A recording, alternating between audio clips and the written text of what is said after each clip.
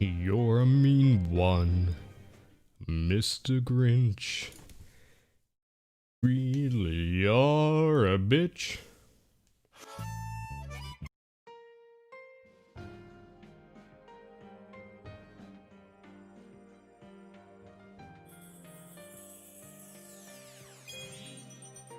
You have dicks inside your spine.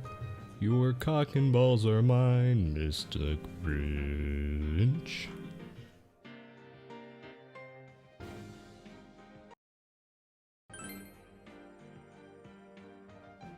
Boom, boom, ba-da-doo. 1 second, now look in the chat.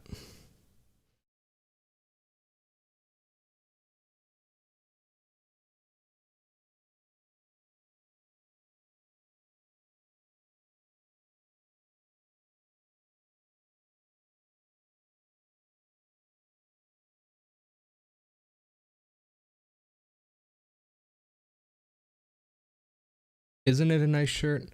This is my streaming shirt from here on forward. That's why I've been wearing it. I like it. This is just my streaming shirt. It's a nice shirt.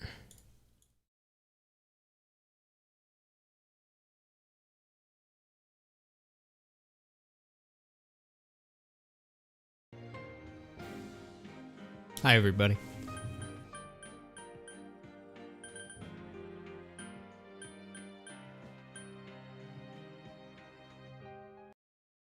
I'm surprised more people haven't made meme versions of the Grinch song. It's so ripe for it. Somebody needs to do that. Maybe people have. Kind of curious now. It's just so ripe for fucking around in the lyrics.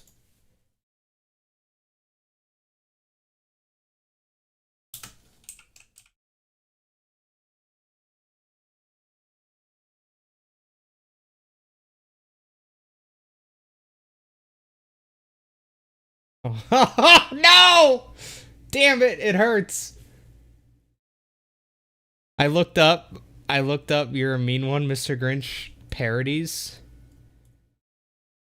And I want you guys to take a guess what the first parody of that song of what they do to it. I want you guys to take a fucking guess.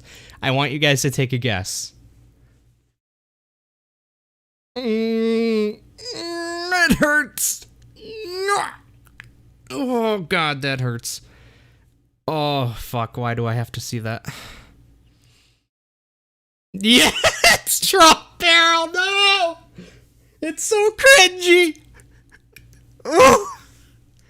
Oh, it's so cringe, dude. It's You're a Mean One, Mr. Trump. Oh, I want to crawl out of my skin. It's so cringy. I haven't even clicked on it, and I already know it's fucking... Just the title. It hurts. It hurts. I was saying, Vian, how I was surprised that not many people have done parodies of the song You're a Mean One, Mr. Grinch. Because I thought that, like, the lyrics of the song, they just... I don't know, you can kind of mess with it a lot and make it funny or something. So I looked up parodies of it, and the very first thing that shows up is You're a Mean One, Mr. Trump. Grinch parody by fucking College Humor. Oh my god, it hurts. It's by College Humor, dude. No! No!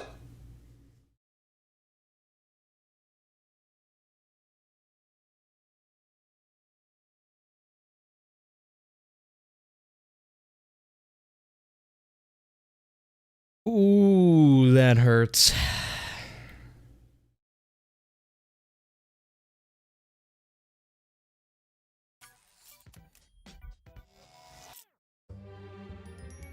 You're a mean one, Mr. Trump. You really are a heel. Who did they get to sing that? That's actually really close to the original singer's voice. That's actually surprisingly close to the original. I'll give them that. I'll give them that. The singer sounds exactly like whatever the guy's original name was.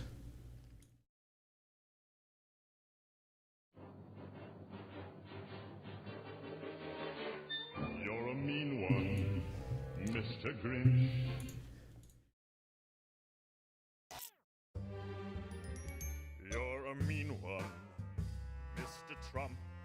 That's so close.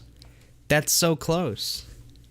No, even with deep voices, because definitely not all deep voices sound alike. That's like so close. Like I don't sound like that.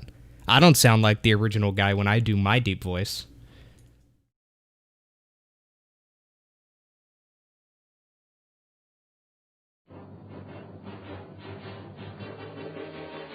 You're a mean one, Mr. Grinch. You really are a bitch. See, it doesn't sound anything like the original guy, but they did it. Really are a heel. That sounds like somebody way younger, though. Racist as a Klansman dipped in dumb, misguided zeal, Mr. Trump. Oh god, it hurts so bad. You're a rotten orange with alarmingly fascist ideas. Oh god, it hurts. It hurts so bad. I can't do it. I can't do it. Nope. We're done. We're done. We're done going down that rabbit hole. We're done. We are so done. Ooh, god, that actually makes me like physically recoil.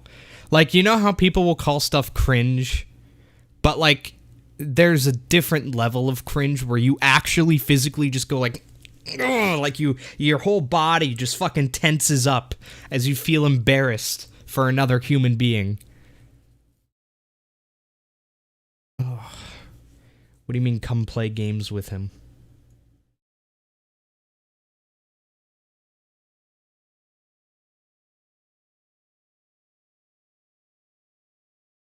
Donkey video? Hey guys, my name's Sonic the Hedgehog.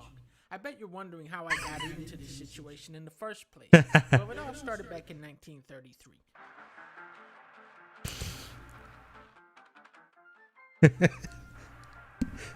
Oh, that's gonna be a good one, actually.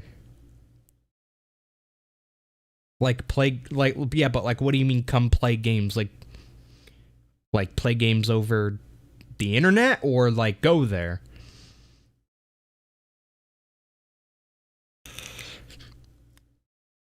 IRL? Why are you talking to him, then?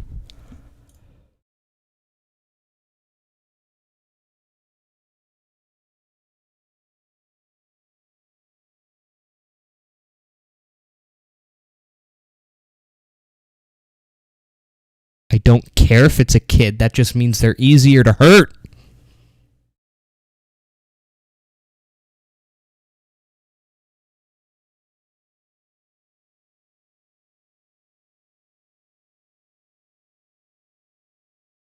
I miss Filthy Frank, dude. Since veganism is hot and it's in the know, being the open-minded person that I am, I thought I would try a vegan chicken sandwich. They keep saying, oh, but Frank, just try it. You know, it tastes the same. It tastes the same. That's all they say. It tastes the exact same. So you know what? I'm going to put that to the test. I have nothing against veganism. It's very good for the environment. I'm just saying, I'm trying it right now. So please leave me alone. Please. Since we ordered it for the video, I thought, hey, why not give it a try? So over here we got an unchicken sandwich, very vegan. It's chicken, but not really chicken. So let's see if it's any good or not. Very soggy, not very good service. First of all, let's take care of the service before the actual food, huh? Ooh, falls apart easily. A lot like a vegan. They couldn't put in an actual chicken. They have to shred it up. Let me try. Can this pass as chicken?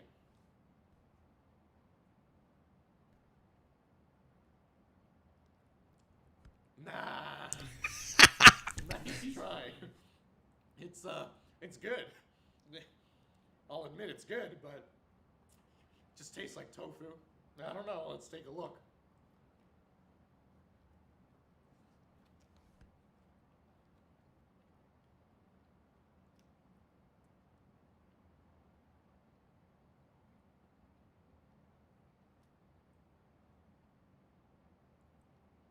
I really miss Frank.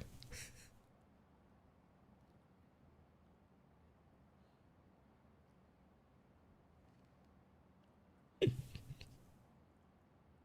mean, it's not great. A real chicken sandwich would be nice.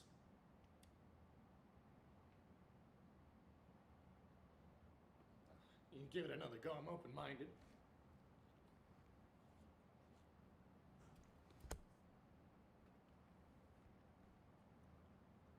Yeah, it definitely seems like the type of food, you know, kind of these kind of people, like, yes, type people would eat.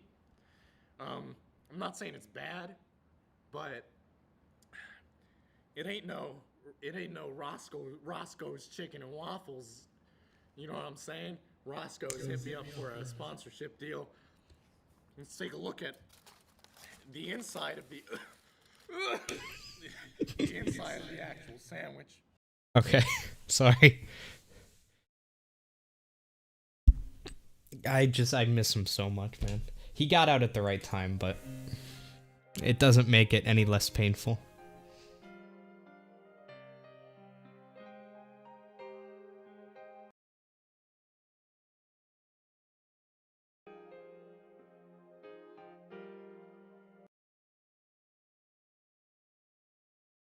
I feel like there's videos I haven't seen on his second channel, like this one. Now, I wanted to do a video where I could be educational for once, you know? You can't have all laughs and all goofs, you know? You gotta be serious sometimes. So I wanted to talk about someone we all love. A personal idol of mine. An inspiration to the world. Mozart. Known for his classical music, can arguably be the best musician of all time. So, you know, I wanted to do a little research on Mozart. But then something happened. You see, I did a little bit of digging, and turns out Mozart's full of shit. Literally. Now, apparently there's an unpopular fact that Mozart was a scatologist. For those of you who don't know what scatology is, that's where the word scat comes from. You know, as in scat porn. I know some of you like watching that shit. Mozart loved playing with shit. Mozart loved talking about shit. Mozart loved writing about shit. Mozart even included shit in his music. He was the king of toilet humor. Now, if you type into Google Mozart and scatology, or Mozart and poop, anything with Mozart and shit, and the first thing that's gonna come up is a Wikipedia link. Wolfgang Amadeus Mozart displayed scatological humor in his letters and a few recreational compositions. Now, if you scroll down, you can see the examples. In November 1777, Mozart sent a letter to his cousin. Settle down, folks, it's about to get dirty. Well, I wish you good night. But first, shit into your bed and make it burst. Sleep soundly, my love. Into your mouth, your arse you'll shove. He sent that to his cousin. That's fucked up. In one of Mozart's compositions, Leck mich an Arsch. I think that's what German sounds like. It includes the lyrics, Leck mich an Now this would be translated into English as, lick me in the ass. Quickly, quickly.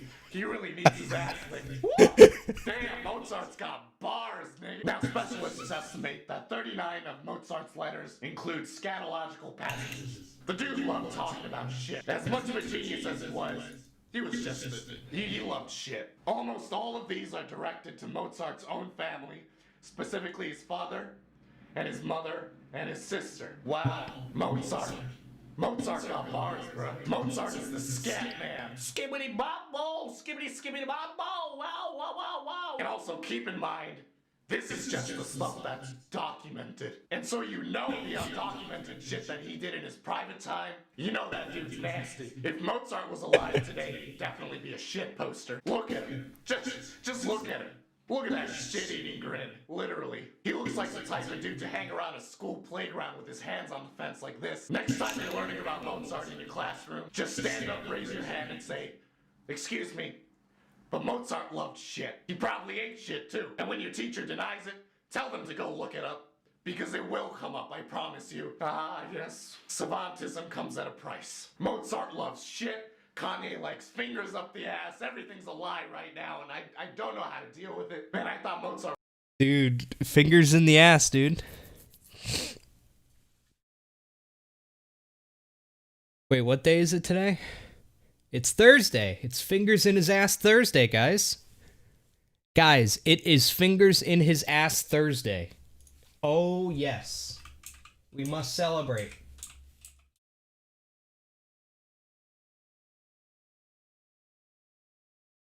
We need to celebrate Fingers in His Ass Thursday, boys. Don't worry, I got you covered.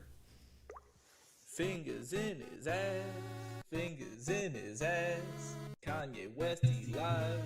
Fingers in his ass, fingers in his ass, fingers in his ass.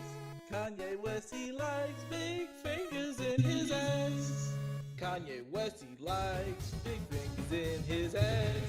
Kanye West, he likes big fingers in his ass. Fingers in his ass, he likes it in his ass. He likes it in his ass. Fingers in his ass. Yes, pinky, index finger, And the thumb in his ass till his bum hole goes numb. I still remember it all.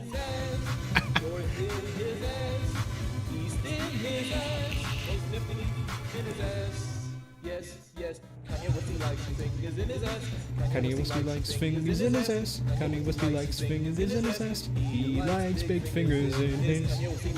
Are we gonna start? It's Fingers in His Ass Thursday.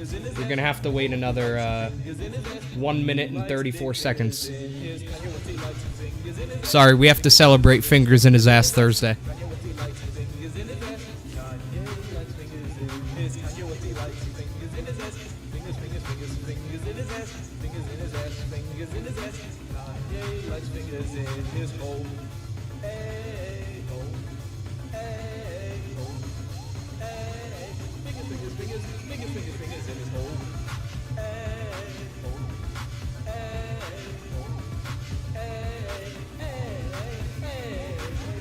I'm going on an airplane. I'll drop that thing in my crack again.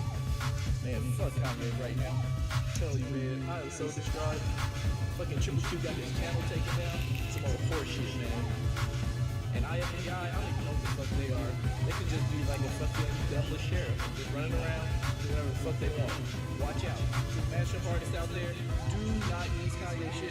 Kanye likes it in the booty, fingers in the booty ass bitch.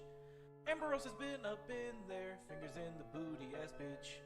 1, 2, 3, 4, 5, 6 fingers, fingers in your booty ass bitch. Kanye loves it in his asshole, fingers in your booty ass bitch. Kanye likes it in his asshole, yes, Kanye likes it in his asshole.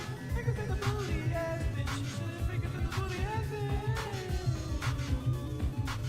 Fingers in the ass, fingers in the ass. He likes it inside his ass.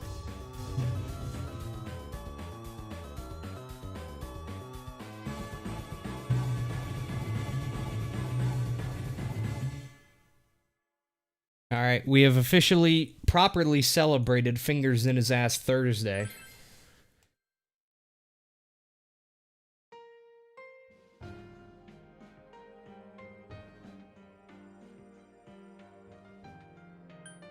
Sometimes you just gotta celebrate it, boys. You can't forget. If you forget to give your offering on Fingers in the Ass Thursday, then Kanye will sneak into your bedroom and put his fingers in your ass. But Kanye's fingers, even his pinky, is like a full cucumber. So you better just make your offering, or else.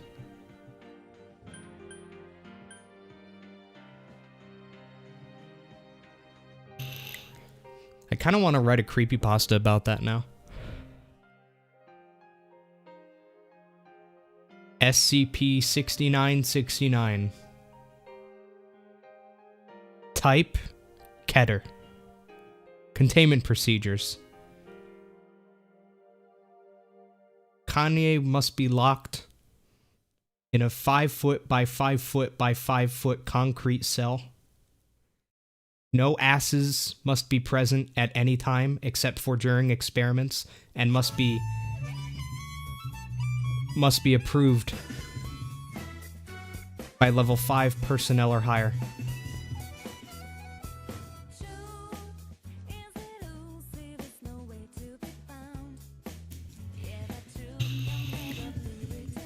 Kanye refuses to allow us to experiment with Class D personnel He insists on Class A personnel for ass.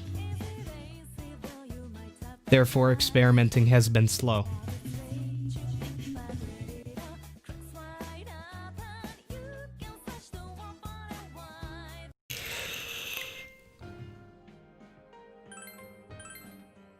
I actually kind of want to write this now.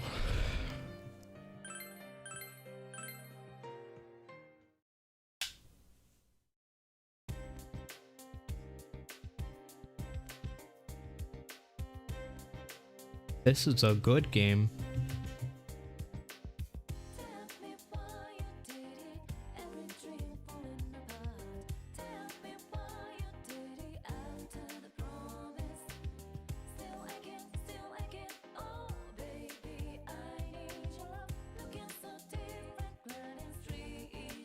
You know, there was one SCP that I never actually like read because I thought that the concept of it was just too stupid. But it actually turned out to be a really good SCP.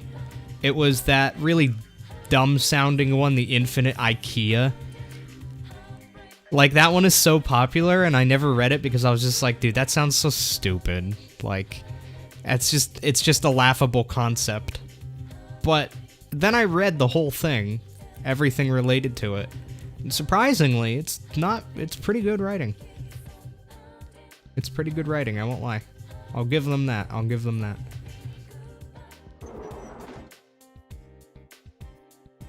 I mean, I used to read creepypastas, but I'm more into SCP stuff these days. I read a lot of SCP stuff. Because some of the writing is just really good. Yo!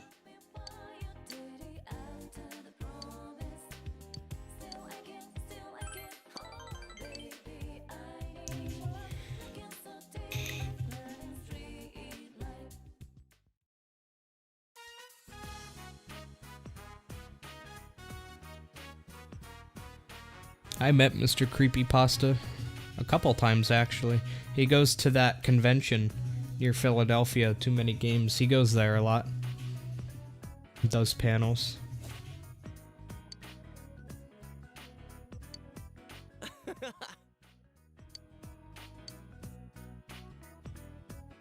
You know what was funny one year at Too Many Games? There was a speedrunning panel at Too Many Games one time. And I was like, oh, that's really cool. I wonder who they got. It must be, you know, must be somebody who's really into the speedrunning community to give a fucking presentation on speedrunning to people. To have a panel just about speedrunning. And I looked the guy up and he has like fucking 12 followers, 12 subscribers. Like, he's done like one speedrun, like ever. And he's like in like 30th place. And it's just like, alright. Okay. Like, you don't have to be popular to have a panel about speedrunning, but I mean, like, I'd imagine that you'd maybe, I don't know, have done a little bit more in the community. I don't know. I mean, I've never heard of him. I've certainly never heard of him, and I've been in the speedrunning community since it was a baby. So, like, I've heard of most, like, mid to high level speedrunners, so yeah, I mean, that guy's not really too involved. But yeah, after that, I was like, you know, I should submit a panel about speedrunning. If that guy can get it, I certainly fucking can.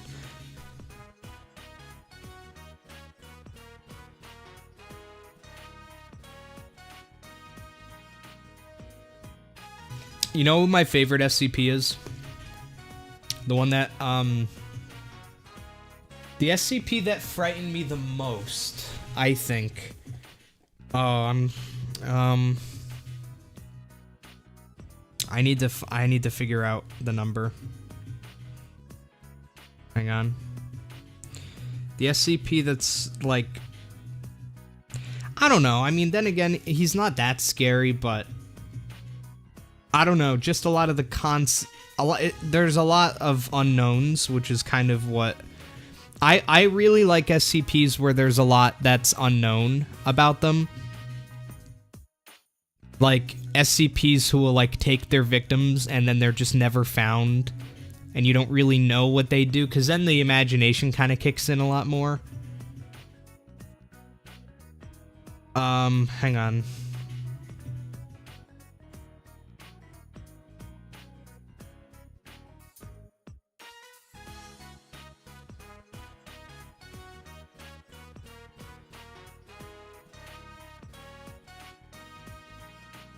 (106) SCP-106.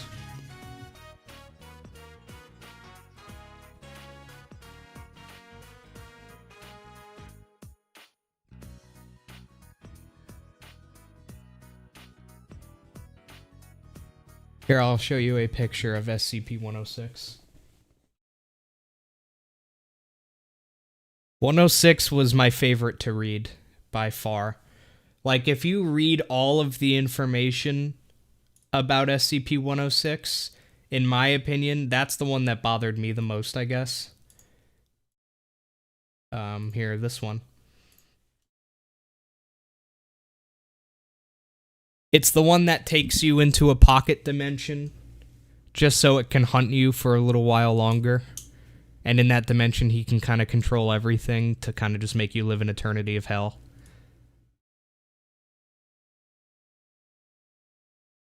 I think he was in one of the games or whatever, but I don't really care about that. Yeah, this fucking guy, dude. Yeah, fuck that, dude.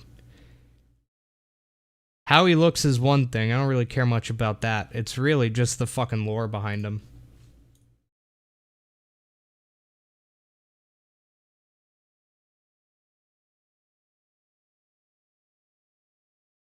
SCP-106 appears to be an elderly humanoid with a general appearance of advanced decomposition. This appearance may vary, but the rotting quality is observed in all forms. SCP-106 is not exceptionally agile and will remain motionless for days at a time, waiting for prey. SCP-106 is also capable of scaling any vertical surface and can remain suspended upside down indefinitely. When attacking, SCP-106 will attempt to incapacitate prey by damaging major organs, muscle groups, or tendons, then pull disabled prey into its pocket dimension. SCP-106 appears to prefer human prey items in the 10 to 25 years of age bracket. SCP-106 causes a corrosion effect in all solid matter it touches, engaging a physical breakdown of materials several seconds after contact. This is observed as rusting, rotting, and cracking of materials, and the creation of a black mucus-like substance similar to the material coating SCP-106. This effect is particularly detrimental to living tissues and is assumed to be a pre-digestion action. Corrosion continues for 6 hours after contact. SCP-106 is capable of passing through solid matter, leaving behind a large patch of its corrosive mucus. SCP-106 is able to vanish inside solid matter, entering what is assumed to be a form of pocket dimension. SCP-106 is then able to exit this dimension from any point connected to the initial entry point. Example, entering the inner wall of a room and exiting from the outer wall, entering a wall and exiting from the ceiling. It is unknown if this is the point of origin for SCP-106 or just a lair created by him.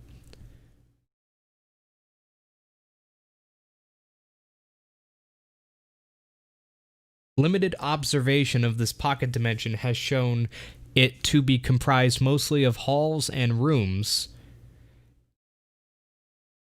This activity can continue for days, with some subjected individuals being released for the express purpose of hunting, recapture, and data expunged. So yeah, it's pretty fucked. I like the... Where's the, there's part of it that really kind of fucked with me. Where was it? Yeah, here it is. SCP-106 appears to hunt and attack based on desire, not hunger. SCP-106 will attack and collect multiple prey items during a hunting behavior event, keeping many alive in the pocket dimension for extended periods of time. SCP-106 has no determinable limit and appears to collect a random number of prey during an event. It appears SCP-106 will, quote-unquote, play with captured prey and appears to have full control of time, space, and perception inside this dimension. That's the part that scared me the most. Having full control of time, space, and perception. That's scary to me. That is scary to me. That's the part that bothered me the most, I think, because, like, he's known to pretty much just, like, you know, break your muscles so you can't escape and then just fuck with you for extended periods of time. But if he has control of time, space, and perception, then, like, he could theoretically just make you live, like, 1,000,000 years of torment in, like, a couple real-life seconds, you know? That's just fucked.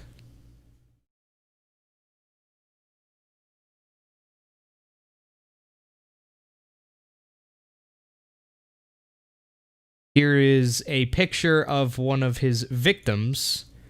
And by the way, this picture was taken when the victim was still alive. This person was recovered from the pocket dimension.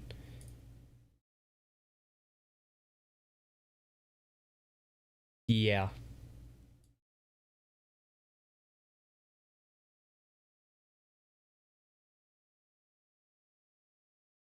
Agent Blank after quote-unquote release by SCP-106. Subject had been missing for 2 hours. Subject remained alive for 1 hour after release. Yeah.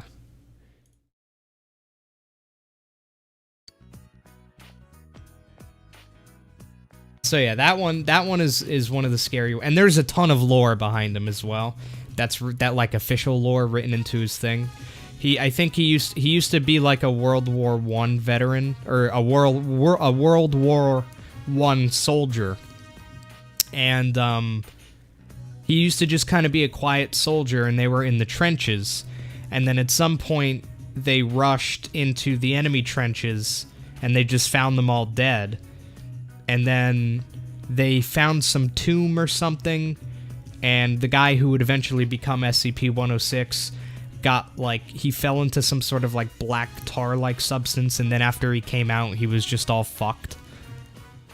And then he was in the hospital, and he was, like, really fucked up and, like, harassing people. And then one day they came in to find that, like, none of the people in his, like, hospital wing were there except for him. And then under his bed, there were, like, fucking, like, 60 fingers or fingernails or something. Or no, it was like 150 teeth just all in a ring that came from like 40 different humans. It's pretty interesting. I like it.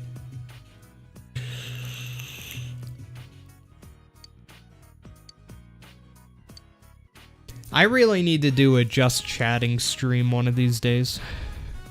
Because, like, I feel like I need to keep playing right now, but I like talking about this stuff. You know what I mean? But then I think about people who are going to watch this after the stream is over. They're going to click on the video, and then they're just going to have all this time of, like, nothingness, no gameplay. I really need to do, like, a just hangout chatting stream. No game, just chatting one of these days. Also, I saw somebody mention Marble Hornets. I used to love Marble Hornets when I was younger. I started watching Marble Hornets when it was still very, very, very, very new. Like, they were only a couple episodes in, like 2 or 3 episodes in. And I started watching it, and that shit was awesome back then.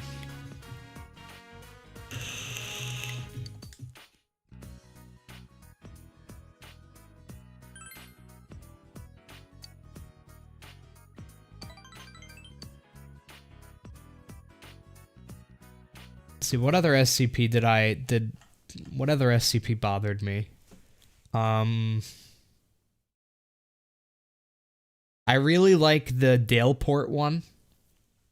That one doesn't scare me as much, but I like it.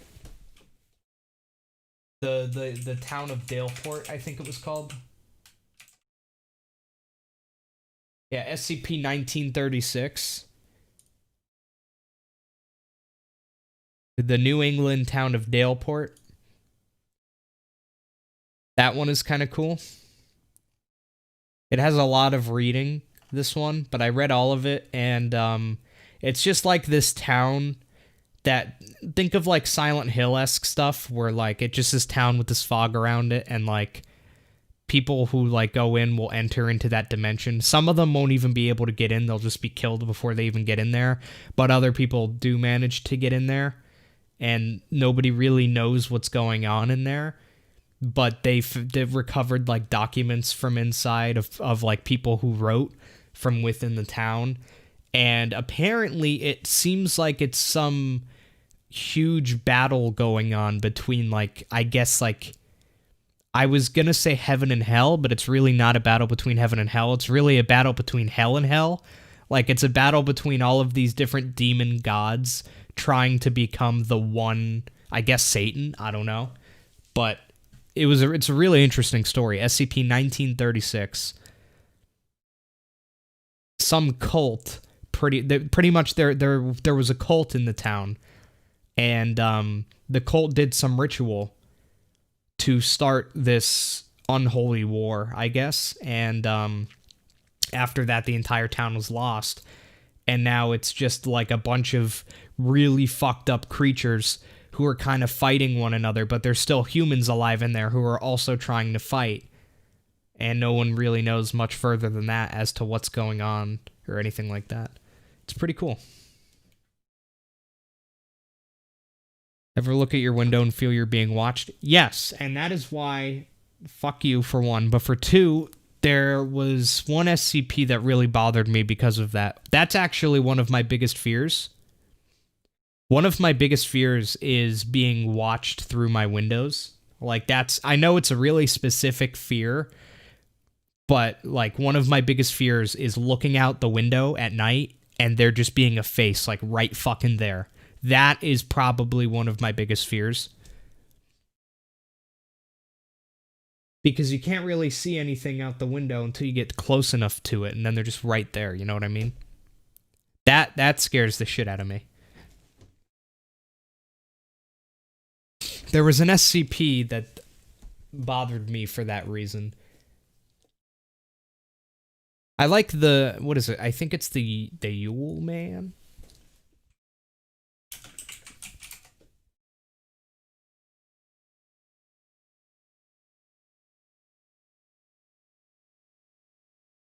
Yeah. SCP-4666.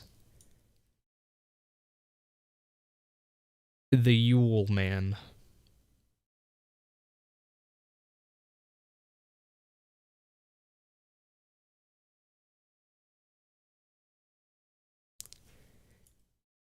I think it's like a take on Krampus, I guess.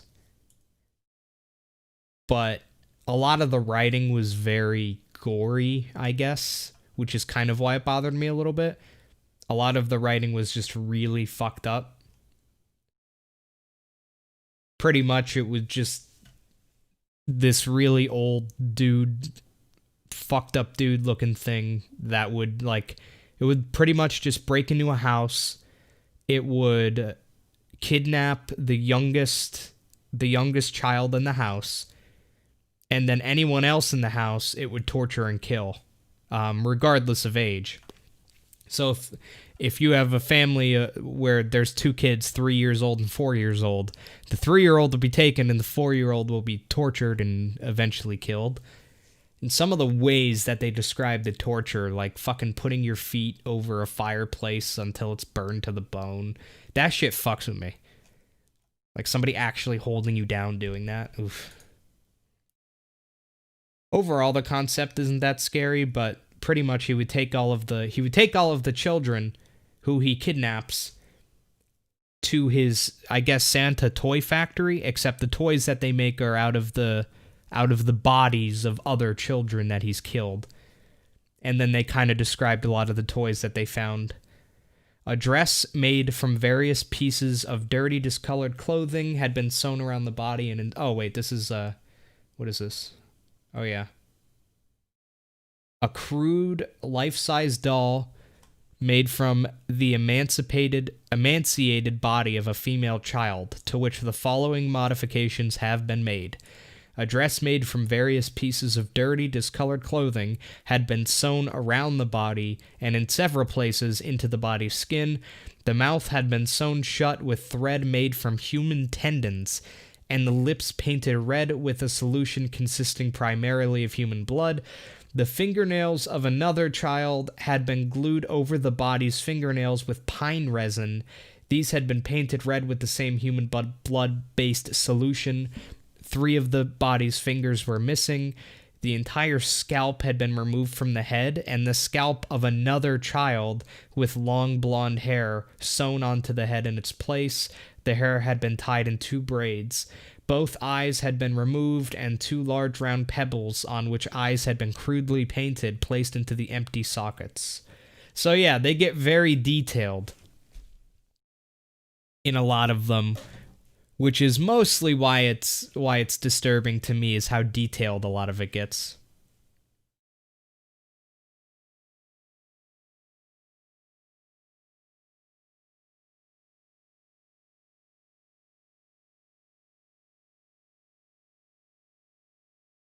Yeah, there's a lot of them.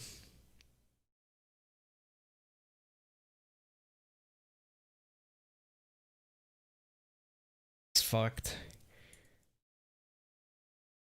There was one more that was interesting. Oh, was it the... Yeah, it was the mirror one. I don't know if anyone knows what I'm talking about. The mirror. It's not a mirror, but like it's this like object, like this round disc, and it will change colors depending on who's holding it, and it tries to find a mirror, and if it finds a mirror, it just kind of, slaps onto it and stays there.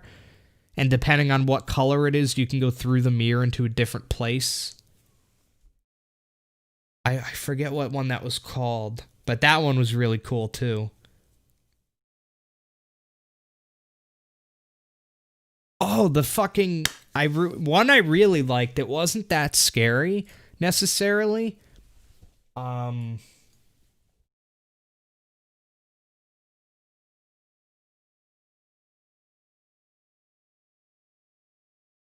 SCP-507.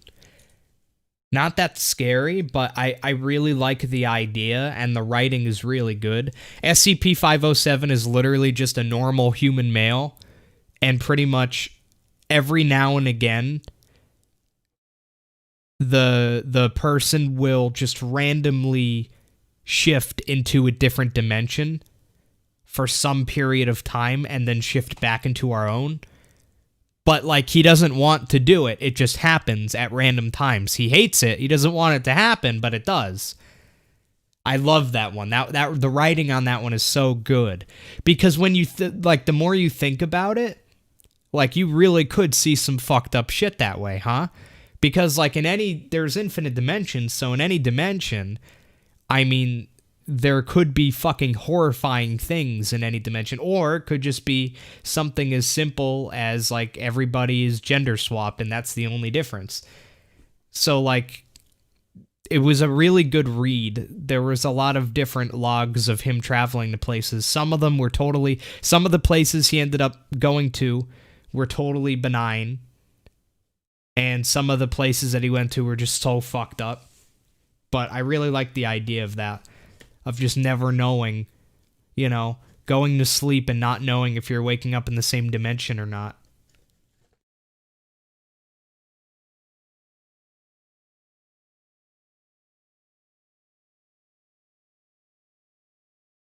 It's a really, really cool idea.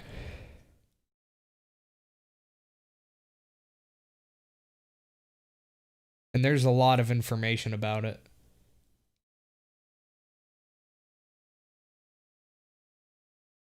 Here is all of his, here's a link. This link is to all of the different it's pretty much a log of all the different times he switched dimensions, like what he reported happened. There's so many of them, and it's all such good writing. I've read that entire page, and all of it is just such great writing.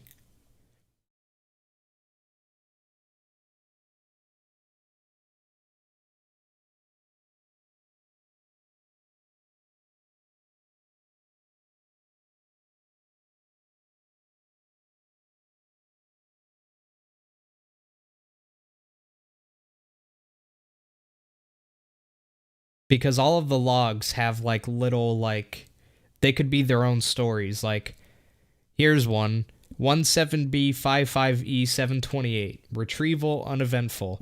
Subject arrived in a desert environment and wandered around for roughly an hour before encountering another human.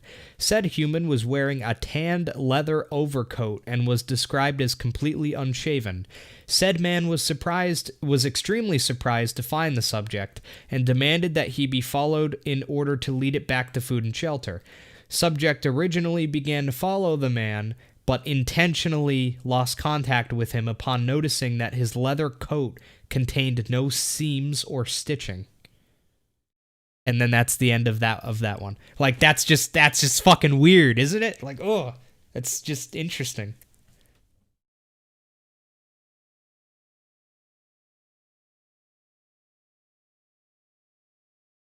And there's just a bunch of little ones like that. And then there's ones that are completely uneventful. Subject arrived in a dimension with flipped genders. No notable differences besides this were discovered, although subject found issue with the fact that its female counterpart, quote, looks pretty much the same as the standard version. Yeah, the coat is his skin. That's the weird part.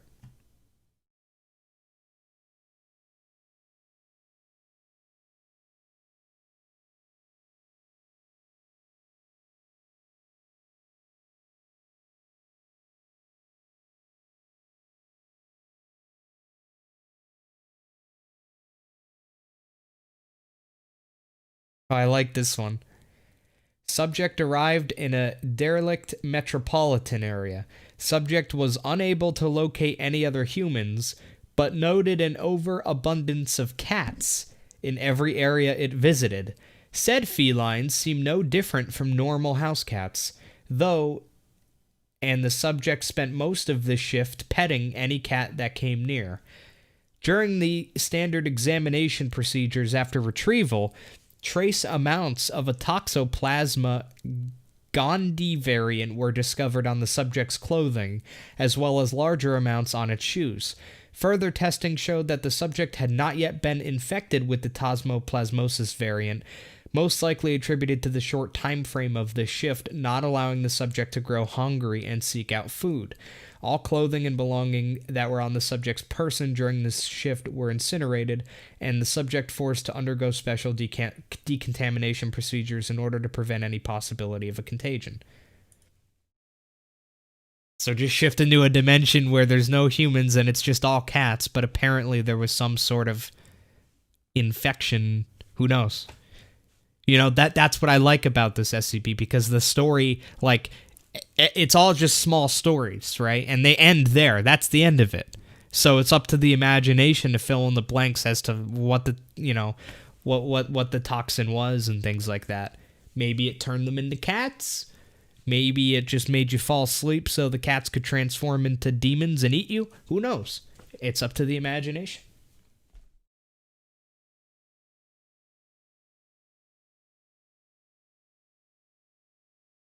Oh yeah, but there's one place that he traveled to a couple times. Like he ended up in the same dimension a few times. It's kind of one of the running themes in this SCP.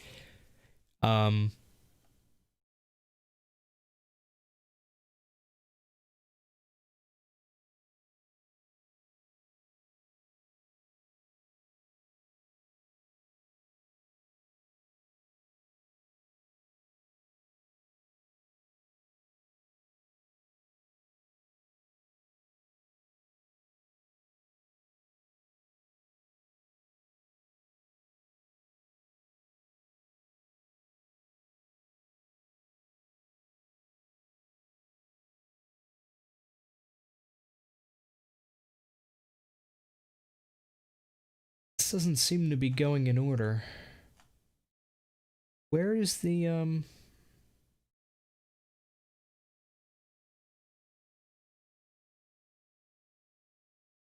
It's the Smiling Man one that I'm thinking about, but I see the second log of it, but I don't see the first log. Did they remove the first time he went to the Smiling Man dimension thing? Desert environment, forest habitat, that's the screaming plants. Flip genders.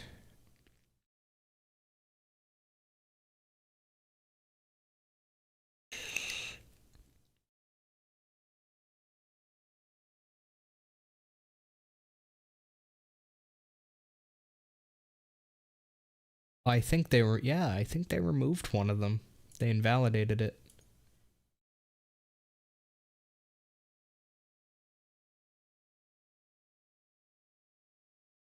Subject once again arrived in a pitch black area, with muted breathing nearby. Subject decided to seek an exit this time via blind wandering. So pretty much the first time he went there, he just shifted into a different dimension and it was pitch black. He was inside some sort of building or something. And he just heard very, very soft breathing nearby. And he flipped on a lighter or something, just to see that there was this dude, like fucking 2 inches from his face, just fucking smiling. And then for the rest of his time in that dimension, he kind of just like fucking curled up into a corner and just waited it out. And then the second time, subject once again arrived in a pitch black area with muted breathing nearby. Subject decided to seek an exit this time via blind wandering.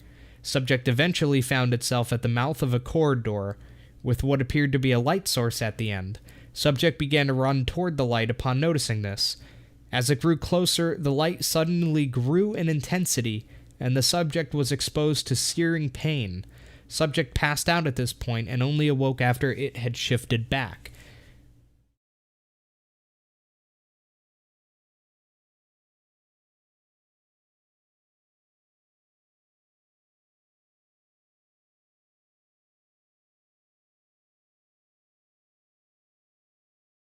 And then there's pretty funny ones. Subject found in cafeteria masticating on what appeared to be redacted. Upon containment of redacted, subject uttered the words more, more, more before losing consciousness. Subject regained consciousness 2 hours later, expressing a strong desire for pudding. When questioned, subject claimed to see, quote, the biggest mound of pudding ever. When questioned as to why it was masticating on redacted upon arrival, subject claimed to be eating, quote, a glob of pudding at the time. Subject reported seeing redacted rolling around the hallways. Hallucinations passed within 24 hours. Request, pudding. Request granted. Not bad.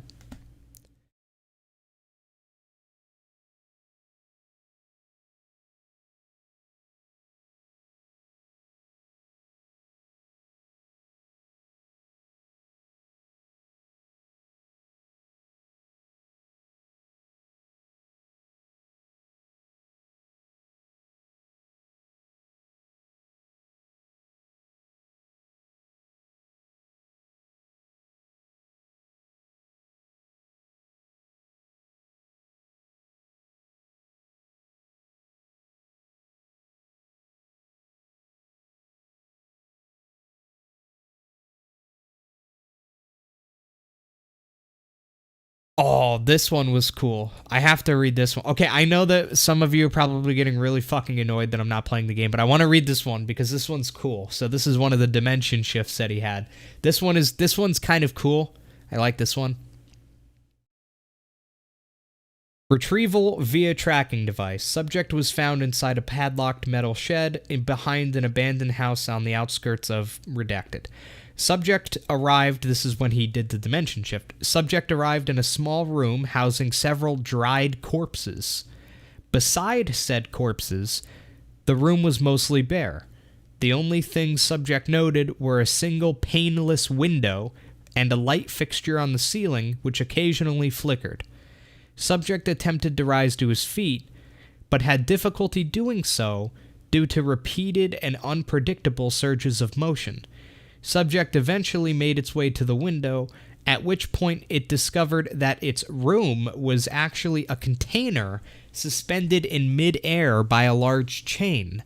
Subject watched as similar containers passed by him and as it passed by others, via a complex web of rails above it which the chains were attached to.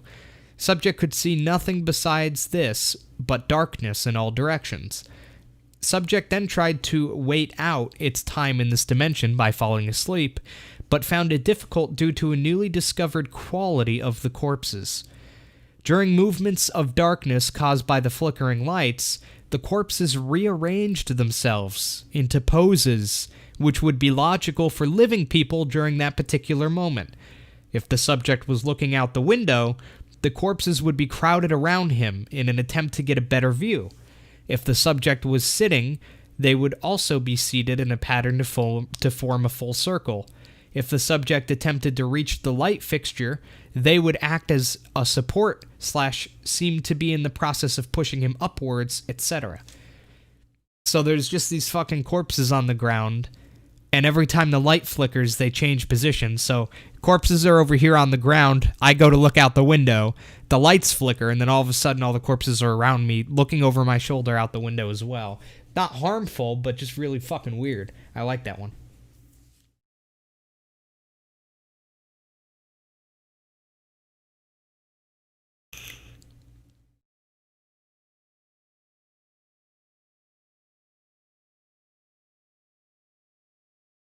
See another one here. See if there's any more of the Smiling Man one.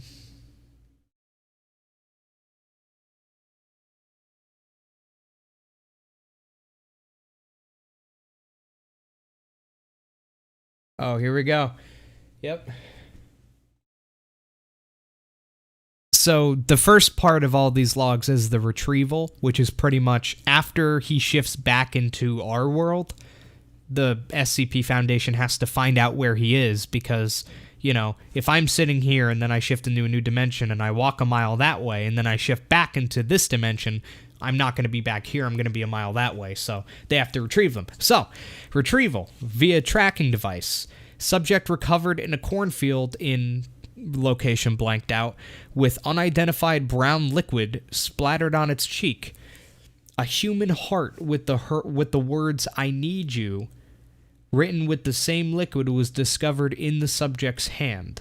Subject claimed that said object was not in its possession during the shift and does not know how it came into its possession. Researchers are attempting to identify the liquid. When the subject shifted, the subject arrived in pitch black darkness with the sound of crying nearby. Upon activating its flashlight, subject discovered the Smiling Man from previous shifts leaning towards him. Brown liquid leaked from around its sunglasses. Smiling Man pushed its face closer to the subject's and uttered the phrase, "Why did you do this?" Smiling Man then wiped off a portion of the brown liquid from its eyes with its hand and began caressing subject's cheek with it. Subject forcefully pushed Smiling Man away.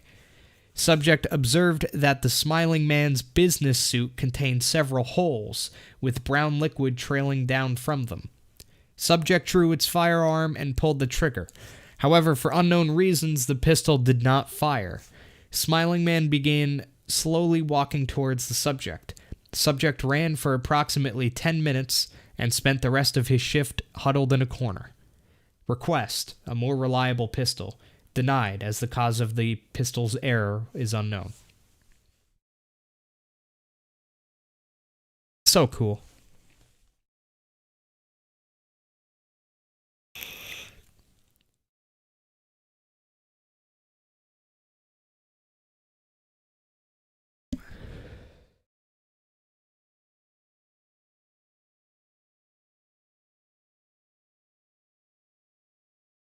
Retrieval. Subject was found prone and unresponsive in its quarters. Subject was bleeding significantly. Several deep gashes were discovered in the left side of the subject just under the armpit. The claw marks extended to the bottom of the rib cage. Subject received traditional first aid and was committed to the on-site infirmary. The subject, when he shifted, woke up on a snow-covered plain. Subject did not have its backpack on hand at the time of the shift, having been asleep in his bed. All that went with it was its bed sheets and pajamas. Subject reports having seen a TV show of how to survive in a cold environment before the shift. It attempted to build a crude snow cave using its hands when it was interrupted by a large white bear. This is the extent of its recollection. Request: a proper weapon. Granted. Losing subject to a non-anomalous polar bear would be a waste of Foundation resources and an embarrassment. Subject shall receive a knife, sheath, and belt, and is required to keep these items on its person at all times. Pretty cool.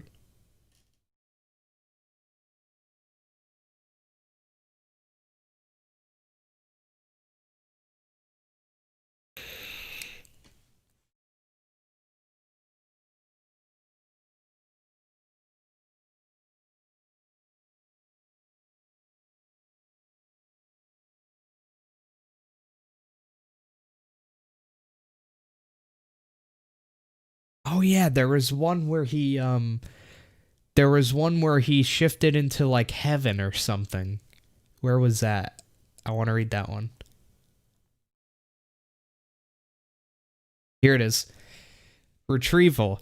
Subject was found in the location in which it had left, curled up and crying violently. Subject screamed, "Why did I have to go?" when an attempt was made to interact with him, and suffered from severe depression for several days thereafter. Agents described a beautiful smell coming from him.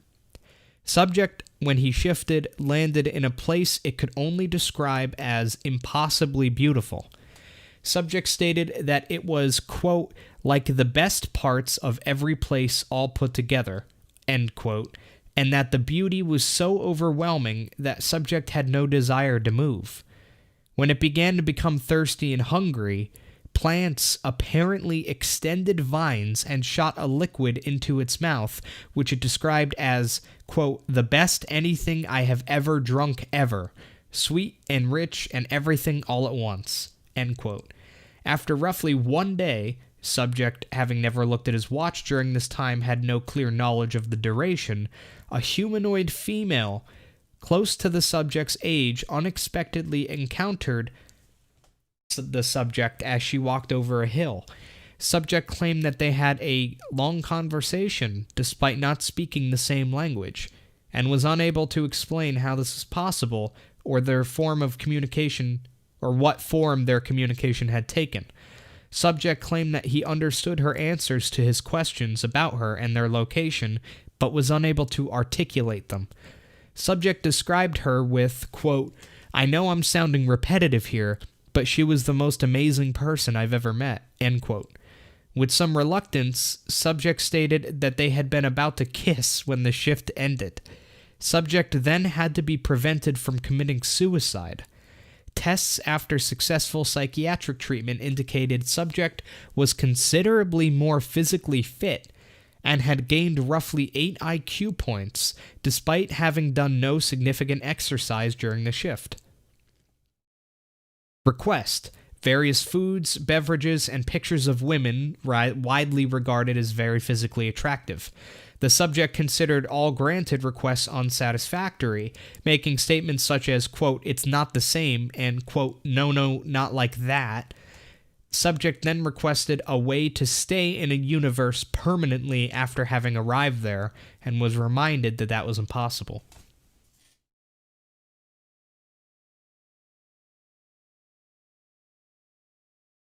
Poor guy. So pretty much he literally just shifted into heaven. And he got to experience heaven for like an hour, and then had to shift back to the normal world. You have to wonder how fucked up that would kind of make you. You know, experiencing the best fucking everything ever for any amount of time, and then coming back to like a normal existence afterwards. It's an interesting concept. That's why I like this writing so much. It's such an interesting concept.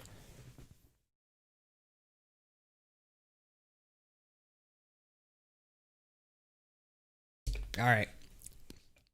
I'm sorry for going off on a very long tangent there.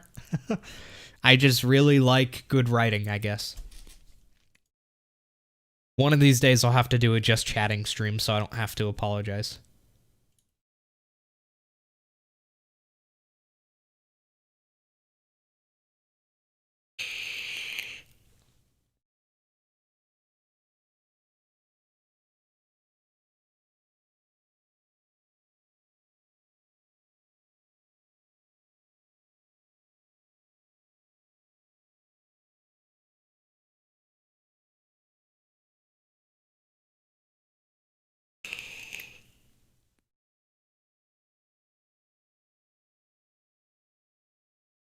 There's so many of them.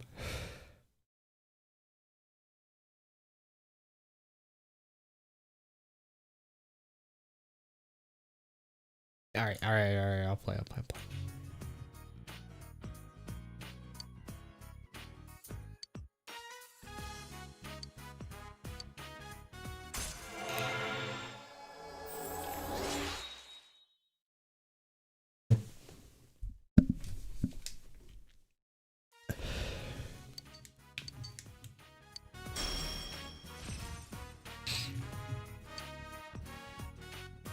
It is a really fun subject.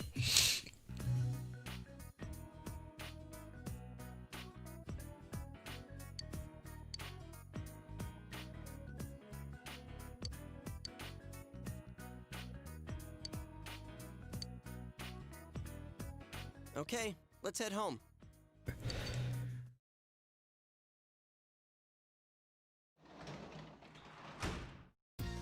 Welcome home.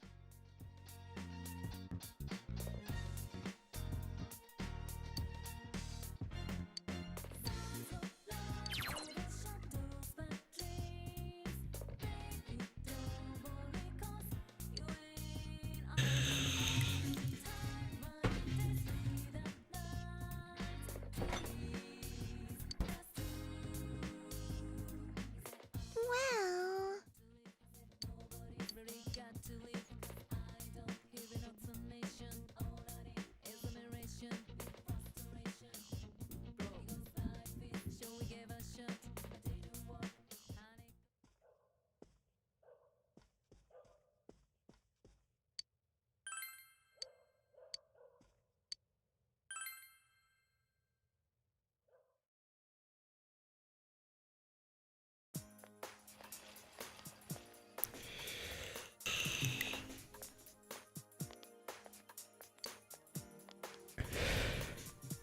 Oh god, now she's looking directly into the camera. She must be that guy's sister.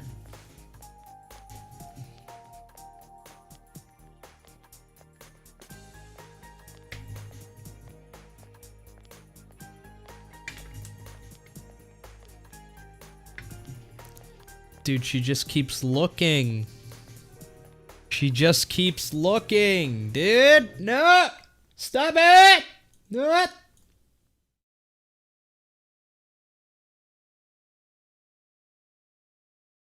Ooh.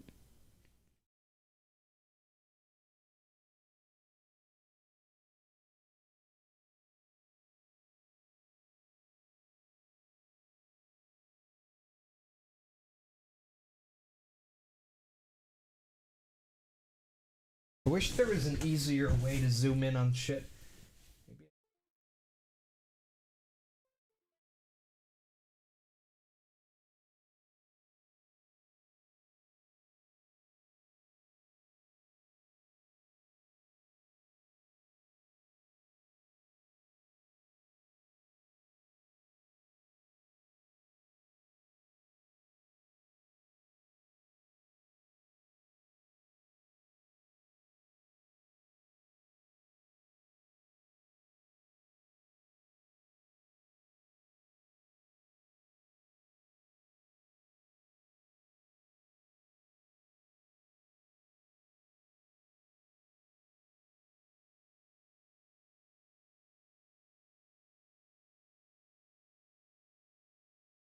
Oh no.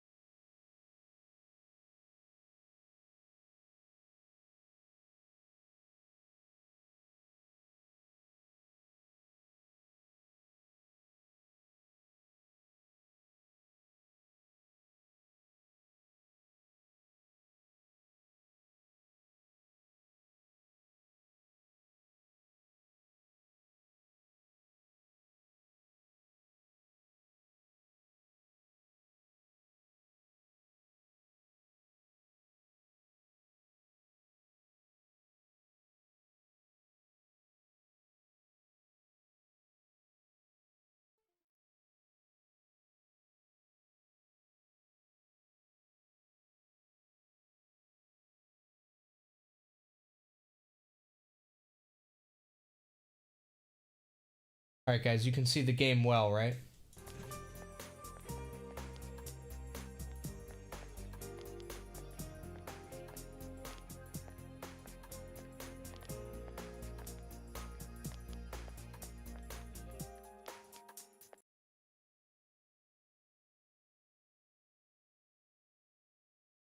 Here, let me fix it. There we go. You guys can see the game, right? I just want to make sure before I keep playing.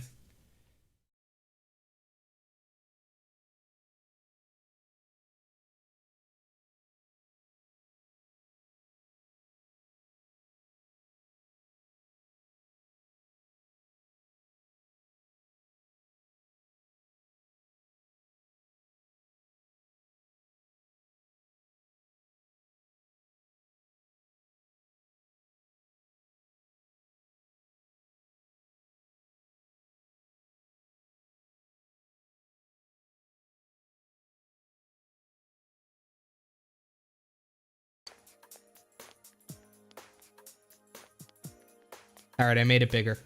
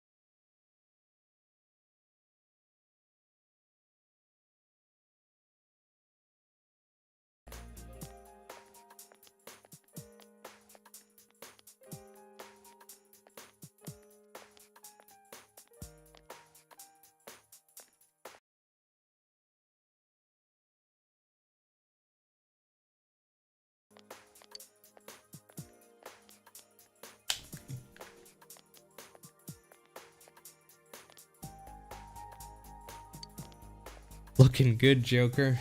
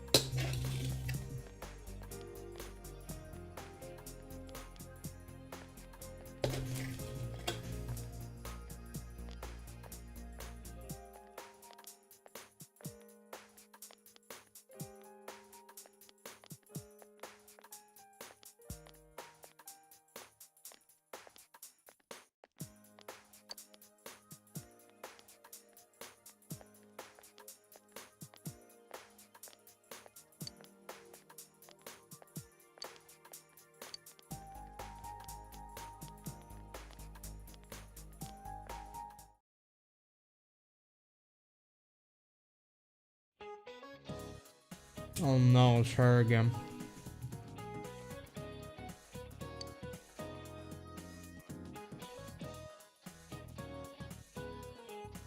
Alright, chat, get ready to look up the answer.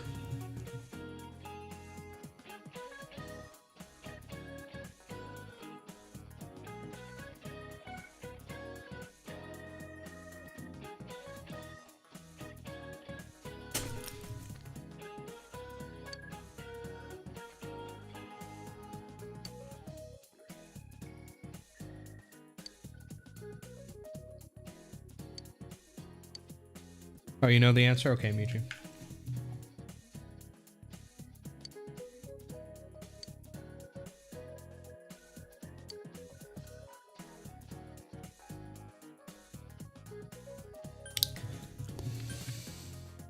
What is it? Is it this?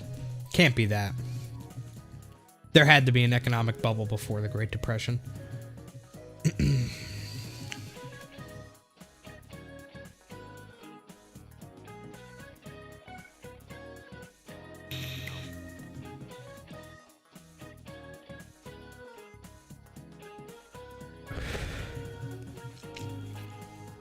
Or go, babe, not eco. What?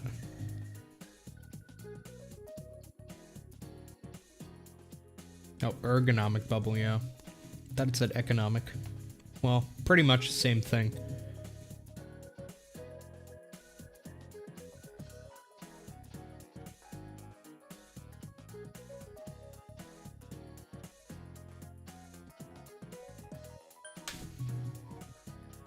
It's Tulip Mania, Michi?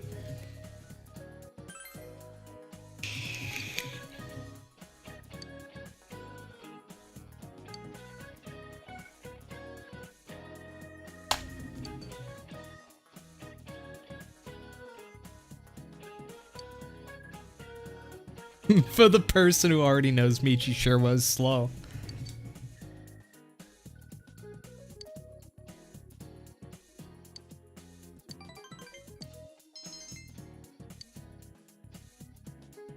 You ain't wrong, boy.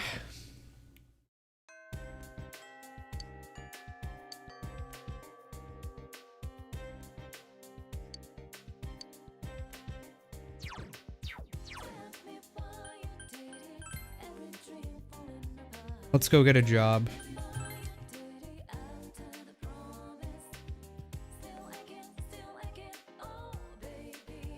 There she goes!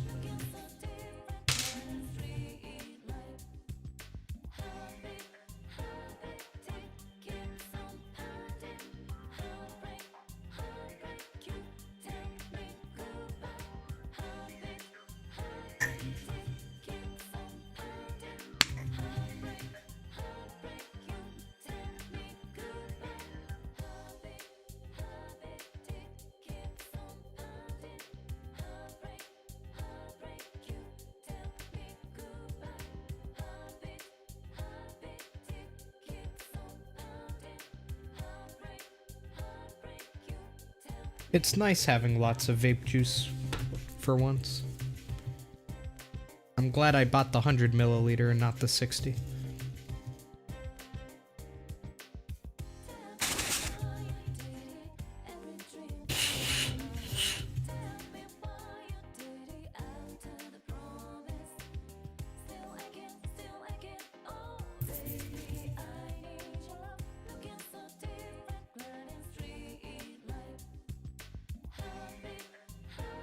How was Bubba's day rolling over you? It was great. Bubba had a great day as always, because he's a good boy.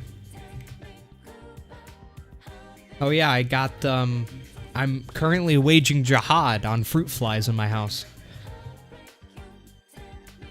So, ever since I moved in, fruit flies have been a problem in my home. Ever since the day I moved in. Even the landlords warned me about them when I moved in. They said, yeah, again, 80. Fuckers, it's always during the summer, those fuckers just come in. But this time, it was really annoying me, as per always. So this time I decided to look up different solutions. Because one summer I just dealt with it and just used bug spray whenever I saw them. Another summer, I think it was like last summer, they got really bad, so I bug bombed my house. You know, I got those, it's little canisters, you kind of just rip the top off and they'll just go psst, and they'll just shit out really shitty chemicals. And when I did that, I needed to put covers over everything in my house. I needed to take Bubba over my dad's house, and I needed to stay out of the house with Bubba for like hours. So it was really shitty doing that. It killed them all. It killed every single one of them, and then they weren't a problem for the rest of the summer, so that was nice. But it was a really big pain in the ass. So this summer they were getting bad, and so far they're not terrible. They're not anywhere near like last summer, but they were getting annoying. So I looked up different solutions that I could potentially do, and I found one that seemed really good, and I just got them today. And I can already tell they're doing wonders. And apparently, this is going to be the best. So here, let me show you. You might have noticed it in the frame already. I have it hanging from Goku at the moment. But it's pretty much these things. So these are not sticky fly traps. They might look like a sticky fly trap, but they're not. Pretty much what this does is this has a chemical in it that is extremely toxic to bugs, right? And it's even toxic to chemicals, or to people, but it works on a time release. So a bug bomb of this, I would have to leave my house. But this is time released. So this will slowly release an odorless chemical. So it's odorless. It's not a vapor or anything. You can't smell it. It will slowly release it over the course of 4 months. And pretty much, I read all the reviews for it, and there were a lot of demonstrations. Pretty much, you put one of these in a room, and within 2 or 3 days, every bug that's in it, not just fruit flies, spiders, anything, any bug in that room is going to be fucking dead within 2 or 3 days. But the good thing about these is that it's always releasing it, and it works for up to 4 months. It works for up to 120 days. So it's almost like an air freshener type thing. It's slowly releasing that chemical. So it's good because it slowly releases it. And since it slowly releases it, it's not enough for it to be harmful to me or Bubba. It's totally safe around me and Bubba and any other pet, because the concentration in the air is never enough to harm anything, right? So it's totally fine. But to bugs, it fucks them up. So all I really need to do is any room where I have them, I hang up one of these, and then after 2 or 3 days, all the bugs are dead, and then it keeps going for 4 months, which is enough for an entire summer. The only issue with these is that they're fucking really expensive. How much do you think one of these costs? Just one. Just this one right here. How much do you think this one costs? They're expensive. They're really expensive, but they work really well, apparently. 10 a pop? Yep, that's it. It's about $10.50 a pop. So they're pretty damn expensive. $10 just for one. Because remember, you need one per room. So I got a pack of 5 for $50. I have one in here, one in my kitchen, and one in my living room. I have 2 left. Now, I could do it in my bedroom, but I never really got them in my bedroom, so I'm not too worried about that. So I'm kind of just saving those other 2 just in case I feel like, oh, it's really bad in my kitchen. I'm going to hang up an extra one in there, you know?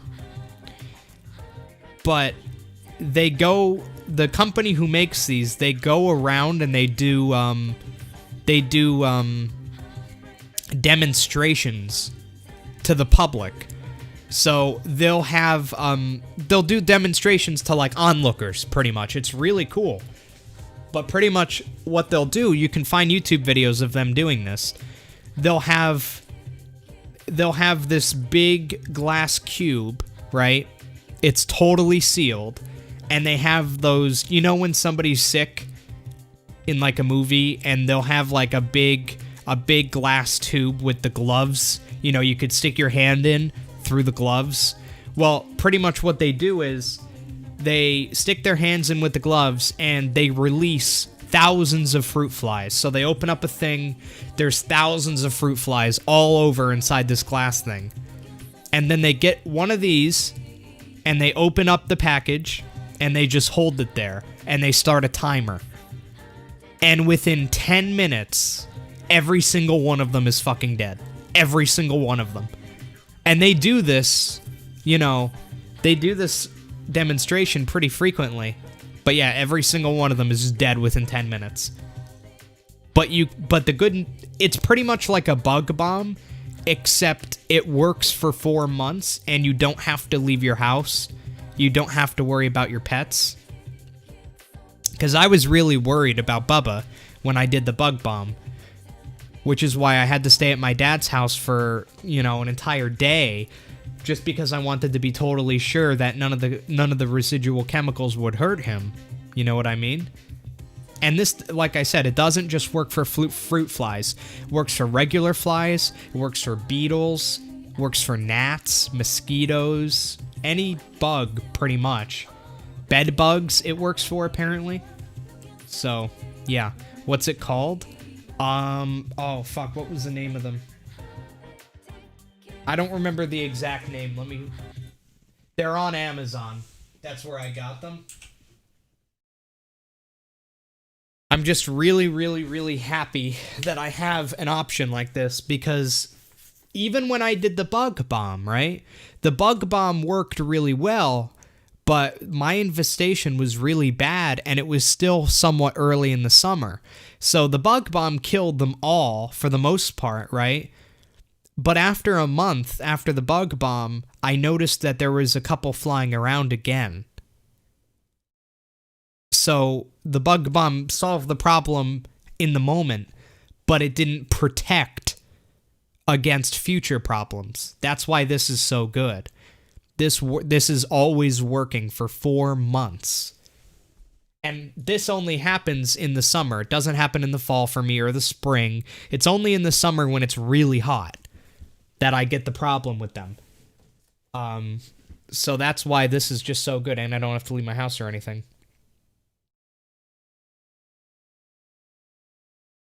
So let me get the name for you guys. I can't recommend them totally yet because I just got these today. They just came in the mail today, and I put them up earlier today, maybe 12 hours ago I put them up now. But I'll tell you one thing, since I put these up, I haven't noticed any of them. Typically when I sit here streaming, I'll notice during the stream at least 1 or 2 of them. During the stream. Go back and watch my streams for the past couple days. You'll see me doing this occasionally, right? Because they're annoying. But I haven't seen a single one. Even if I did see one, it's not a big deal. This isn't a miracle product that works in a couple of hours, but it could.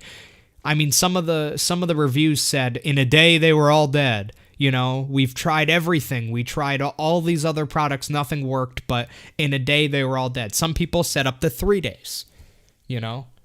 But it seems to be working amazingly. Okay, they're called Fruit Fly Bar Pro Fly Strip. 4 months protection against flies, cockroaches, mosquitoes, and other pests. Portable for indoor use. Here's the link.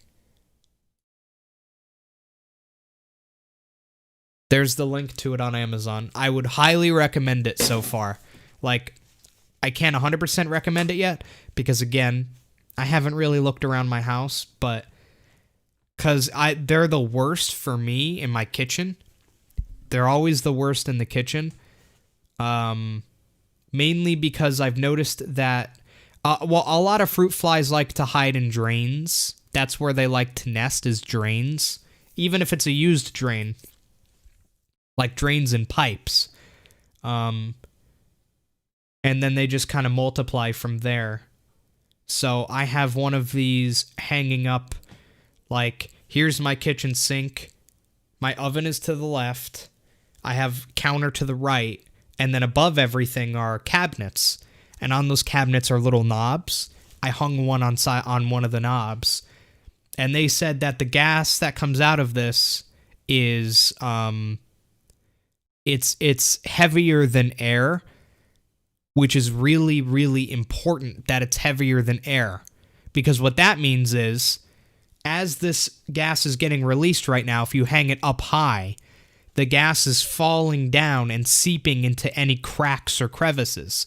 So since I have this hanging over my kitchen sink, that gas is going to fall down into my drains and just wipe them out. So yeah, really expensive for something like this. Like for $10, that's very expensive. But but for something that works constantly for 4 months, that's really good. And it's, like I said, it's totally safe to use around pets and stuff. It's even safe to use it around food. This is actually marketed a lot towards restaurants, because a lot of restaurants will have problems with regular flies and things like that. This is marketed heavily towards restaurants to hang it in the back wherever they appear most.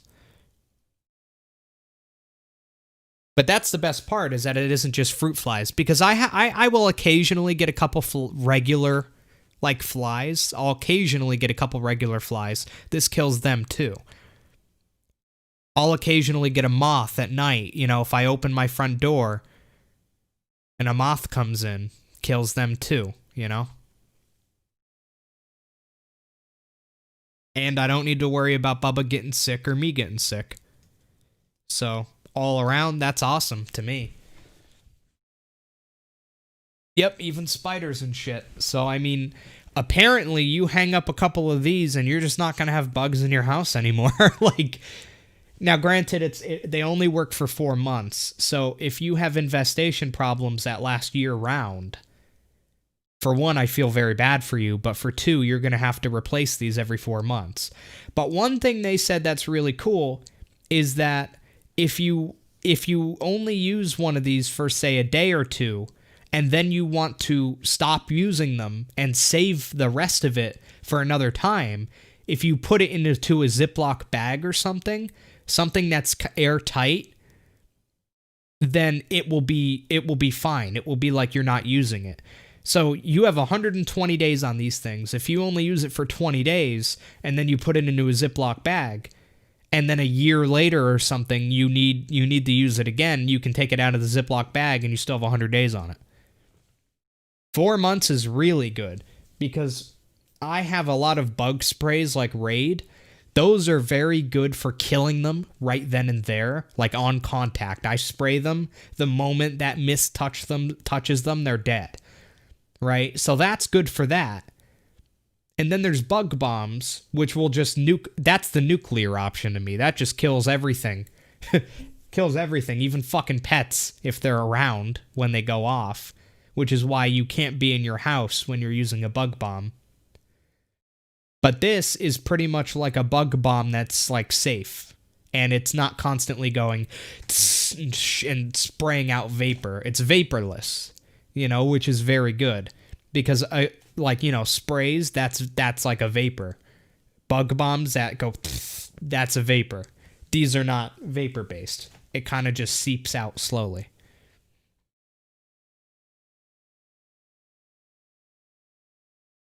So yeah. And I haven't noticed any of them.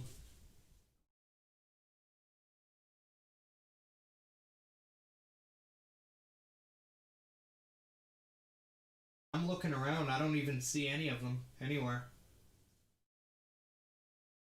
Normally, if I look, I can see 1 or 2 somewhere, but they are fucking dead, boy. What if it gets poked? Does it become a bug bomb? No. But there is one thing that you need to be careful not to do, and that's heat it up. If you heat up one of those strips, so for example, if you put one of those strips in like direct sunlight, very hot direct sunlight for a long period of time, it will release the gas faster than it would otherwise. So if you take like a hairdryer and you hold the hairdryer to it, it's going to release the gas a lot quicker when it gets hot. So that's the one thing with these. Make sure you don't heat them up, really. It's like some sunlight is fine, obviously, but in general, you're going to want to keep them at room temperature or colder. You definitely don't want to have them exposed to heat for long periods of time, or else that gas is going to come out a lot faster, and that's not what you want. Because like I said, that gas it's a neurotoxin. It's bad for humans in certain quantities, though. In this quantity, it's fine. But if you got a lot of it at once, that would be a problem. So yeah, it seems to be doing its job. I haven't heard any buzzing. I haven't seen any of the fuckers. I haven't seen a single one of those fuckers. So, and it's only been 12 hours. I mean, even if I did see a bunch of them still, that would be understandable. I mean, it's only been 12 hours. Most people say, you know, it's between 1 and 3 days. By the 3-day mark, they should be mostly dead. But I mean, I'm at the 12-hour mark and I haven't seen any. So I can't complain so far. But I can't, in good faith, tell you, like, give you a full recommendation yet. I couldn't do that in good faith, just because I don't really know. I don't really know if it works well yet. But I mean, you can read the reviews on Amazon. Most people who reviewed it on Amazon are pretty much like, holy shit, this is a miracle. We've been trying everything. And I've tried everything too. I tried buying those little, there's little fruit fly traps that are shaped like apples. And pretty much what you do with them is they give you a liquid. And you pour the liquid inside of them. And that liquid attracts and kills them. So they'll all kind of swarm to that. And then they die from the fumes. Those work kind of well, but you need to buy a lot of them, and you need to have them pretty much everywhere, because the smell doesn't travel that far. It doesn't attract them from that far away. So if I have one on one side if I have one here, it's probably not even going to attract the ones that are over there. So I tried that. Those worked decently well, but not super well. There's bug sprays that, in general, I mean, I need to be careful where I spray it. If I spray too much of it, it just fucking fogs up the house, and it's really bad.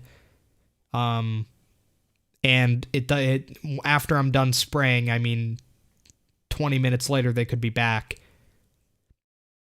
You know, I tried the vinegar things where you'll put vinegar and dish soap inside of a cup, and then you put clear plastic wrap over the cup, and you poke like little toothpick holes in the plastic to let them get in, and then they get attracted to that and die.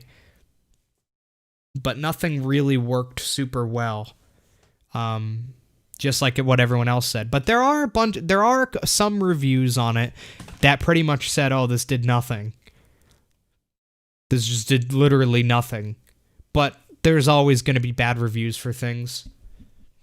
But most of the reviews are like 5-star, holy shit, we tried everything for years.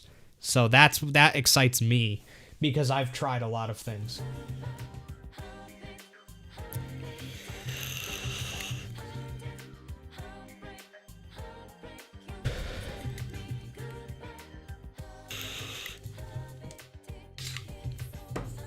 One sec. My vape is out of power. Yeah, I'll keep you guys updated with how it works. But I'm already impressed with it. Simply because I haven't seen any of them in a while at this point. It's been a couple hours since I've seen a fruit fly. And for me, that's pretty good. I mean, and I don't really, I didn't smell anything. I don't smell anything from them. I don't get a headache or anything from the fumes, because there are no fumes. I don't smell shit. It's odorless, colorless. There's no vapor being spewed out. Again, like an air freshener. I don't know what. No, I don't think that's it. Why you play this? I think in the demos, I think it is the same exact ones. I mean, they open a pack of them right then and there, and they're selling the same packs. Like, they'll have like a stand set up to sell them to people, and they'll just grab one and open it up and do it. And it looks exactly the same. But I think the reason why it works in 10 minutes for them when they're doing it is because the glass box they're doing it in, it's not that big, right? It's not a huge glass box. It's maybe like 2 feet by 2 feet. It's like, you know, like this. Maybe a little bit bigger than that, but you get the idea. It's not the size of a room.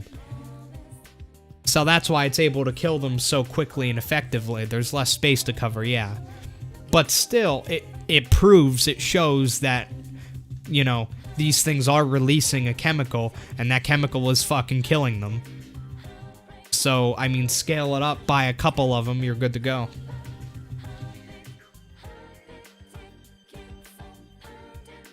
Kind of scary though that an odorless, colorless gas. It's not possibly deadly. It's not deadly at all. It's not a deadly toxin or anything like that. If you got enough of it, then I would assume that it could probably be deadly, but I don't think any of these have enough in it to actually harm you that much. I think at the very worst, you might like get a headache for a day or two. But I mean, you can look up studies and stuff. I looked up some studies on the chemical that they use in it. Over the course between, I think it was the year 2000 and 2017, there were only like 5 reported cases of people getting sick from products just like this. And then a lot of them, it was like, oh, well, this girl heated it up. This girl pretty much had opened up the package for the first time, you know, right up to her fucking nose, pretty much. And the people who got sick from it, the 5 people in like 17 years, none of them got like sick or anything, like hospital sick. It was mostly just one of them had a headache for like 2 days. Not a terrible headache, but a headache. One of them felt a little nauseous. Like, it's not anything terrible.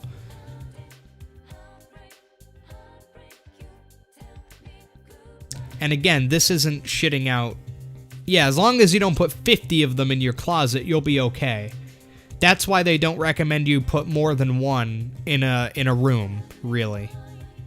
So, you know, even if you did put 3 of them in a room, if I put 3 of them in this room, I'm sure it would be fine. I'm not going to. But, you know, follow the instructions. Put 1 inside of each room, which is what I've done. Yeah, some of the other people who got a little bit sick from it, I remember one of the people said that they had a closet, like a small closet that had the problem, and they put like 2 or 3 of them, of these things, inside of their small closet. It's like, yeah, no shit. Don't do that.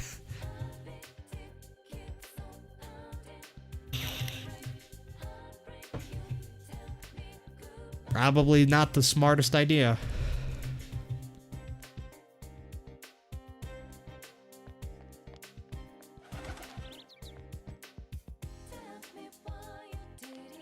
But yeah, I mean, so far it's been great. I haven't seen a single bug in hours and hours now. Like no fruit flies, no regular flies, nothing. It's great.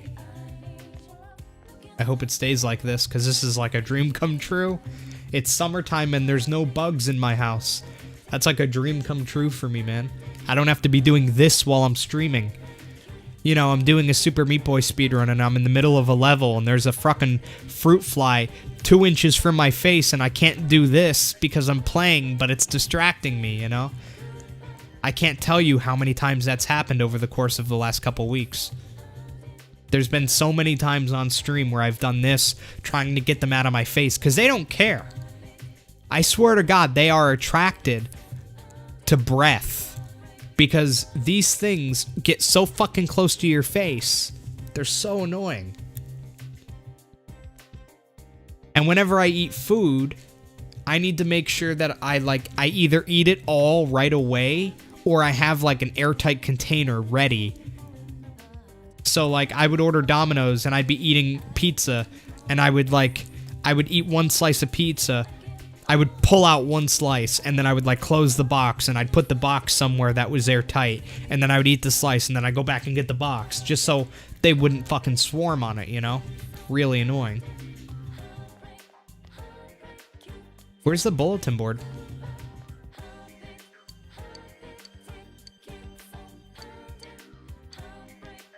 I should probably buy a book.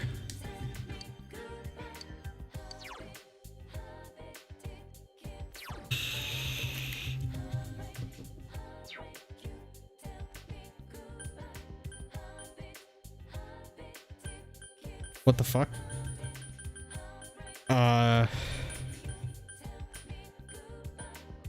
Why is it doing that?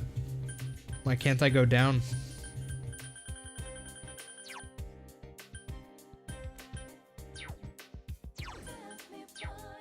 It keeps putting me back to the first one. But it isn't like my controller's fucked or anything.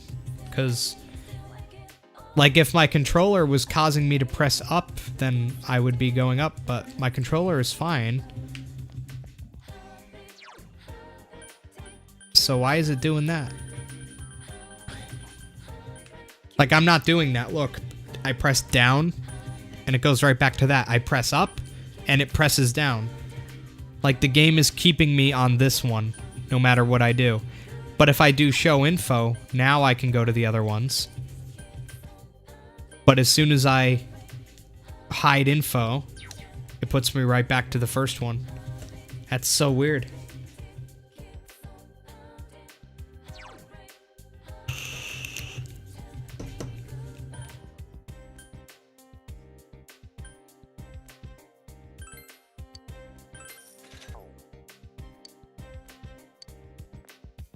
Alright, I gotta find the bulletin board.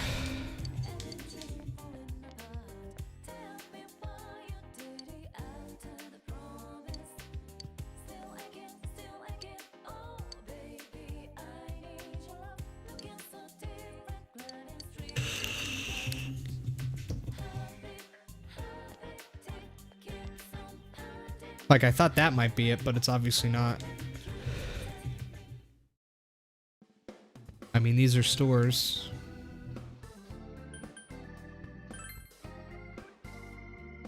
Yeah, where is it, Michi? Where's the bulletin board?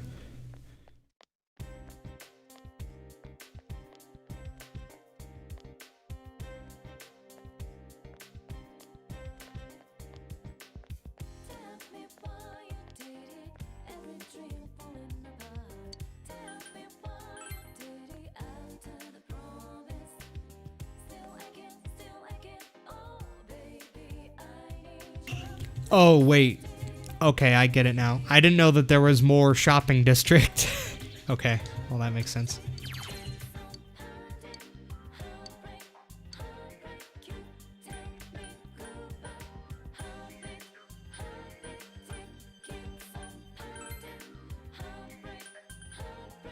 I don't know. Assistant daycare worker, envelope constructor, translator, or origami crane folder.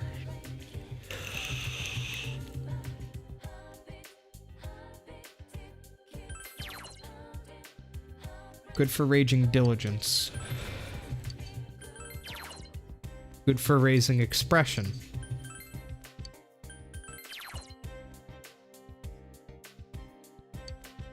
Understanding, but I don't get paid. Understanding required. But that one pays really well. I bet you I can't take that one. I would if I could. Oh, never mind. I could do it. Cool.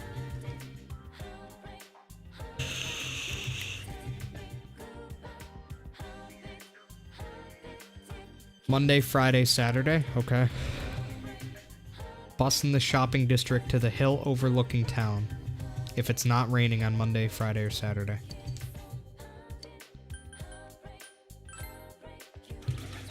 So it's Saturday. It's not raining. So train?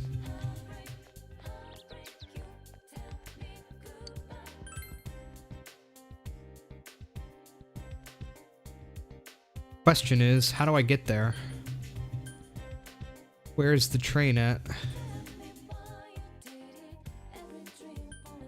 I don't see train tracks anywhere.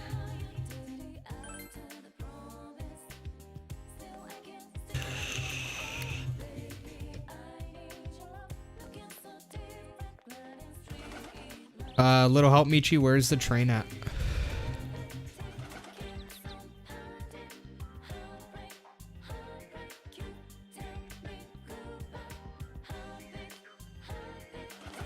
Yeah, most schools do. Why you do this? Back to the bus sign? Okay. Yeah, I had to do a bunch of volunteer hours. I kind of cheesed the volunteer stuff in high school, though. Do you guys want to know what I did for my volunteer hours in high school? You're never gonna guess.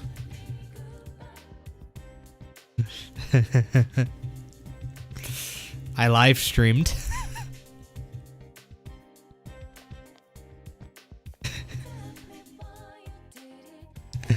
I got it approved too. I got it approved by my teacher. I don't know if you guys have heard of St. Jude's Play Live, but St. Jude's Play Live is pretty much a program where you live stream and you take donations for St. Jude's, and it actually counts as volunteer hours. Like, St. Jude's will actually send your teachers or whoever, like, proof of volunteer hours and logs of your streams. And I got it approved by my teacher, and I did live streams for St. Jude's. And yeah, so I just streamed. What did you play? Usual stuff. I just did my normal streams, except I took donations for that.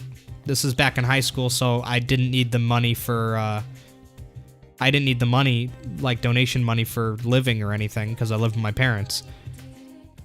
But even if I got $0 donated, it didn't matter. Like, you didn't have to get donations, right? You just had to put the links in your bio. You had to have something on the live stream itself, and then you had to sign up through their website. But I mean, you can't force people to donate. Just the act of trying was the volunteer work. So even if you raise $0, it still counts. I raised a little bit of money, not much. I think it was like 100 or 200 bucks.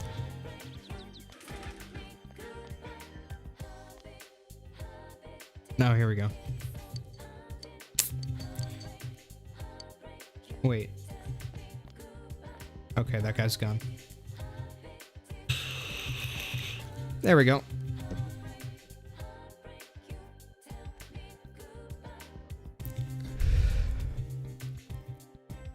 Yeah.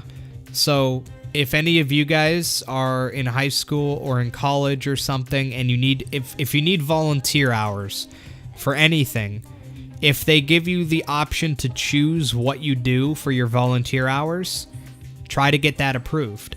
I mean, everybody had to get what they were doing for their volunteer hours approved before they did it by the teacher. Luckily, my teacher was really cool. So I went up to him and I explained the concept to him, and he's like, yeah, that sounds fine to me. Cool.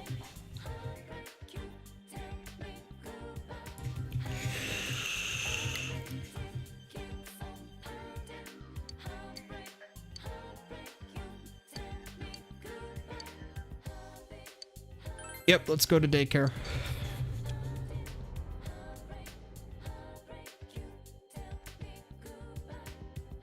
Well, we had to do it at Wyoming area for our senior project. Volunteer hours were a part of our senior project.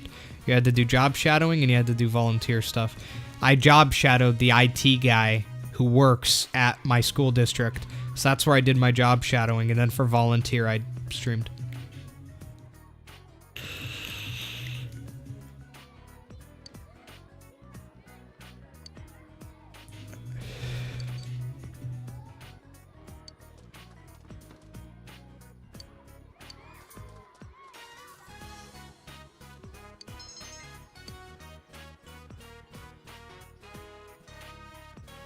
This actually isn't terrible money. 4,000 yen.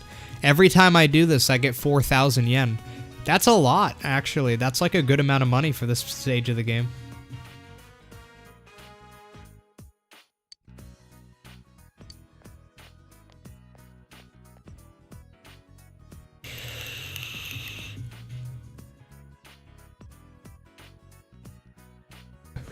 I loved my senior project.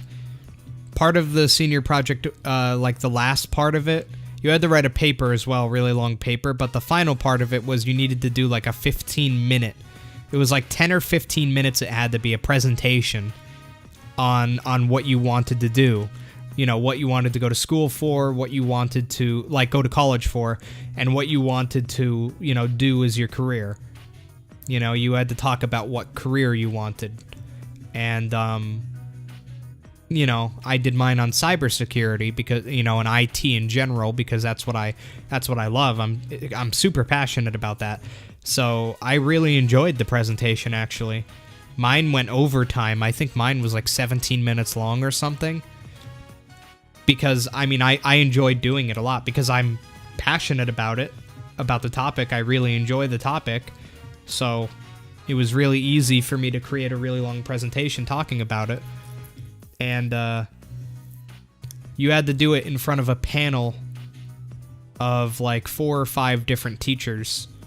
It was like a panel of people who you had to do it in front of. There was no students in the room, right? So there's no students in the room. They kind of schedule a time for you. So they'll say yours is at 9 p.m. on Friday, or 9 a.m. on Friday. And then you go to the room they assign you, and there's 5 teachers sitting there. And you're like, hi, how are you? There's no one else in there. You go up, set up your PowerPoint or whatever you did, and give a presentation. Mine was like 17 minutes long, and they fucking loved it. My panel fucking loved it. I got a super high score on that. They absolutely loved it, man. Which makes sense, because again, I was passionate about it. I still am. I love that stuff, so talking about it is super easy for me. So, yeah, it went really, really well. Some of my teachers were known hard asses, you know, known strict teachers at my school. But they all loved it. They all loved it a lot. So that was nice. Good night, Vian.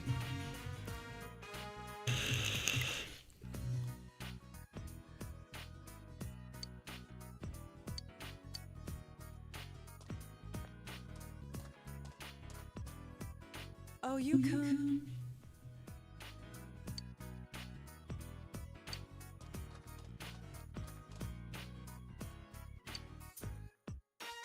Thanks for taking care of him.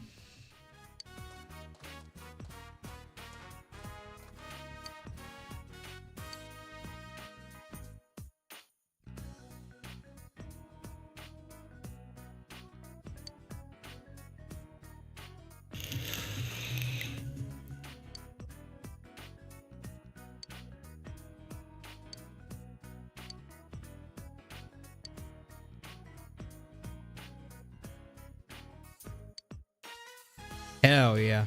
Getting paid, boys. Oh, hell yeah, Farrell. Welcome home.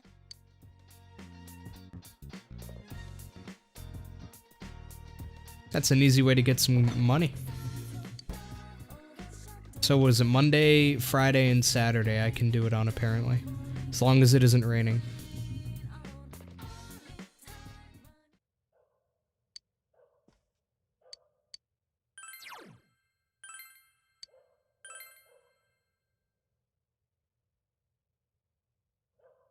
Now we're using our time efficiently, boys.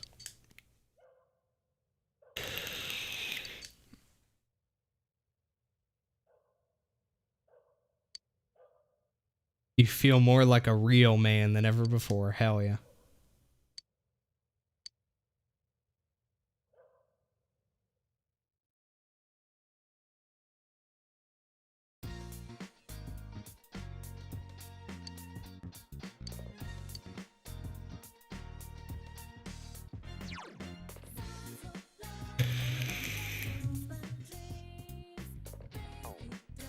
Just fucking go to sleep immediately.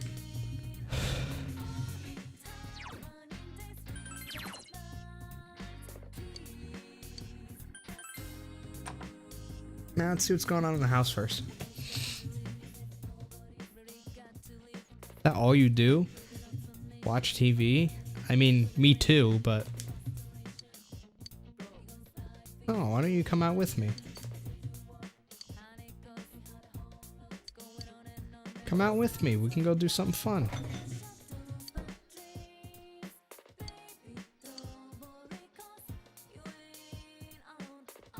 I mean, there's nothing to do in here, so I may as well.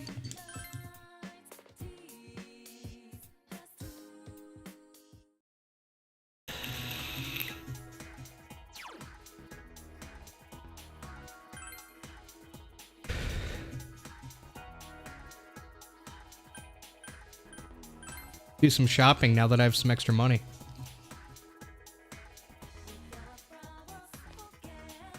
I can't work today, right? Monday, Friday, or Saturday. Okay, just checking.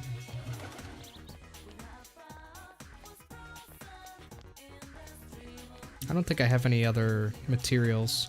I might, actually. No. Okay. No, I'm gonna spend all my money buying some good healing shit.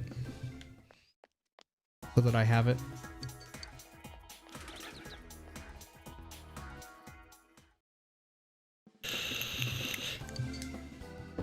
Now that I have a consistent income, at least.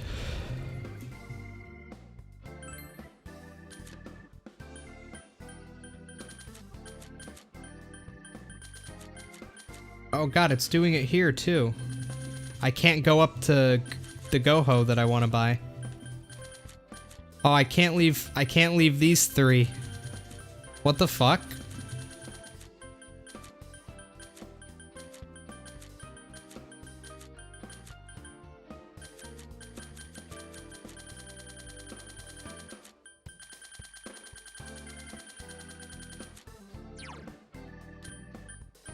Oh, I can't even do it here now. If I... wait.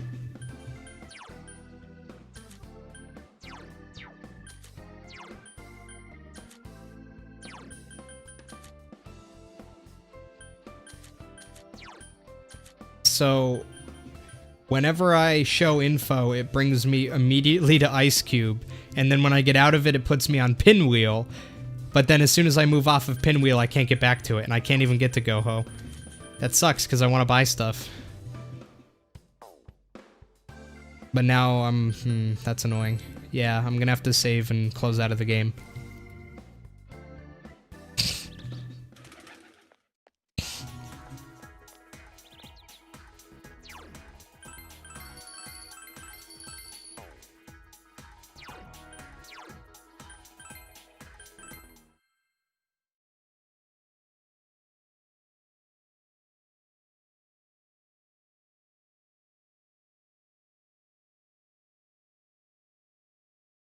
I hope that fixes it.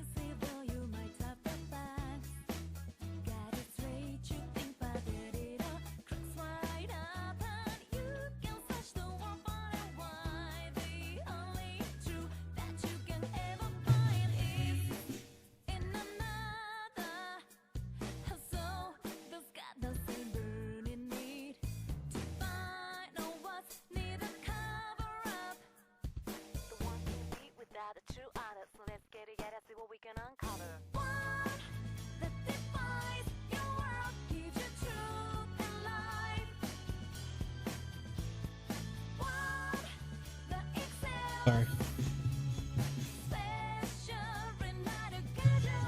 I still have all my notifications from when I fell asleep.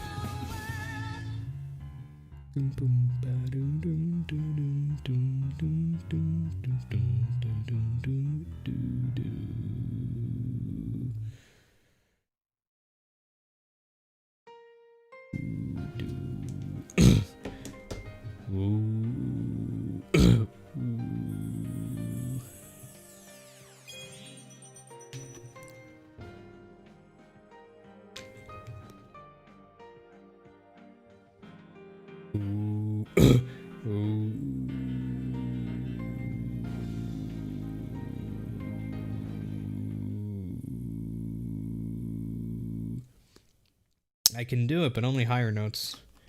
There's like a mucus in the back of my throat fucking it all up.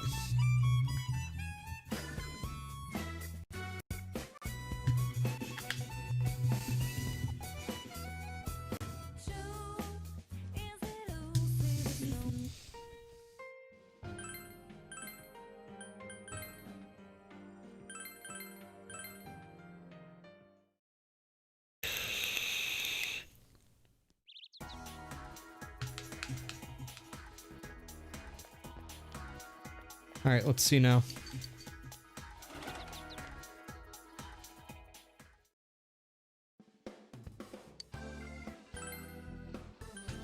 There we go.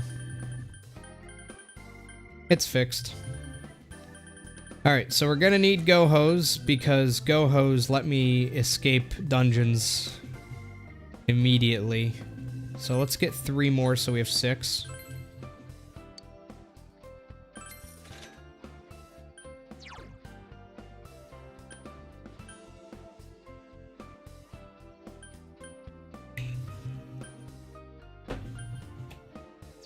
And as for the rest of my money, I think I'm just gonna get a bunch of value medicines, because these are really good. Oh, you know what? I want revival beads too.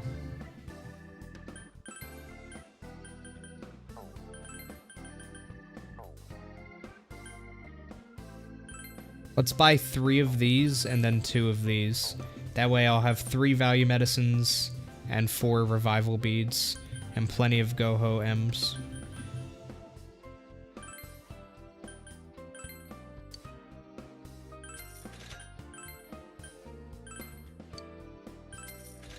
Perfect. Now we are set. The next time we have to do a palace, we are totally set.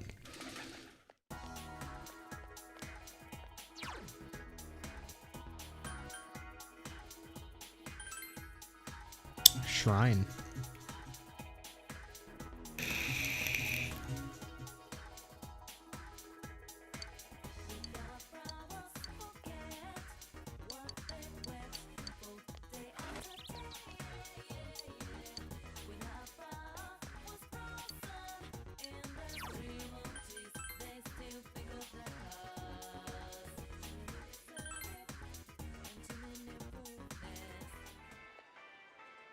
Yo!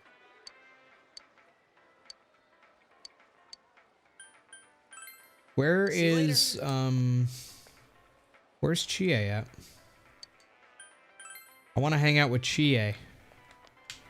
Where do I find Chie? Because I've already increased my relationship with Yosuke. I've already increased my relationship with him. I want to keep my relationship with Chie up as well. She's normally in the shopping district? Okay.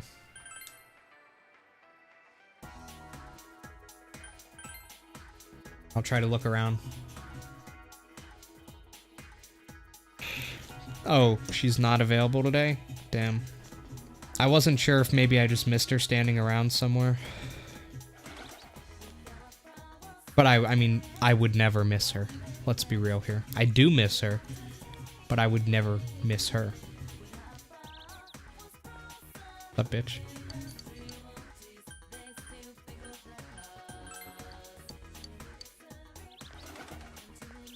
Normally in front of the weapon shop? Gotcha. And she's definitely not there.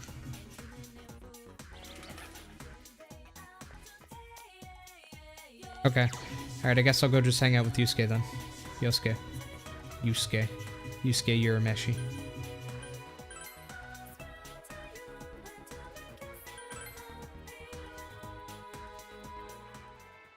Yo! All right.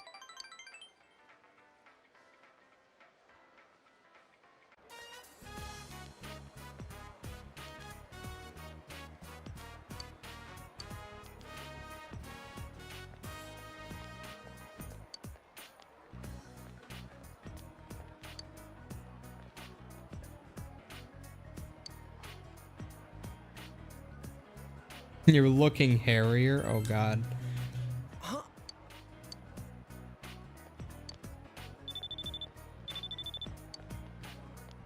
Come on, Chie. Aw.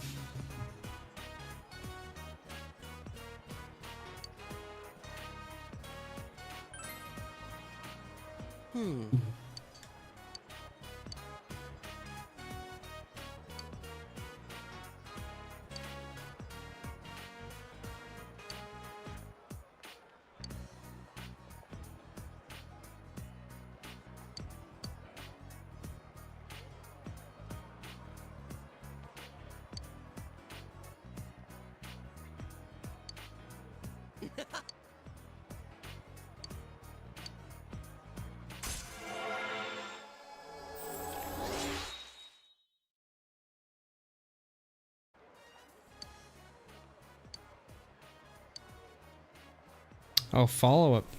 Nice.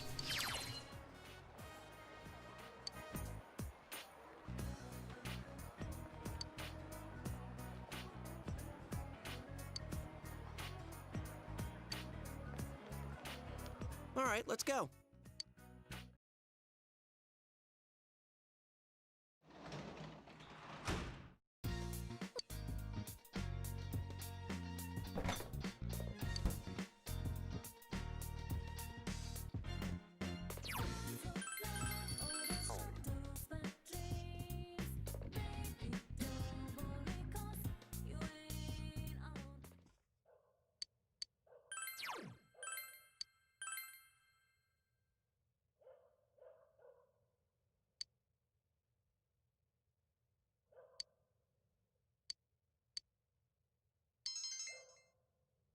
Significantly increased Pog.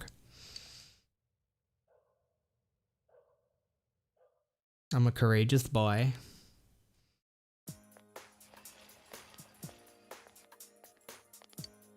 Oh god. There it is.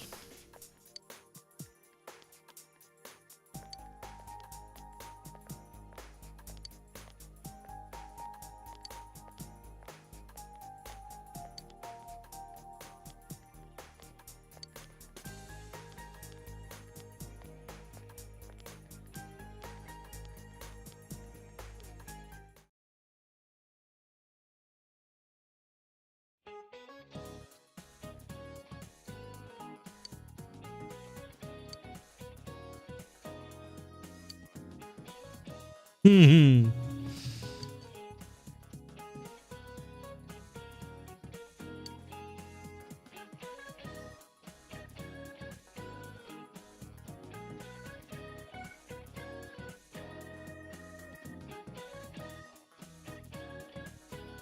I don't fucking know.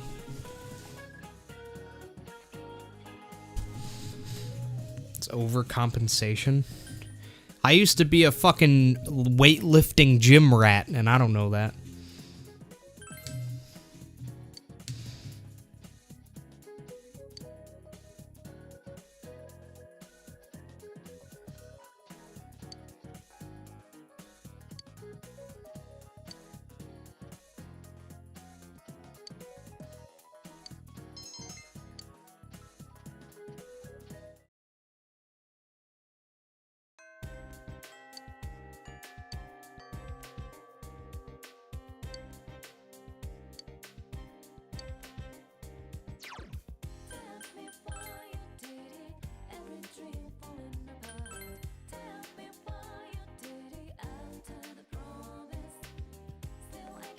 It's a work day for me today.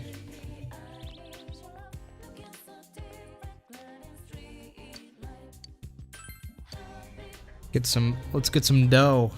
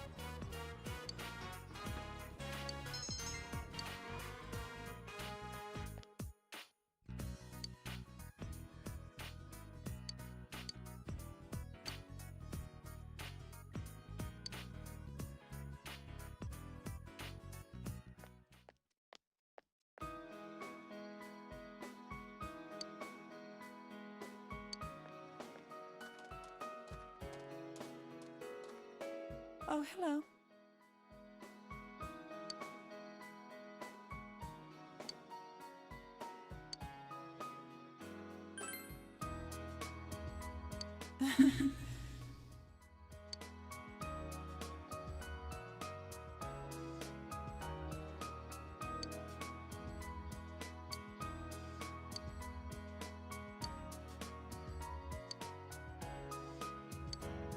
Hmm.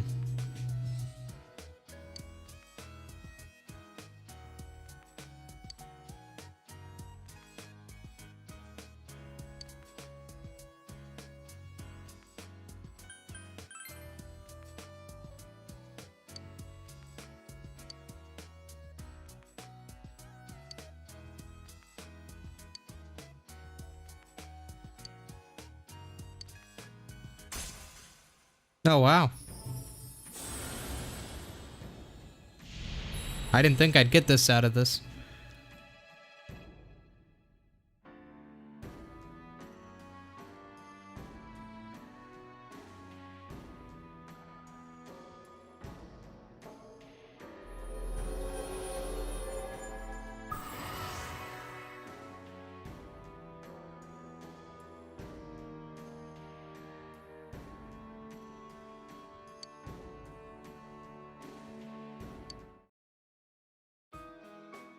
I'm Ari Manami.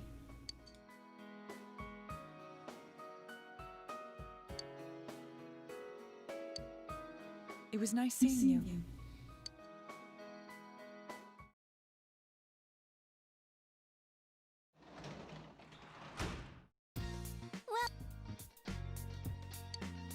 Oh, cool. Yeah, let's do it.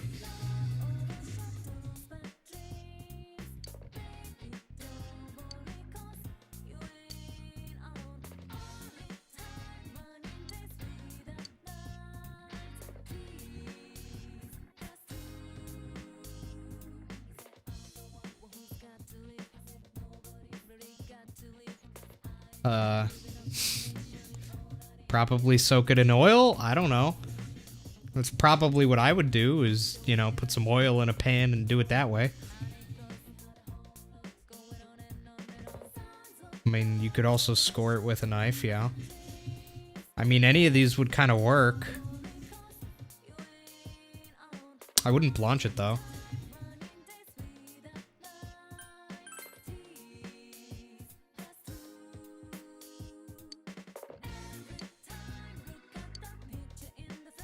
Nice.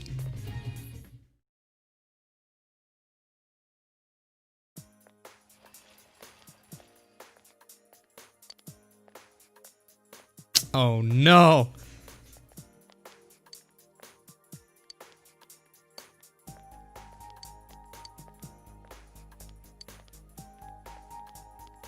There he goes. It's gonna start raining tonight. What is that? What is that?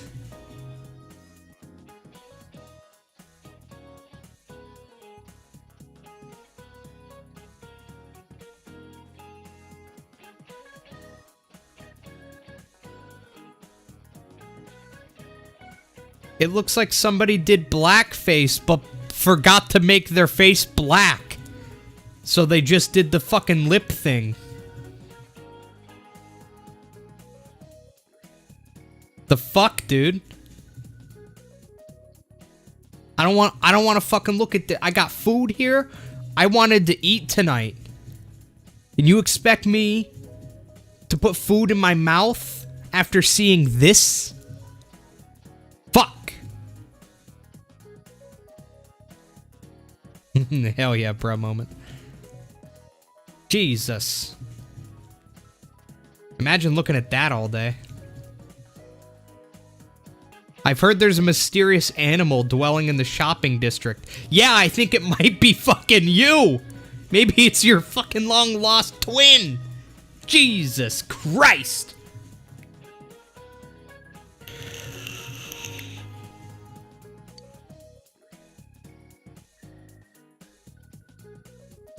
Oh my god.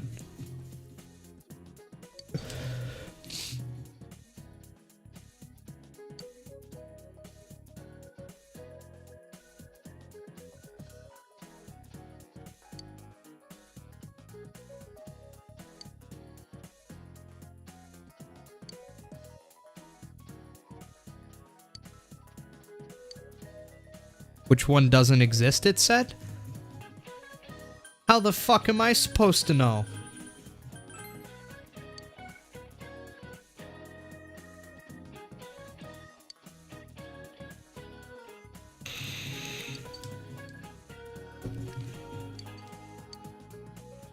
Yeah, real deep. I don't know what any of them are, but okay. Chie appreciates me, guys.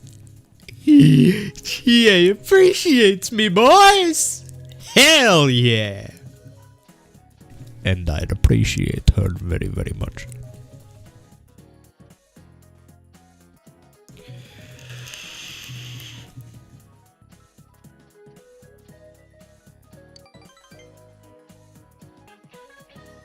Ooh!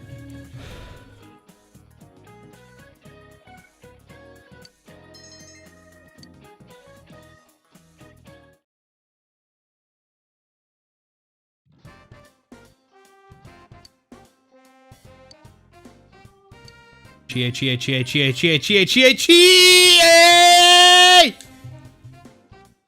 Yes! My dream! Woo!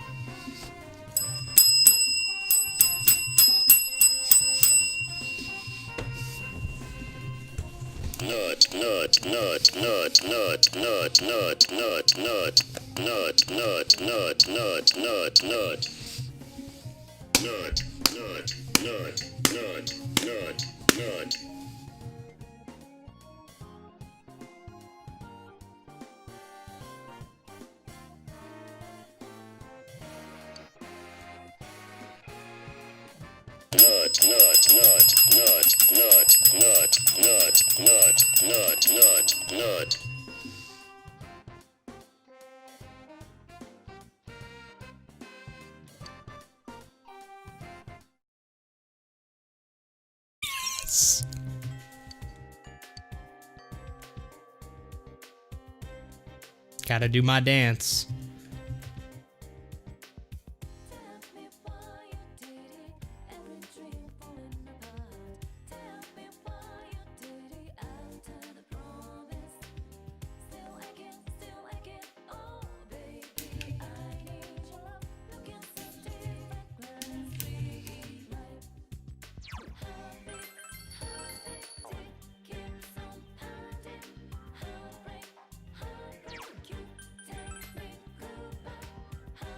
Welcome, Mama.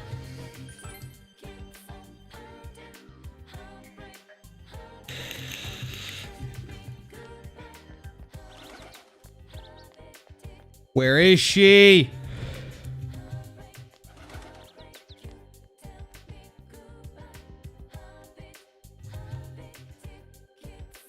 What game is this? I don't know.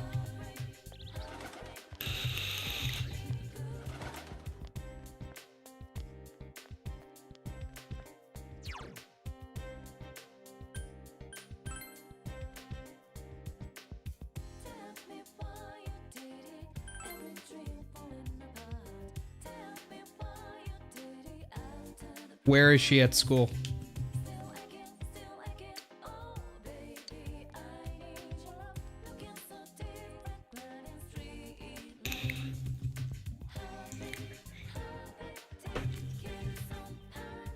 But really, I actually do want to keep increasing my relationship with her. Oh god.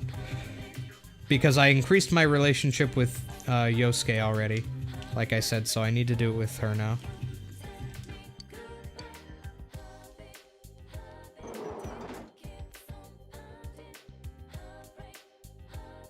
She's not in her seat.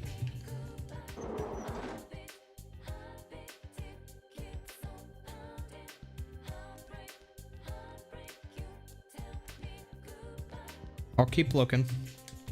I'll never stop looking. Oh, hey, it's this guy again. Oh, he's not ready for me yet. No Chie. Chie! With a cat! That's a double nut, boys.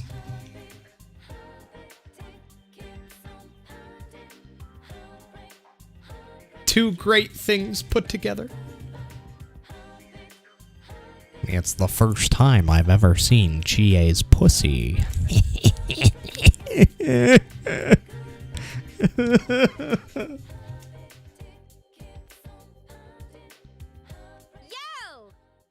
Jesus, calm down, lady.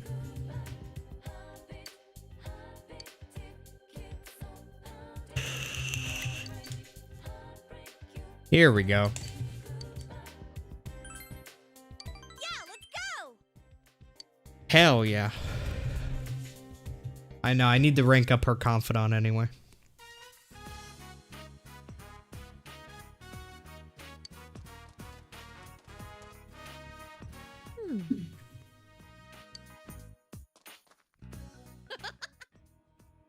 Training.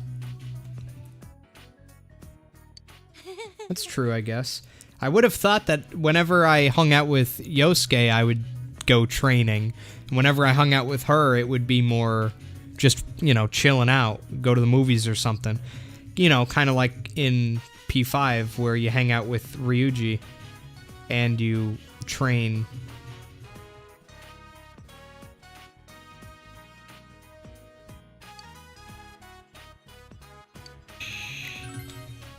Yeah!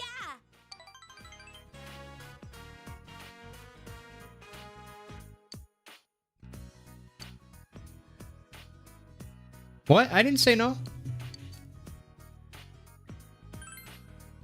Alright! Hell yeah.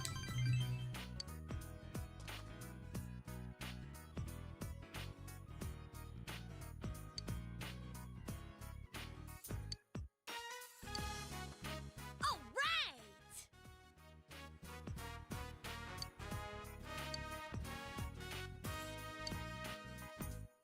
Yes. Nice. I ranked up. That's what I wanted to do.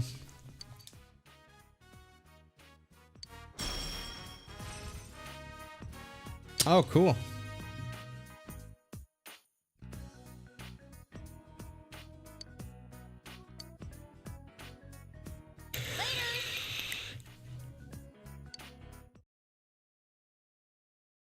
Later. Welcome home! What a good day.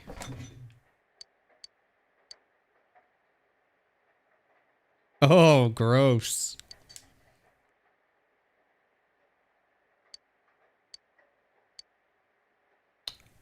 Oh, you know I gotta do it. You know I gotta do it to him, boys. Eat the expired miso. Eat the expired miso.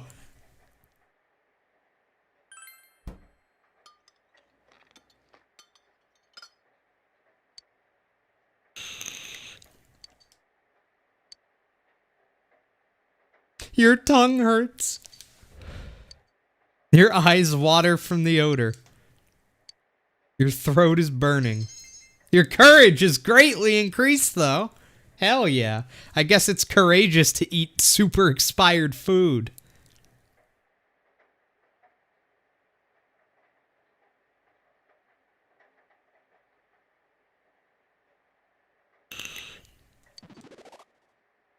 Oh, sweet.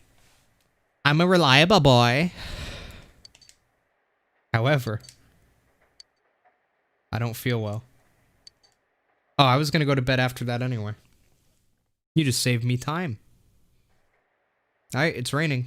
You know what that means.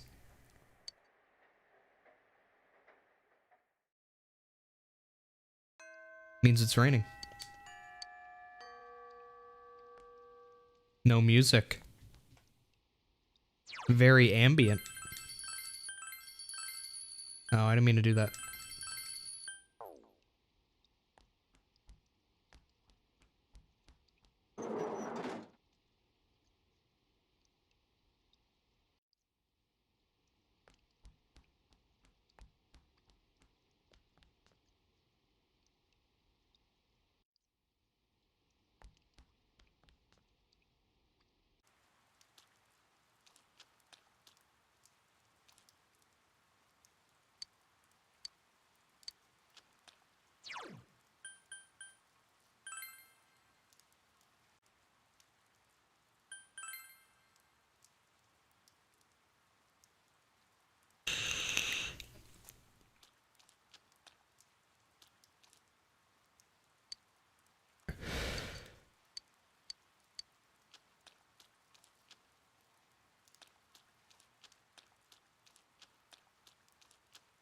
Get some sleep while you play this. Don't stay up just to watch my shitty content.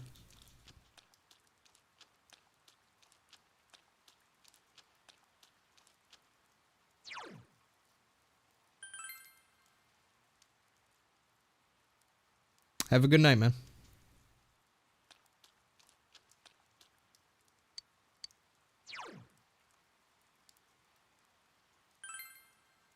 Cool thing you can do at the rice ball place.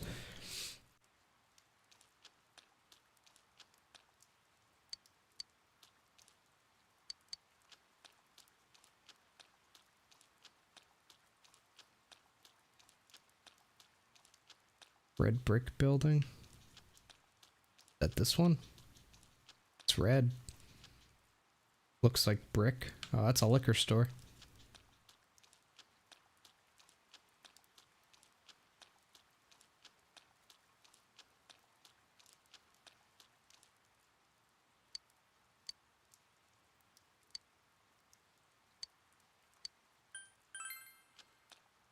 Oh, this one? This is it? The diner?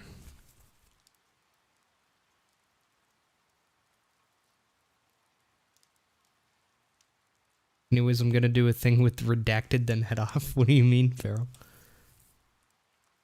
Is redacted Persona 5?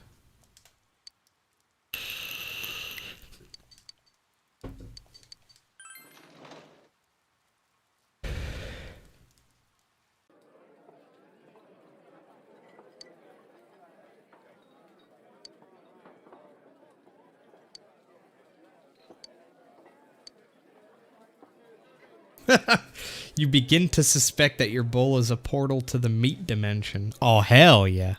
That's worthy of a nut.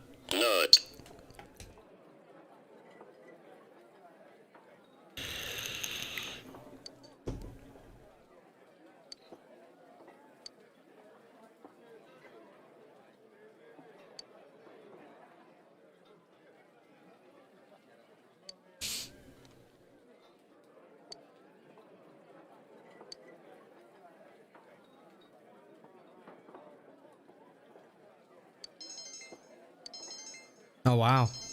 That's really good. Really expensive, but yeah.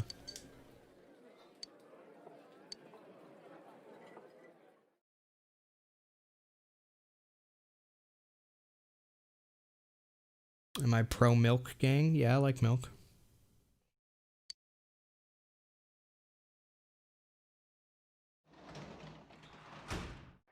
Welcome home. I like how there's no music. Very ambient.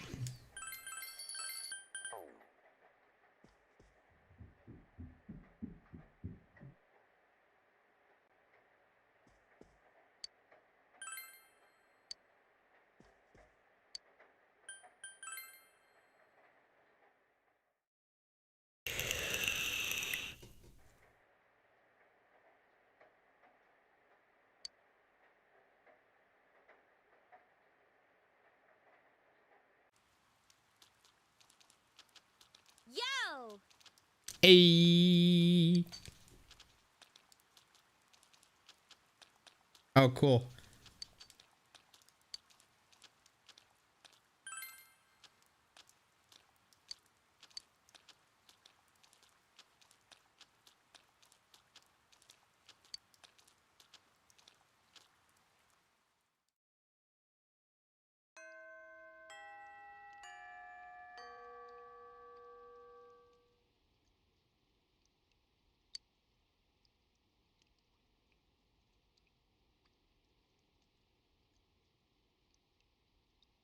Yeah, I figured it would be the deadline.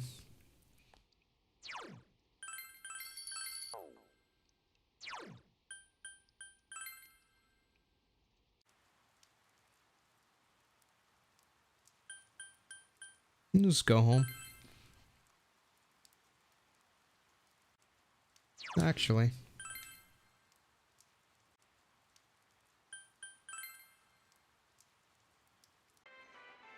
Ioski's not even here? Nah. Go home.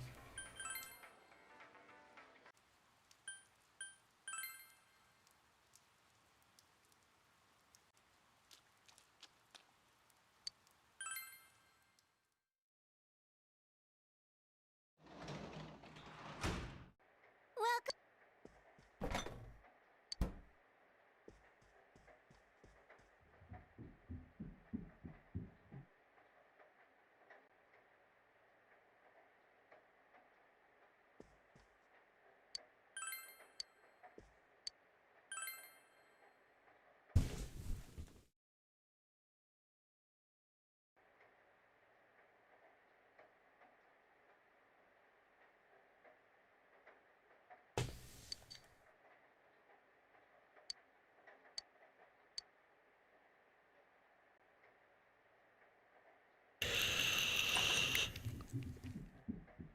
I can't go to work today because it's raining.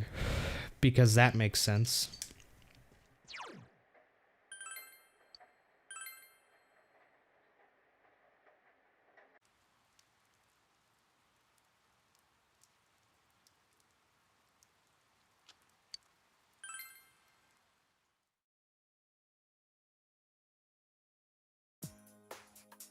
Due to the weekend rainfall, clear skies seem unlikely in the area. A thick fog is expected to set in tonight and remain until tomorrow morning, with heaviest concentration in the Inaba area. Anyone planning to go out tonight should take care. Now for our hourly weather breakdown. More fog, huh?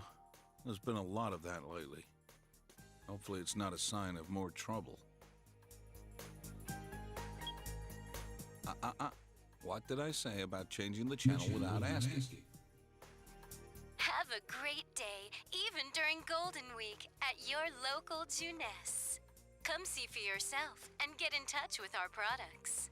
Every day's great at your Juness. Every day's great at your Juness. Dad, they're She's going to be cute. open during Golden Week. I heard. Do you want to go somewhere during the long holiday? We can go somewhere? How about it? Got any plans yet? Then let's all go somewhere together. Juness, Juness, Juness, Juness.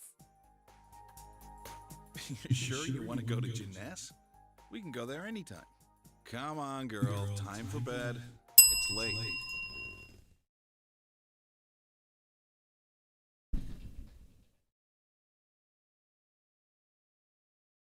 Hang on, I hear a noise.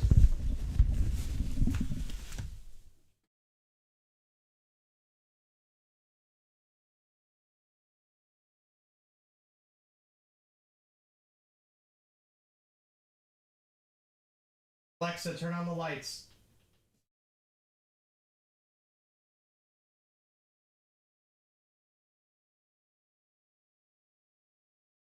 That is a really unsettling sound.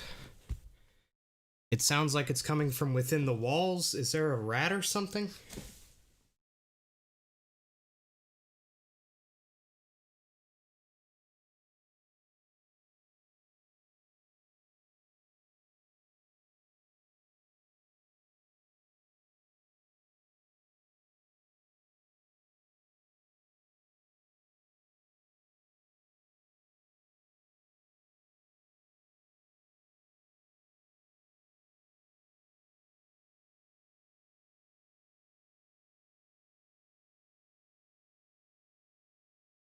Sounds like something is in one of the walls. But I don't know if it's in the walls, and that's what's scaring me. I'm a little bit worried right now.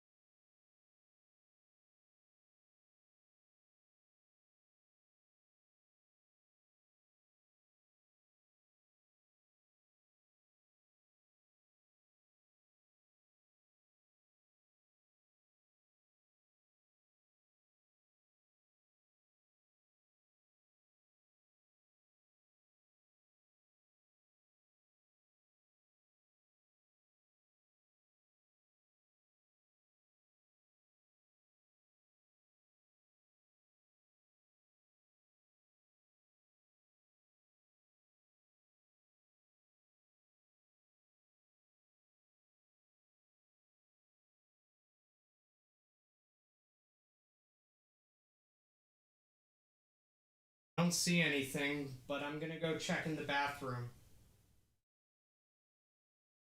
Wall that I heard it on the other side of that wall is my bathtub. So I'm gonna go check that. Very, very scared. Hell, that's why.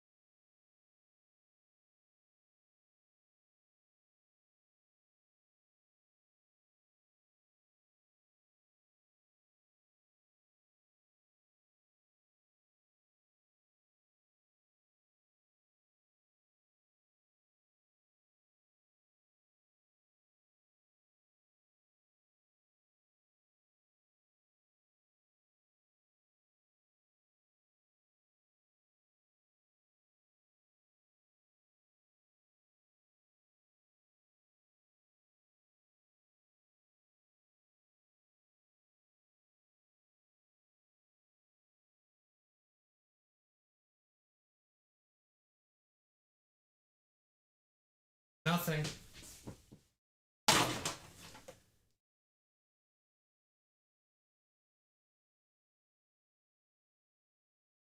If there is a rat, then it's inside of the walls, which I don't really care if it's in the walls.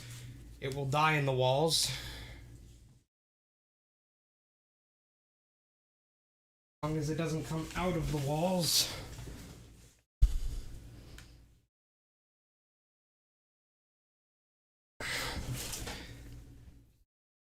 It also might not be a rat. There's a bird's nest on my roof. I know that for sure, because I can hear them during the day and even sometimes during the night, you know, walking around and chirping. That's on my roof. It might have been that, but it sounded like it was coming from, like, within the wall. Like, not high up, but low.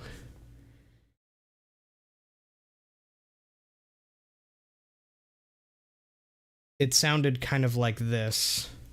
Like,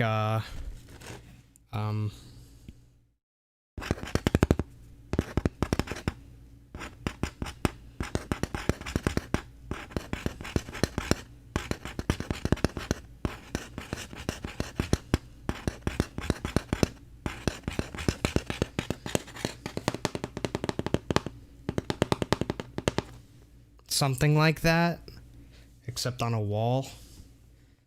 I don't know, but it bothered me. And it was loud enough that I heard it while playing the game.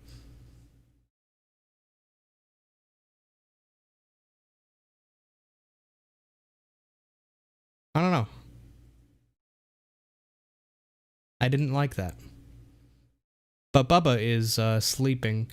Well, he's awake, but he's laying down, just chilling. So apparently he didn't give a shit about it.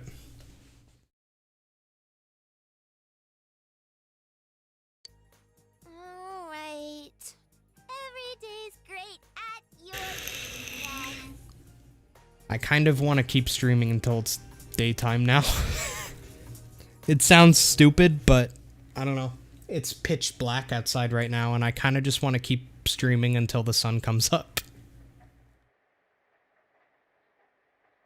So that's what I'll do.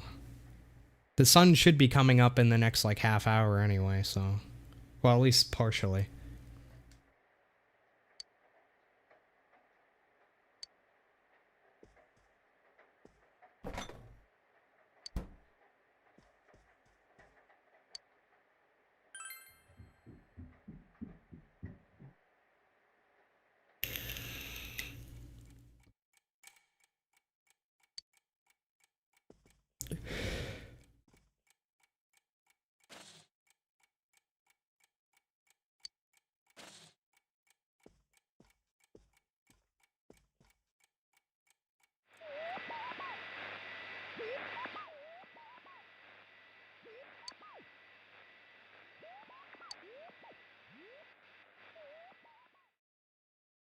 Thank God, I feel like that cutscene would have been a lot shittier if I hadn't done it.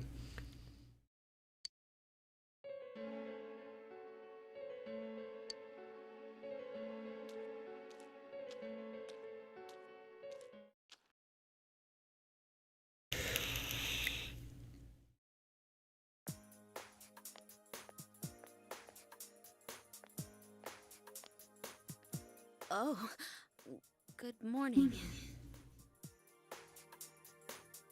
If that's just you, Bubba. Huh. I heard pitter-pattering on my hardwood floor, and I was like, no. And I turned around, and it's Bubba. Hi.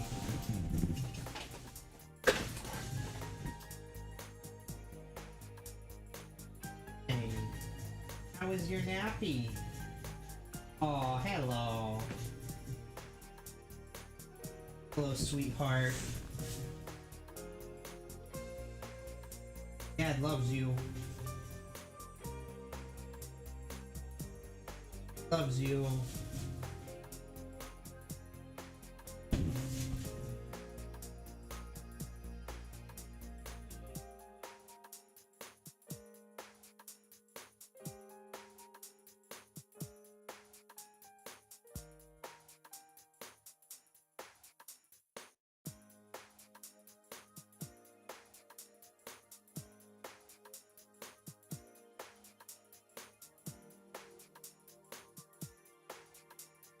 My baby boy. He's such a good boy.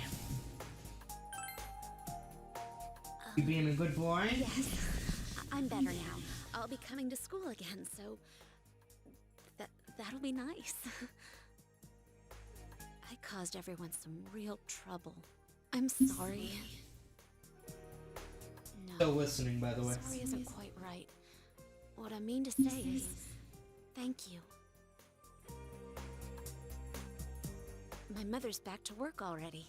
The maids are being really supportive, and I think things are going even smoother than before. I wonder if I was trying too hard. I may have been too caught up in the idea that I had to do everything myself. Ever since the incident, I feel like I can think about these things more calmly. But it's still kind of embarrassing. You guys saw everything. It's my boy. Even the things I didn't want to admit.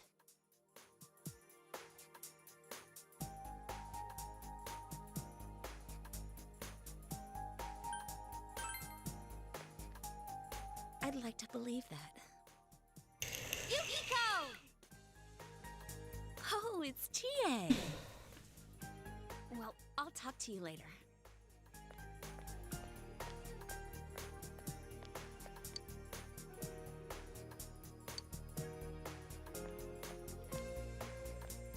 My baba boy. I love you. Yeah.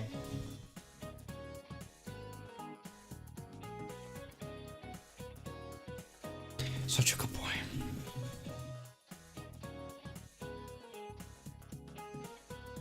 What the fuck? Old white man, well, old yellow man, talking about young yellow girls being cuties. Don't like it.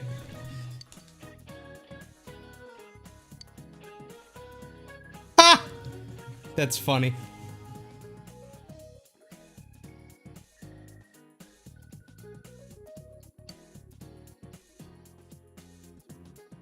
Yeah, funny there, Bobs.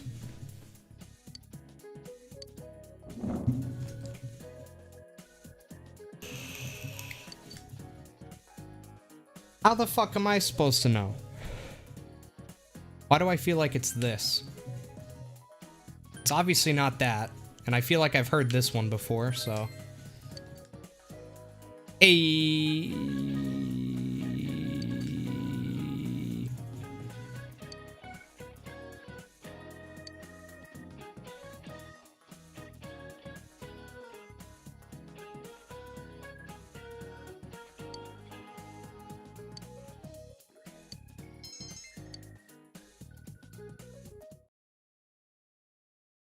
The Grand Canyon is the best in the Sawa sister. Sorry to keep you waiting.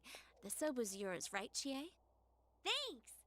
Oh, that smells so I want to eat good. with Chie. These instant noodles are just the thing to help me through club. How much longer do I have to wait on this?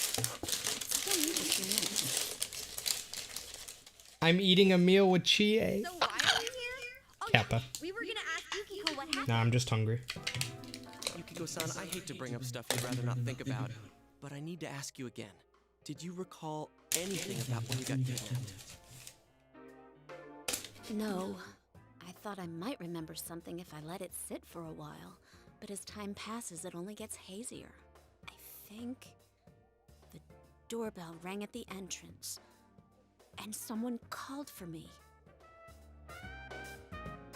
But when I woke up after that, I was already in the castle. I'm sorry. No need to apologize. But does this mean her visitor is the culprit? I don't know. If it's true, then that's one daring criminal. What kind of killer would ring the doorbell? The police are probably looking for witnesses, but I don't think we can expect much from them. As if the culprit wore bright yellow clothes at the scene of the crime. I wonder why whoever it is would do stuff like this. We won't know until we confront him ourselves, but we can be sure of one thing. It's no coincidence that people keep ending up in that place. Someone on our side is definitely kidnapping them and throwing them into the TV. It's murder, all right. Oh yeah, we never told you. This guy and me are gonna catch the culprit ourselves. The police are out of their league on this case, but we got personas.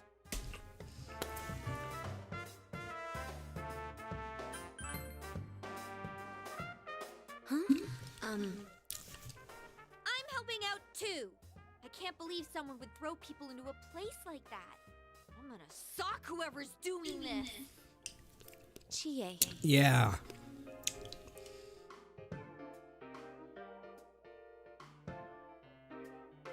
Let me help too. I want to know why this is happening. Especially if someone hates me so much they want to kill me. I don't want to run away from myself anymore. All right. Then let's all work together and catch this asshole. Agreed.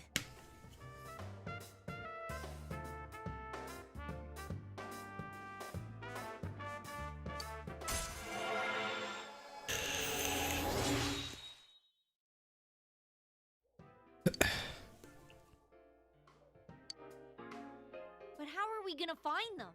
We don't have a single lead yet. I'm the third one to be targeted so far, but I have a feeling this isn't the end of it. If we had an idea of who might be targeted next, wouldn't we have an advantage over the killer? So we'll outsmart them, huh? Yeah, that might work. Okay, so let's see if we can figure out what ties the victims together. First, there was that announcer, Mayumi Yama. Second was Saki Konishi, senpai. Third, Senpai! Maki. What do they all have in common? Senpai! Ooh! Senpai.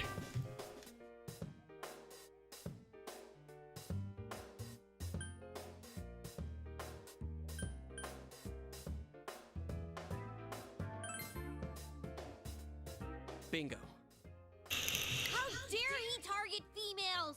Now that's unforgivable. The culprit's gotta be some kind of... Also, what about this? The second and third victims had some sort of connection to the first one. Hey, that's right!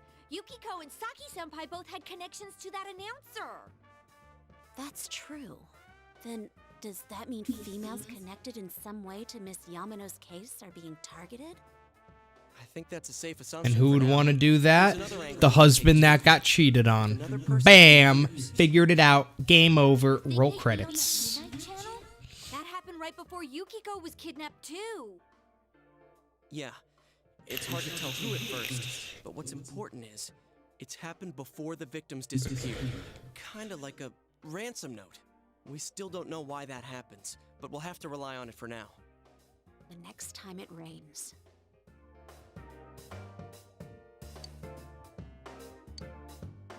By the way, aren't those done by now? Whoa, that's right!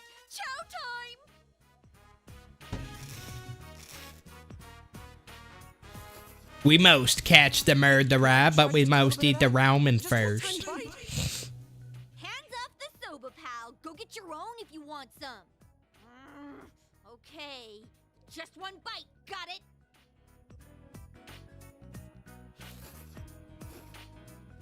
That looks like more than one. Do you want to try some? Okay.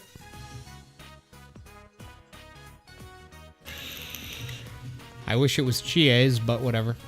Hey guys, their ramen, it matches the color of their shirt. What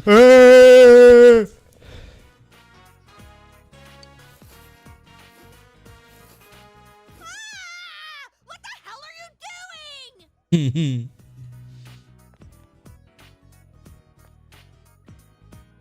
You ate everything! My fried tofu. Dude, we are assholes. What the fuck? Understand what this means? That's so mean. Why would you do that? Wait, stop! I'm sorry! I'll buy you steak! It'll be on me! You hear me? The very best! Steak? Wagyu beef, baby. My tofu. Come on, Yukiko! There's steak in it for us now! We can eat instant noodles anytime we want, right? Well, as long as it isn't too fatty.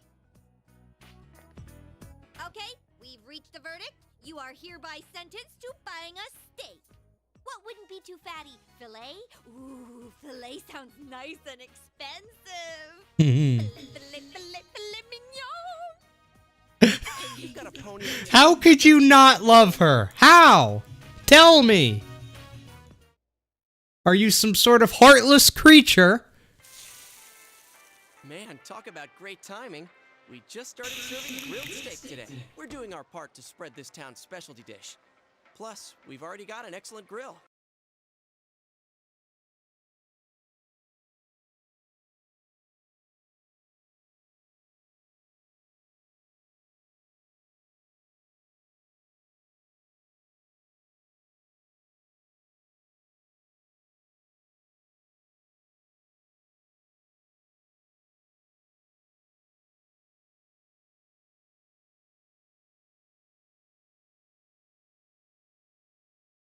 That's just a yakisoba grill.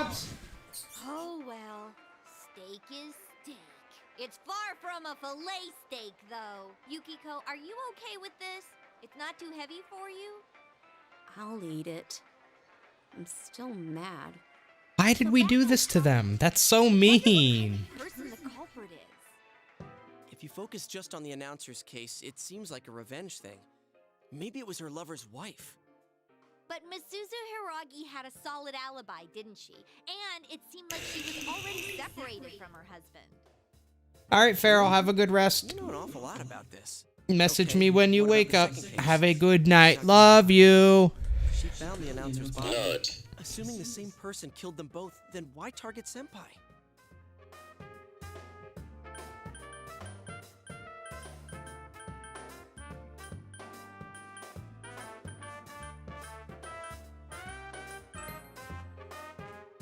Yeah, I think so too. Maybe she found a clue or something about the culprit. But the killer just threw the announcer into a TV, right? I don't think he would have left evidence the police, much less a high school student, would catch. Yeah, exactly. Man, I thought the countryside would be a snooze, but it's proving to be a lot more exciting than I thought. Oh, they updated the menu. Huh? Isn't he that detective? Hey, you were at Dojima-san's. I'm not. Oh, wait. Hey, this is great timing after all. Dojima-san said that he'll be leaving work on schedule tonight. Could you pass that on to Nanako-chan? Yo, I'm Adachi, Dojima-san's gopher. I mean, his partner. Are you this busy every day? Huh? Oh, well, the public seems to be getting a charge out of these cases, but we can't leave it at that. Sorry to butt in, but could it be that the killer targeted Saki-senpai in order to silence her? You sure get to the heart of the matter. Yikes. Of course, we're also thinking along those lines. She was killed right after the announcer's body was found. If the killer was trying to silence her, there might have been something at the scene only she would have understood. Which would mean that the culprit may be someone close to Miss Konishi. Nothing like that points to Misuzu Hiragi, so... Oh, I might have stumbled across something here. Wait, are you listening to all that? Crap, me and my big mouth. Don't tell anyone I said any of that, or Dojima-san will flay me alive. Relax, kids. Police are on the job. See ya. You were right, Yosuke. The police are totally useless. Ah! My steak's getting cold! Could you shut up about the steak for 5 seconds?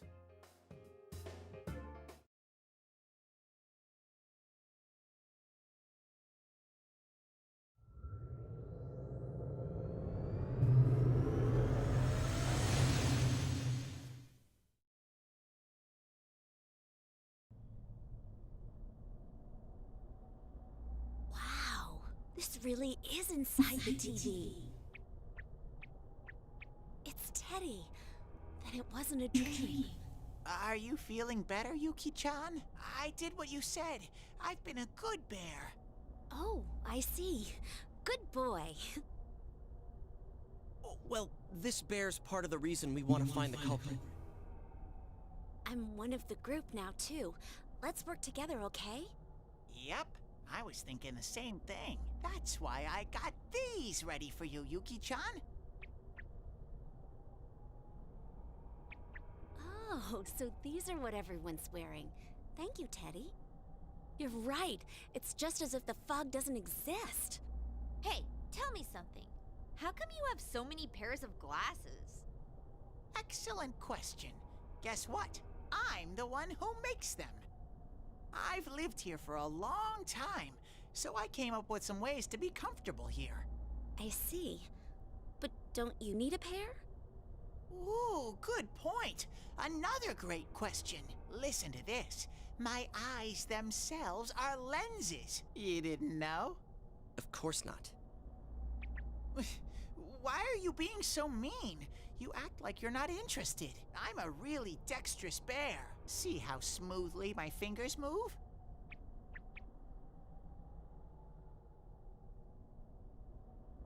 What am I even looking at? Ow! Hmm? You dropped something. Oh, that's a pair I kinda screwed up on. Ooh. Yukiko? How do I look?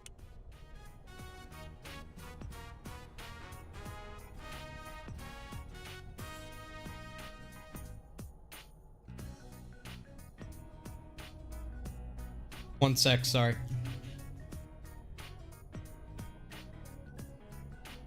What the fuck am I looking at?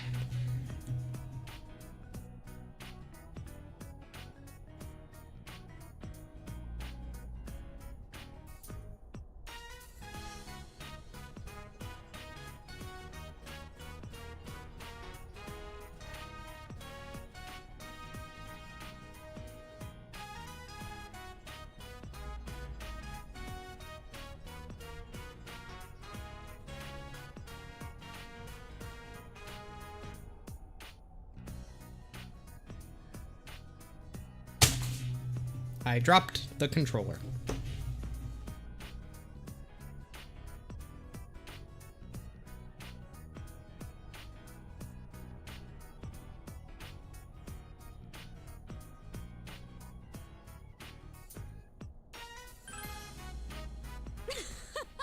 Do you like that one, Yuki-chan? I want to wear this one. It's even got a nose guard. Oh, no you don't! How very unfortunate. That pair doesn't have the right lenses in. Guess I should have made an actual pair. Aw, too bad. Here, Chie, your turn. Man. Alright, fine.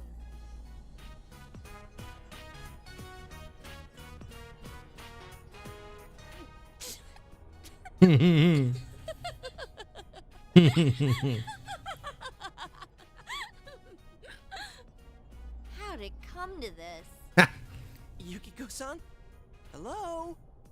There goes one of Yukiko's laughing fits. I never thought she'd do it when someone besides me was around. These stupid glasses are useless for investigating. I mean, what the hell's this nose for anyway? So you can Nice smell work, the huh? shadows. That's what happens when you guys leave me here alone and I get bored. Well, I'm glad that she's in high spirits again, I guess.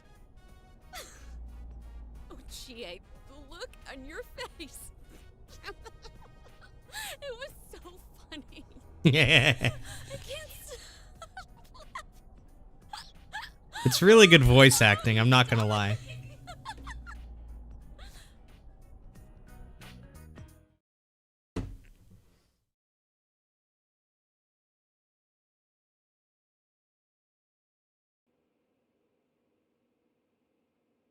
The 4th and the 5th. I think I might be able to get the 4th and the 5th off. Really? Really? What, you don't believe me? Really? It's always canceled. Not every year. I know you wanted to go to Gymnast, but I wouldn't mind going a little further out of the neighborhood. Really? Can we go on a trip? Well, it might be okay to go on a trip once in a while. I'm sure it'll be crowded everywhere, though. Yay! We're going on a trip. All right. Then we need to think of someplace to go. How about you? You want to come along with us? Yeah, let's all go together. Looks like Nanako wants us all to go. Yeah, this dub is really, really good. Like, surprisingly good. Let's bring boxed lunches. Yeah, good idea. We're always eating side dishes for dinner. But I can't cook, and Nanako's not good enough yet to make them by herself. Well, it'll work out. That's what we got this guy for, huh, Nanako? Yay! Boxed lunches.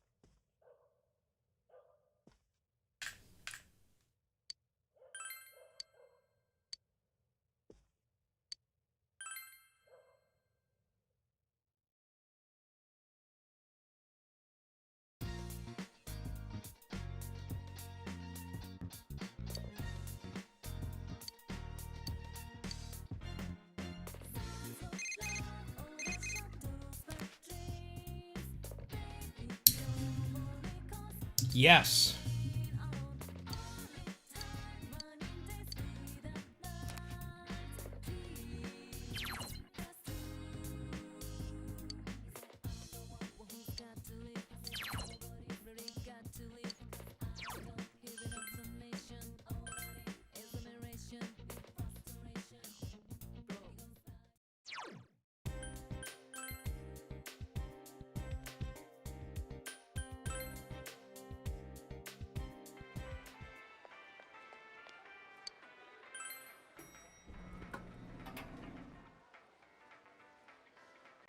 Thanks for waiting.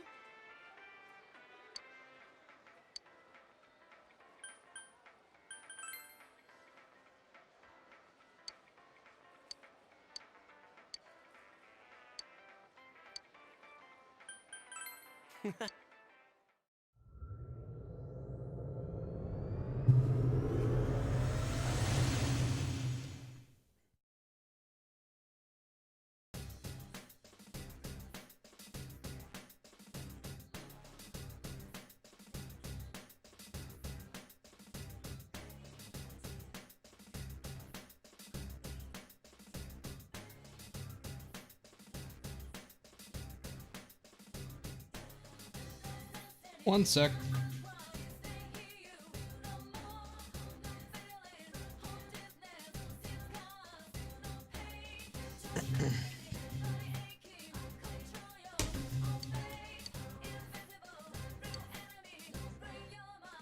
Ooh, that sounds fun.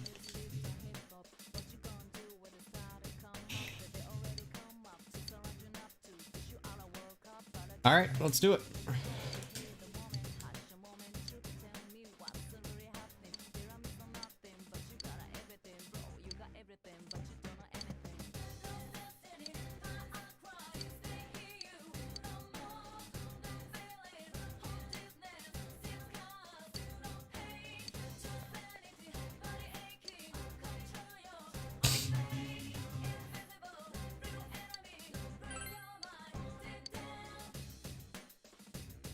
Why is Chie like, oh, I'd rather not go to the castle?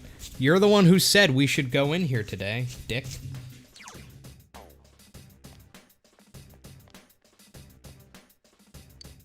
Alright, let's go fuck it up. Alright, Two-Face, thanks for hanging out, man. I hope you have a good rest.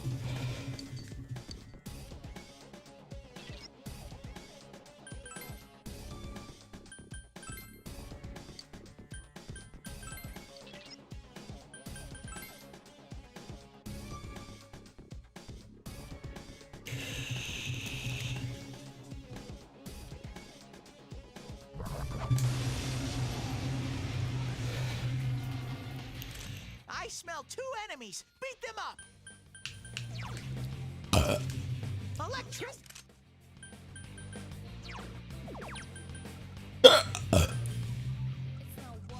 Oh, that's interesting. That's actually really useful. I'll have to remember that I have that.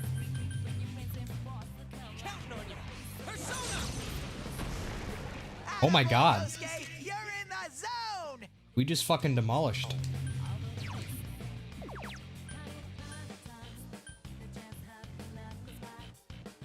Oh wow, that's really good too.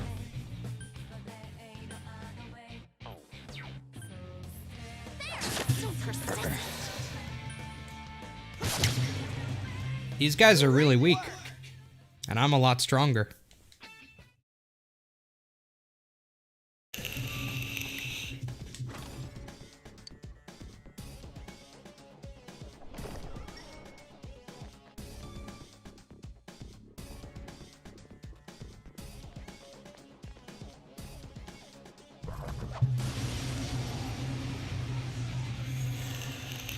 There are 2 enemies. Hang in there. Wind is the... Let's do this, Jiraiya! Attaboy, Yosuke. You're in the zone. All right, let's keep going.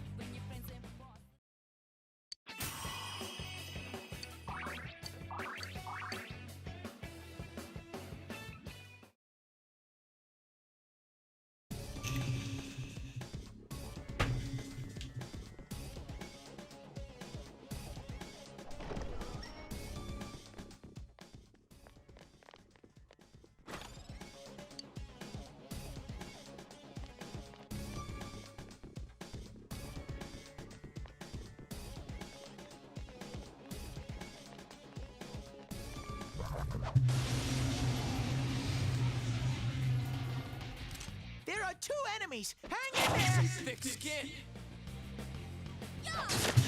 Yuki-chan beat an enemy. Keep going. Nice.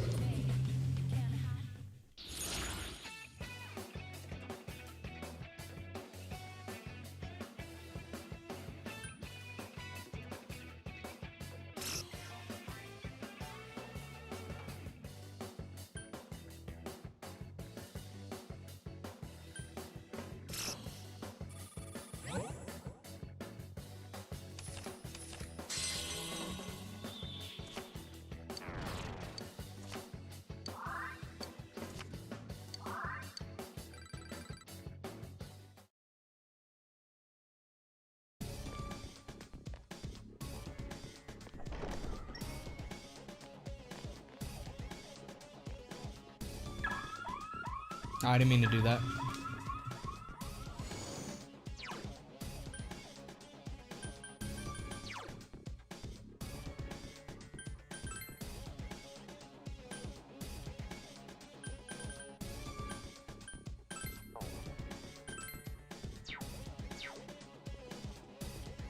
That's so much better. There's only 1 enemy. Go for a first strike.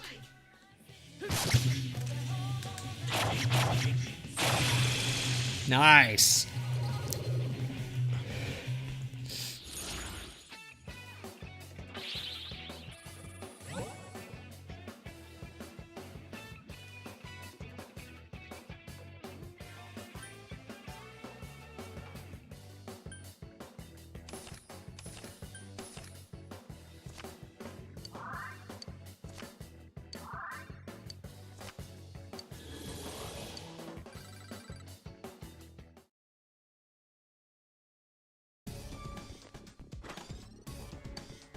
Oh, the inverted controls are so much better.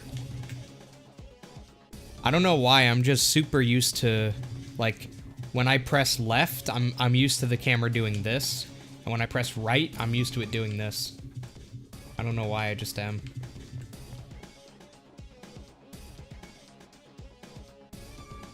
Yeah, because I'm thinking of it as, like, from back here, I want the bottom of the screen to go left. Yeah, I don't know how to explain it.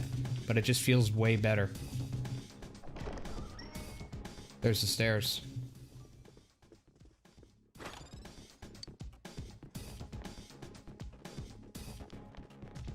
You probably noticed while I was playing a lot of times when, like, if I wanted to turn around, if I was like this and I want to turn around, I'd do this. Just because I pressed the wrong fucking thing. Oh, I just did the same thing.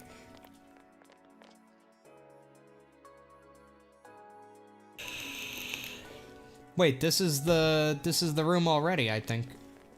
Oh, no, it's not. It's on the 8th floor, yeah. This is just the... Okay, yeah. This is where the mini-boss was.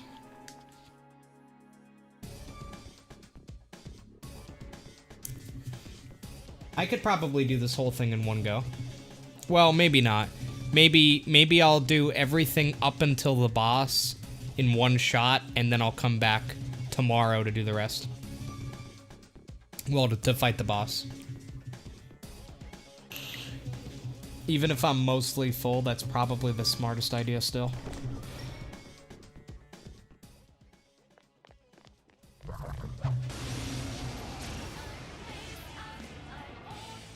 Two enemy shadows! You get to go first! It's pretty weak, so I bet this'll be a cinch! So we don't know about fire or ice yet.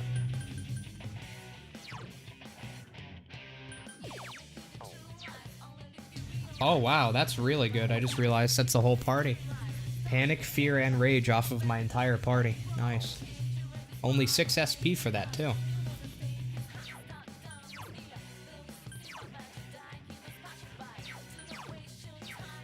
Which one has fire? Well, I have someone with fire and someone with ice. So let's just focus on doing damage. 2 enemies left! Like cleave damage.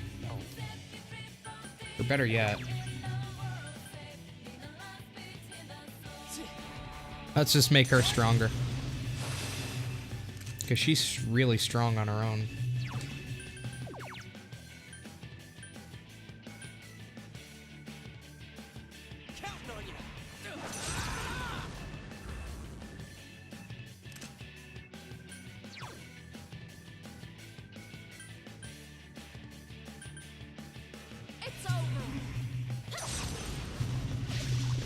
There it is. That's what they're weak against.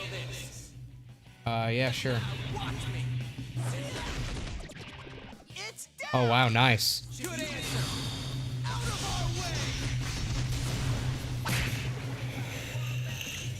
155, that's epic. 83 on a normal attack, good shit.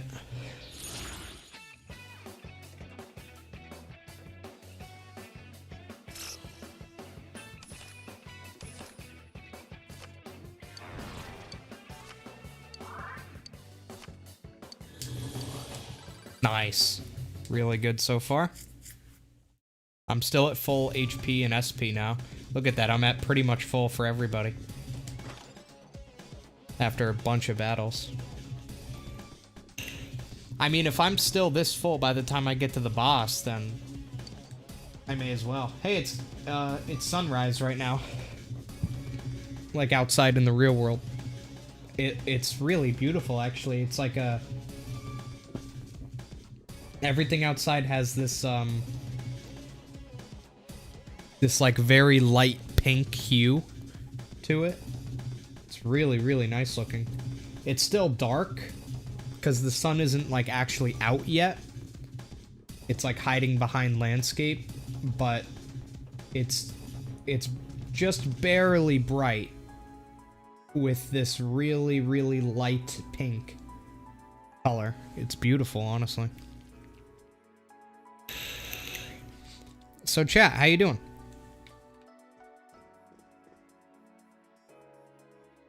Chat's been quiet.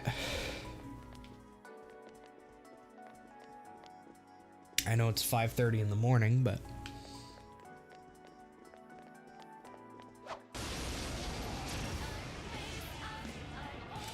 There's only one enemy! Go for a first strike!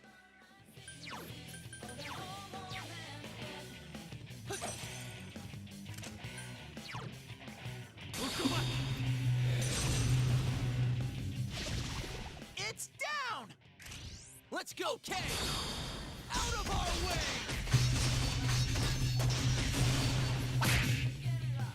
Just one enemy left! How about that? Nice.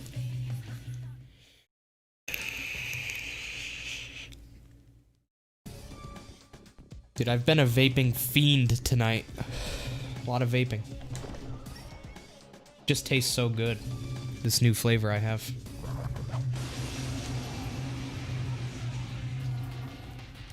I smell 2 enemies!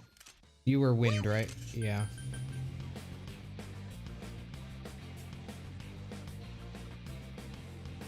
I think the smartest idea... It's not going down! 2 enemies! Charge through them!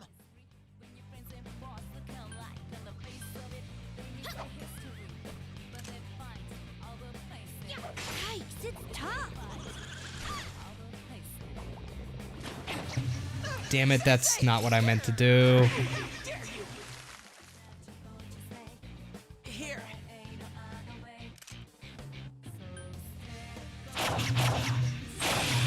Yosuke's on the warpath. Amazing, Keep it going. Yosuke-kun. Some thick skin. So persistent. Just one enemy left. Couldn't quite beat it. Yuki-chan. Did like no damage though. What I was going to do, one of them was weak to wind, the other one is weak to fire. What I wanted to do is use my main character, use fire on one of them, then when I got one more, change my persona to the one that has wind and then use wind. That way I could down both of them in one turn. But unfortunately, I didn't get my turn for so long, so I couldn't really do it.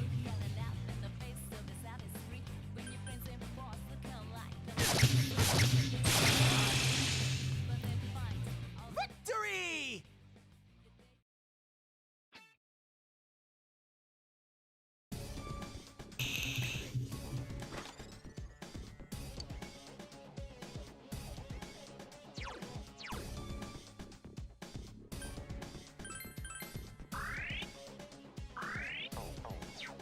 Alright, everybody is still pretty much at full, and maybe if I get lucky here by doing this, I can get a little bit more.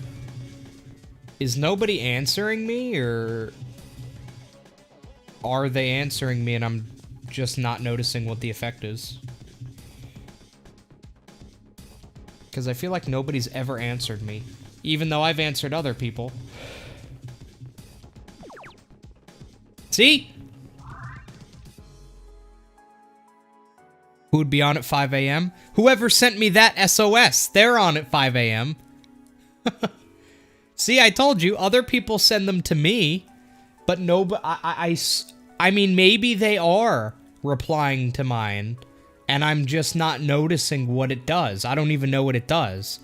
Somebody told me that it's supposed to give me a little bit of HP and SP, but I haven't noticed anything.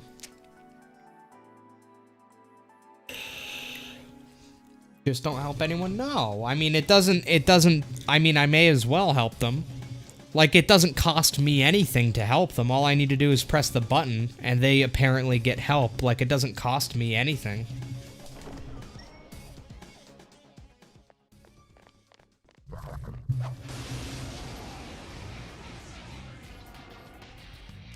There are 3. Electricity will work on it. Electricity and what? It's so strong. And wind. 3 enemies. Let's get through this. Throw down. That's some thick skin. Wait, what?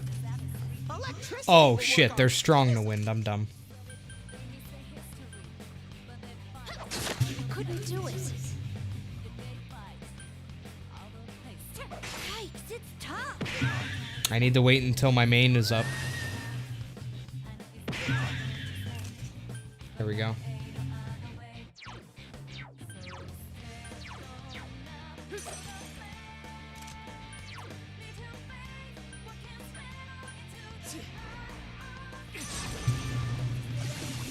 You hit It's weakness! Smart move, Sensei! That was a good one, Sensei! Alright, this is gonna kill this one, I think. Yeah.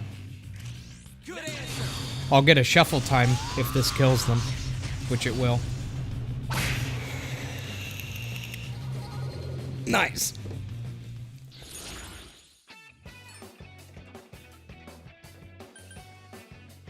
Oh wow, that's a really good card. Just to flat out level up. I'm gonna do this though first. This way I can get both, I guess, and get a sweep bonus.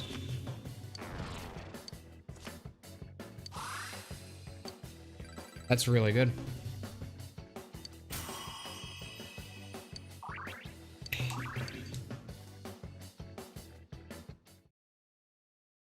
Because most of the cards that help my personas typically are like, oh yeah, here, I'll give you help, dickhead. I just sent you a help request. You gotta help me now. And nobody does it, dude. This game sucks. People suck.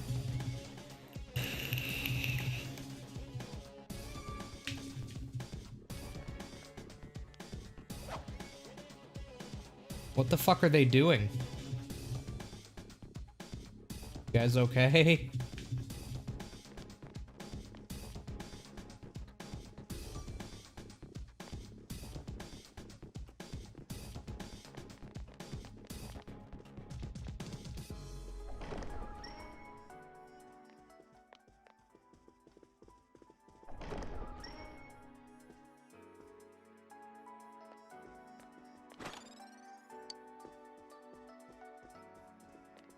Really no point to keep going. I'm not gonna fight any shadows if there's any.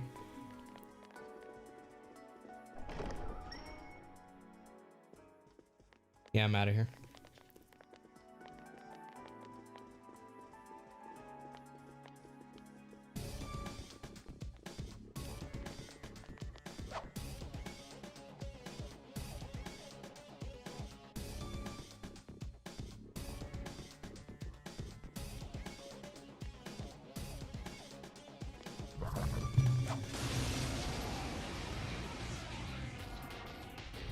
There are 2 enemies! Hang in there! Alright, we gotta kill that bug. Use ice! You can win with your...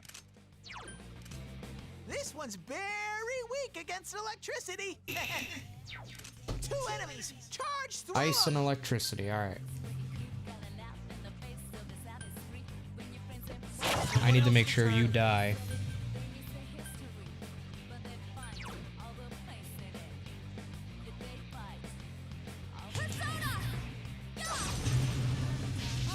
I can't defeat it.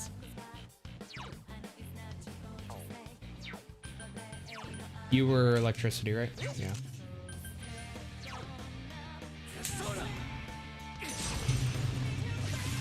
It's down! Huh? Is A critical hit! okay. Nice.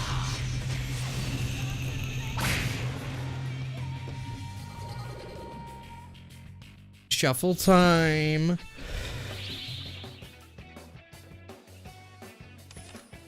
Nice. I really wanted one of those. Another sweep bonus.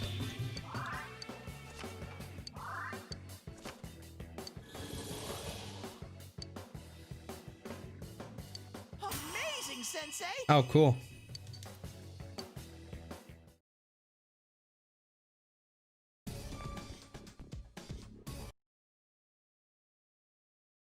The noise is back.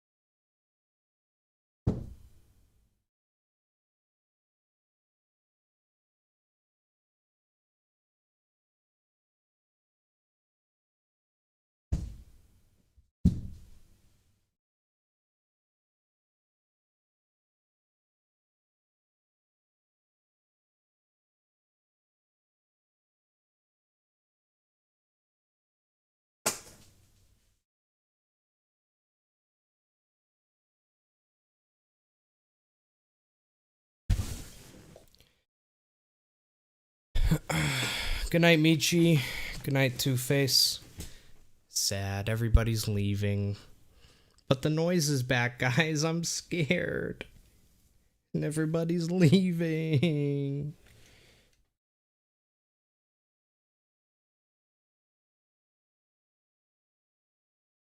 So it's definitely something in the walls. Maybe a rat. I don't know what it's doing. It sounds like it's just scratching on the inside of the wall. But it's definitely... whatever it is, it's a living creature. I can tell you that much. Because once I got close to the wall, and I kind of like... I kind of made a little bit of noise, it stopped. And then I just kind of banged on the wall a little bit to let it know, fuck off. And it's not happening now. But while I stood silently, it was happening. Even when I was close to the wall, I still heard it. And then as soon as I made noise, it stopped. So I don't know what it's doing. I'm not happy, though.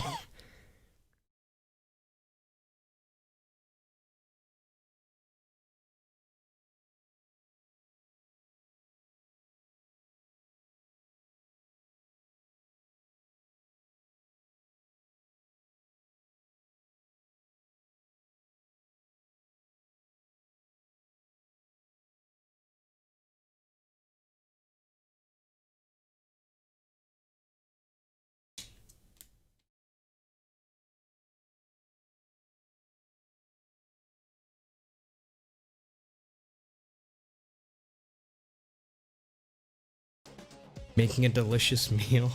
It almost kind of sounds like, when you watch like a TV show or something, or anything, any piece of media, and there's a chef who's like, who's using a cutting board, and they go really fast with a knife, and it's like da da da da da da da da da, and it sounds like a knife hitting a piece of wood over and over again very fast. That's kind of what it sounds like.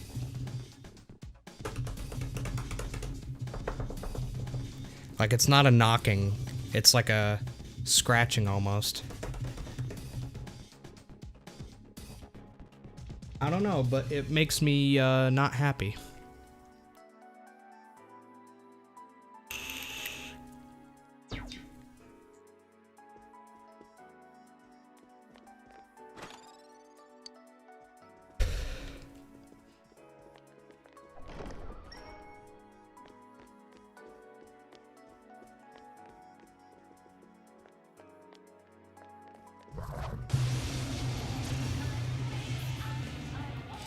There's only one enemy. Go for a first strike. The fuck are these things weak to? It's not strong at all. I'm sure you can win. See, I don't even know what it... That's some thick skin. I can't defeat it.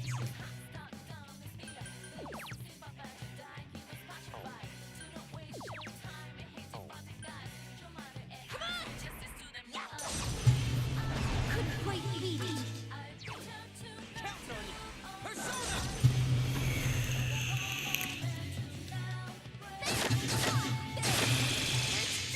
That was really lucky.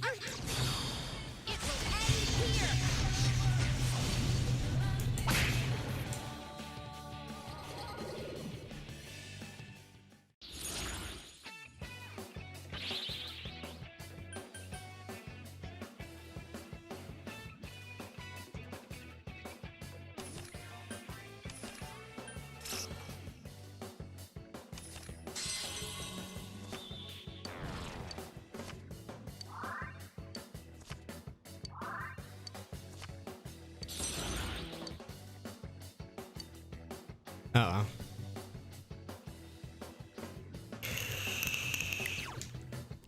Is this the new one?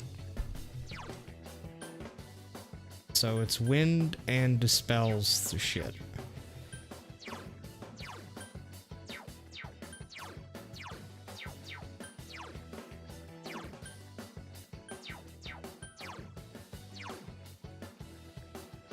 Probably slime, honestly.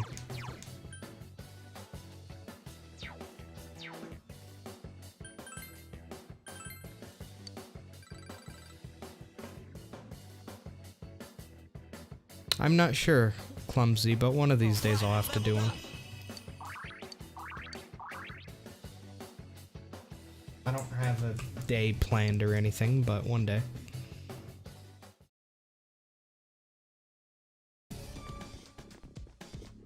Hopefully soon.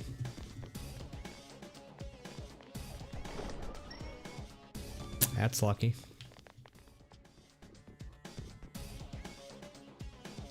Is 5? Yeah. I just need to make it to 8.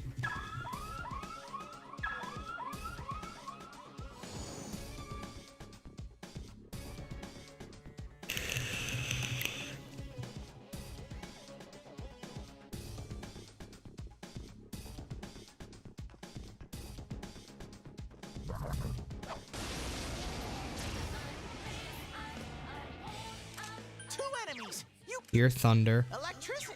Yeah. And you are... Electricity. Oh, perfect. Enemies. Charge through them. You hit its weakness. doing well. Smart move, Sensei. It's down. Now's All right.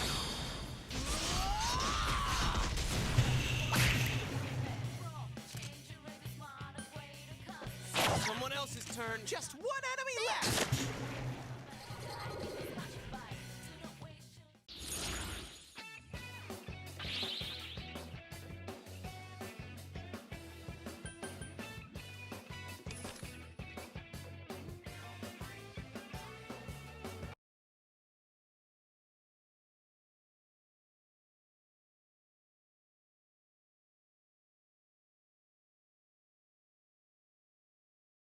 I thought I heard it again.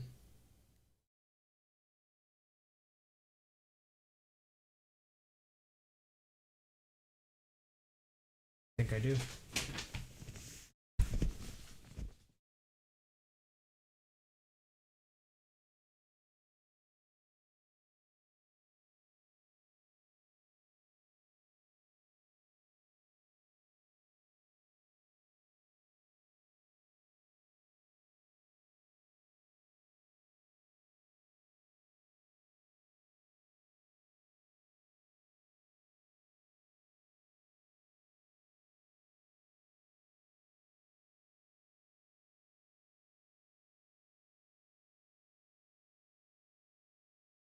No, I think it was just Bubba.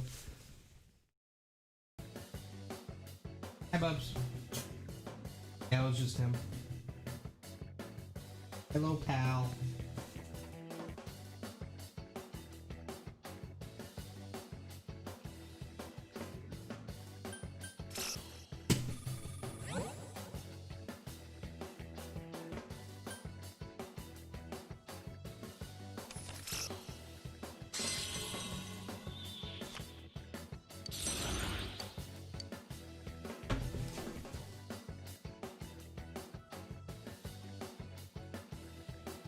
Hi, Bubs.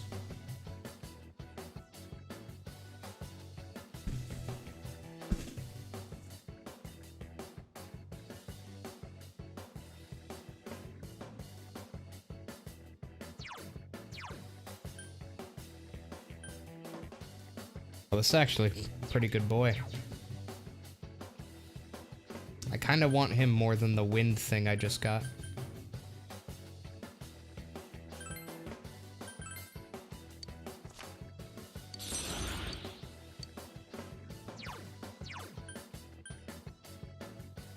Oh wow, that's really good.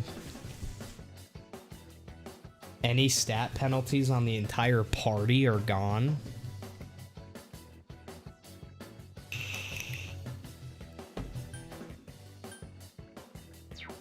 But it's not really that good otherwise. Nah, not right now.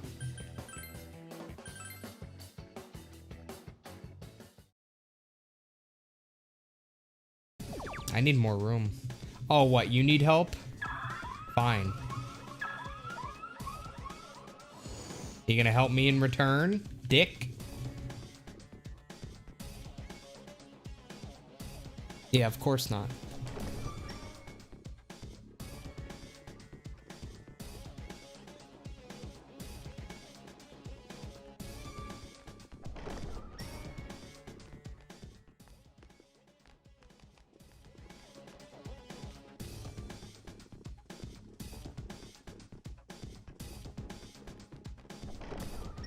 That was fast.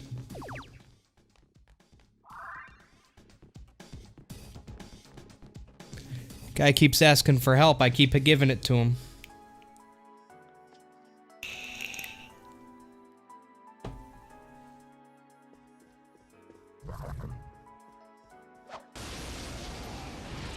Uh-oh.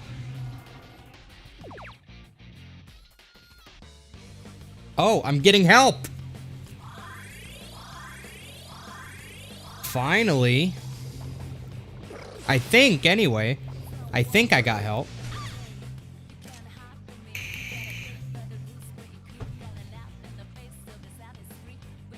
I don't know, it's never happened before. Fire won't work on this one. Maybe electricity? The only thing I haven't tried. Only thing I haven't tried that I can. 2 enemies. And then you were ice. This enemy.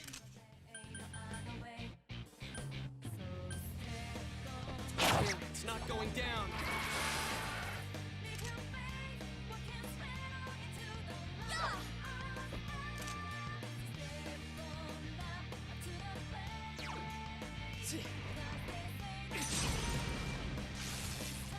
I still don't know what his is.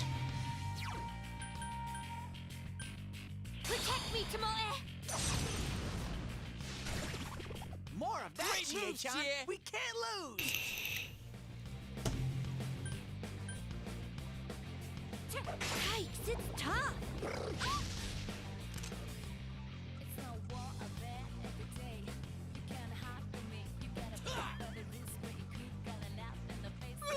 It got back up! Hurry and beat it! Oh, that's gonna hurt you. Dude, that thing's evasion is so high. I still don't know if electricity hurts it. Okay, it's not weak to electricity. But I still killed it, so that's fine. Oh my god, that's bad. Someone else's turn. Just 1 enemy left. They're so persistent. One of you has Bufu, right? Yeah, the new one I got.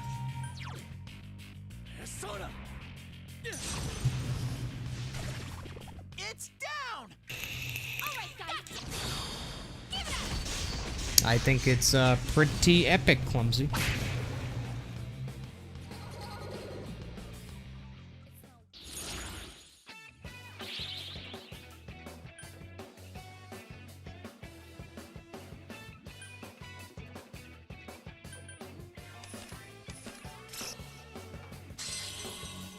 I didn't really want another Persona. I'm pretty full right now.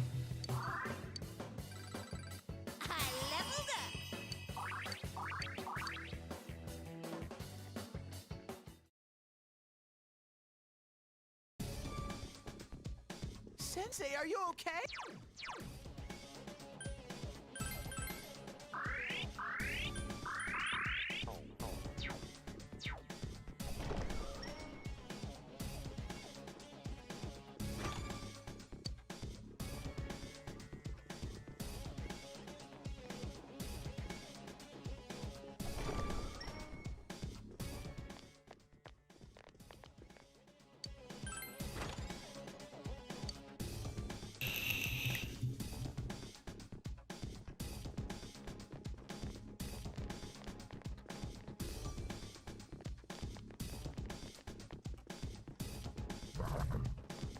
Yeah, just keep running, buddy. I don't really want to fight you.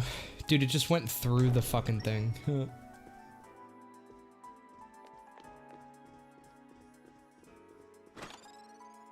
Those things just are annoying.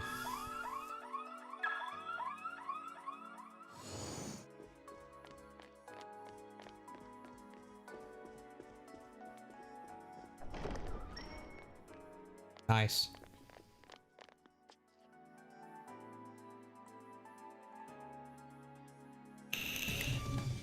One more floor.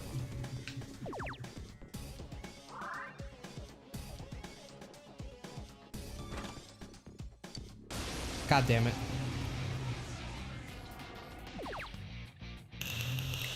Hey, I'm getting help again.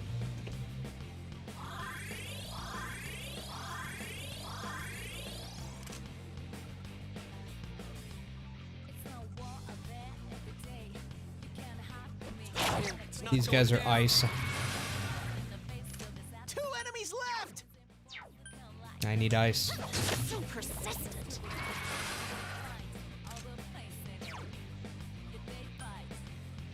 Let's go, Tomoe! It's down. Good move, Chie-chan. You hit its weakness. Okay. Yeah, I've watched lots of other animes, Clumsy.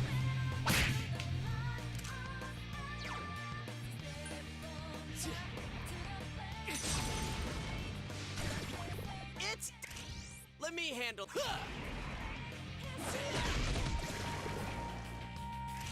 Good answer! Ready or not, here we come!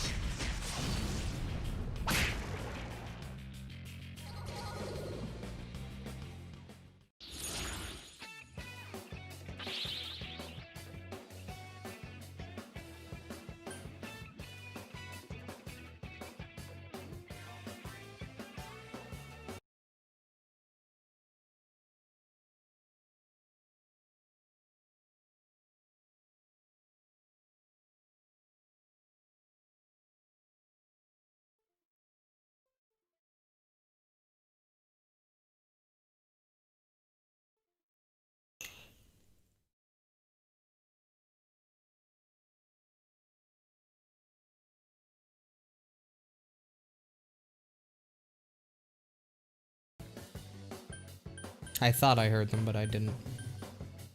I'm just fucking paranoid now.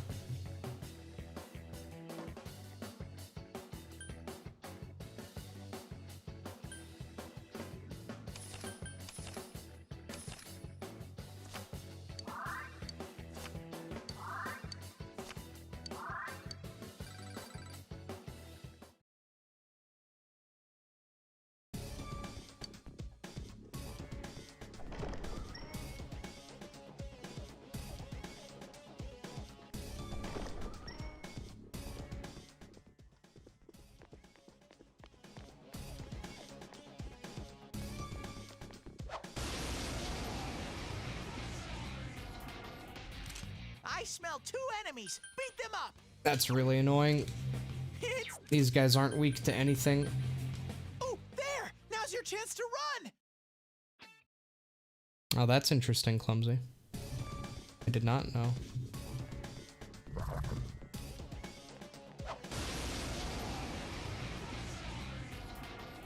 A rare monster. Beat the stuffing out of it. Fine. You can win this. Do you? The thing is strong against everything. You can. Just Except one for enemy physical left. attacks. Someone else's turn. And even then, it don't take much damage. I can't defeat it. Come on!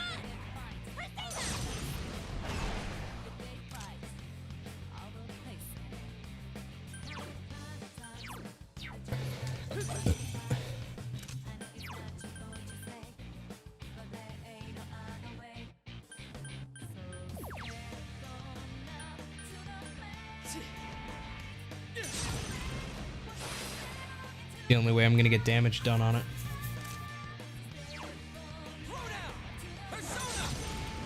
Someone else's turn. There! I can't defeat it. Come on! Someone finish it off!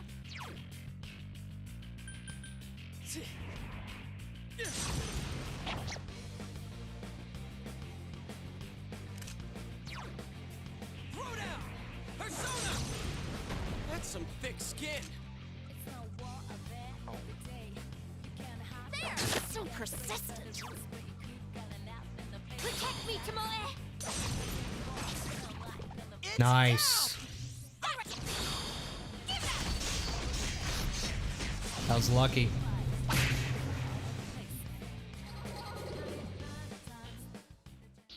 XP up, please. Oh, ho, ho, ho. Oh, and then that. Oh no, fuck that. I'm just going straight XP up. Because you get a lot of XP from these things already, so. Yeah. Cool, you leveled up.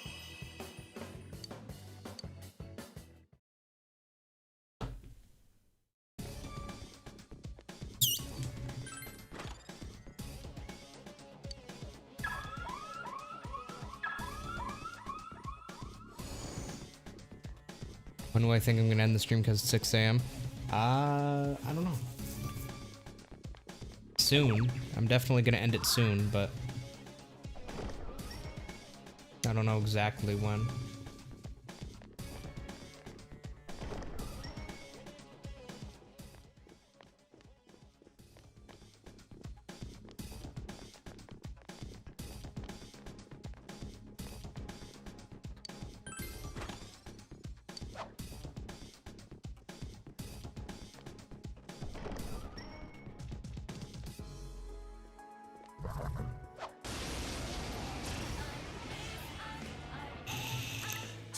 Whoa. What the fuck is that thing? Have I fought him? No, I haven't. But I know this one's electricity. 2 enemies left. So we'll do that first. Go, Sensei! You knocked it down. And now we gotta figure out what you are weak to. So is it electricity? Nope. Is it wind? Someone else's turn. No. Is it fire? It is fire. Let's ready. It will end here. Damn, it's not going down. Jay, now's our chance. All right. Wait, what the fuck? What is happening? I've never seen this before. What?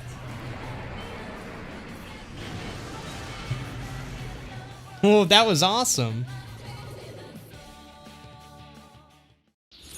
That was so cool.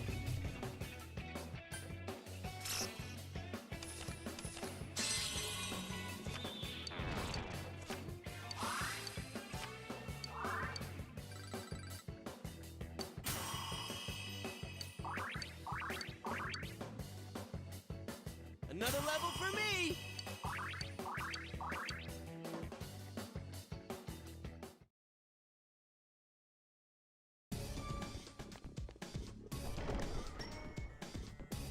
Here we go.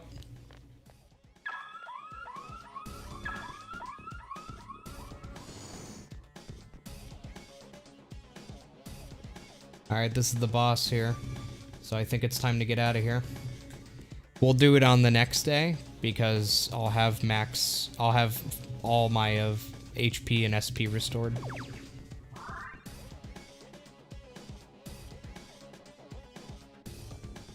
Alright. And I can warp back here whenever I want, so that is why I bought these.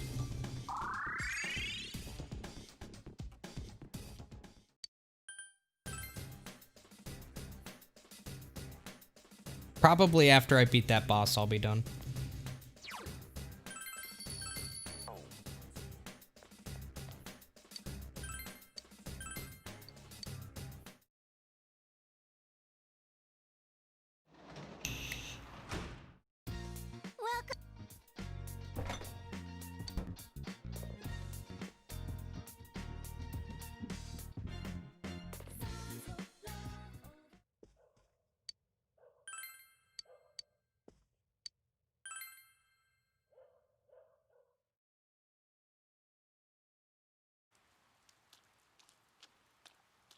Oh.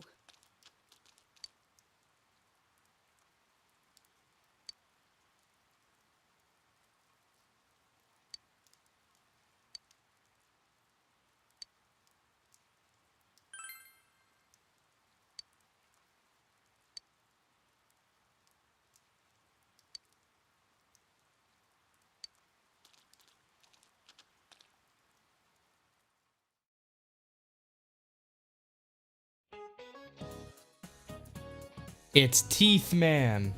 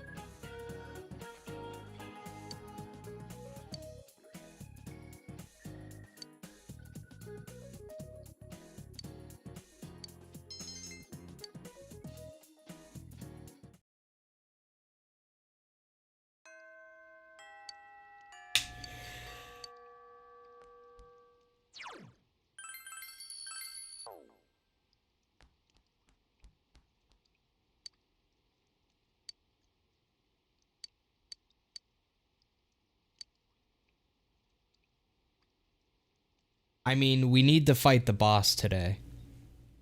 But if you think I'm gonna say no, you're out of your mind. Yeah. We'll do it tomorrow. This is far more important.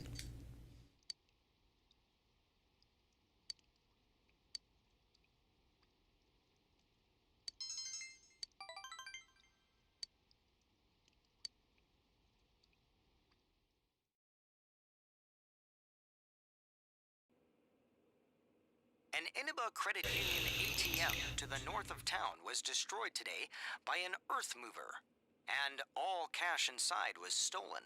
The vehicle, which was abandoned at the scene, had been reported stolen by a local contractor. Since the culprit was able to act quickly before the security guards arrived on the scene, the police have... Dad's late.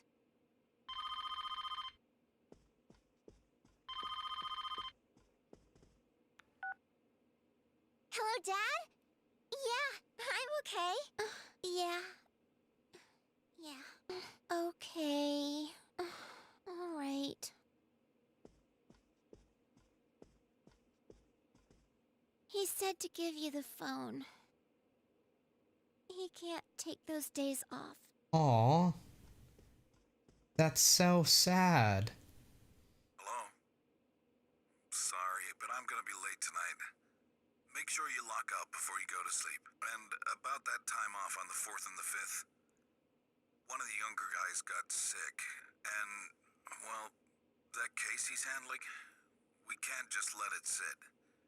Looks like I'm the only one who can take over for him. Yeah, honestly, I am gonna shame this guy. I could just be understanding about it, but I think it's really, really shitty. He's already not home often, which makes her sad. And then the one thing she gets excited for, you fucking ruin that with your work too. So yeah, I'm gonna shame him. Sorry to spring this on you all of a sudden. How's Nanako holding up? Would you mind comforting her for me? That's your fucking job, piece of shit dad.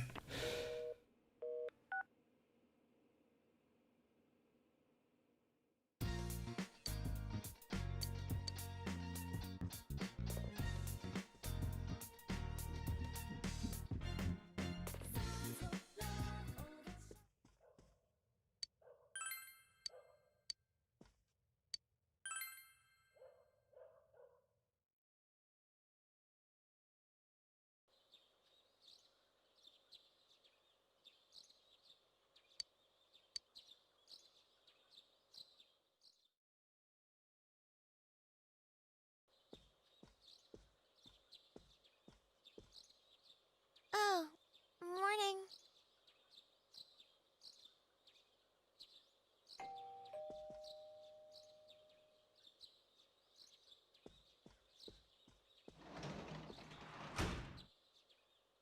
Hey. Oh, cool. You're home. Hey, if you're free today, want to go somewhere? Yukiko's coming too. Yeah, in the How TV. about you, Nanako-chan? Want to come? Okay, that's more important.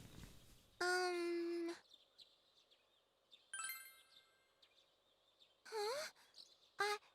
I can come? Of course you can. That's a much better use of the day. Much better.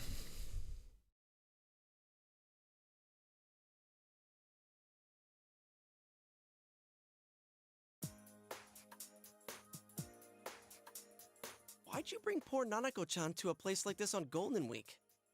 Where else is there to go? I love Junes. Nanako-chan! But we were supposed to go on a real trip somewhere. We were going to make boxed lunches. Aw. You can make boxed lunches, Nanako-chan? Oh, so you're the family cook? Pretty impressive, big bro. Big bro? Aw. Oh, you can cook? Well, you do seem to be great with your hands. Never mind.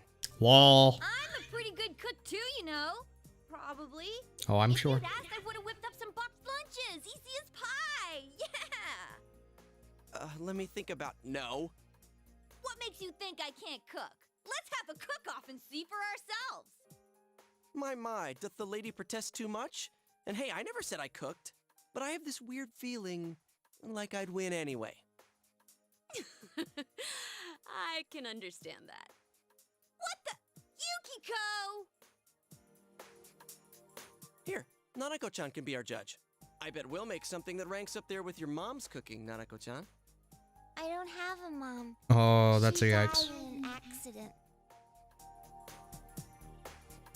Hey, Yosuke. I see. Sorry. I didn't know. It's okay. Even if I don't have a mom, I have Dad with me. Yeah, like And now 2 I have days a of the brother, year. Too. And I'm having a lot of fun today. I love Juness. Aw. Yeah? That's good. We'll play with you anytime you want, Nanako-chan. Yeah, we should hang out more often. Come on, Nanako-chan. Let's go get a soda. Okay.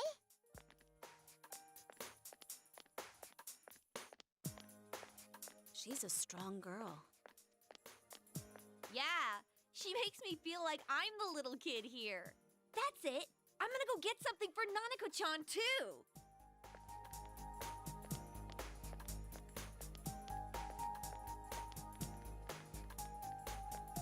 Do you want something too?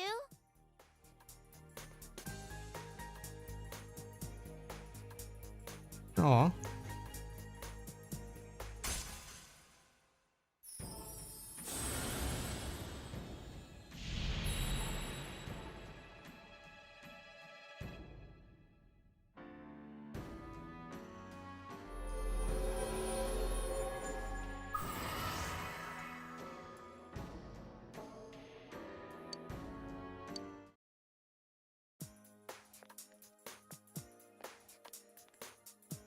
Want to share some takoyaki?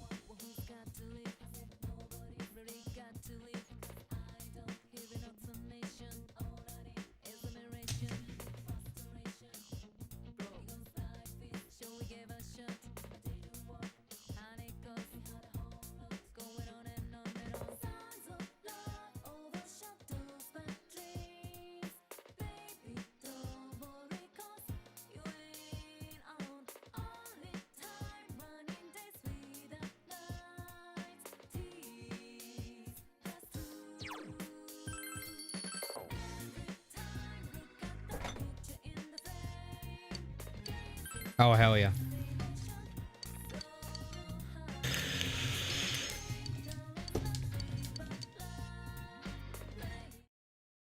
Alright, boss today.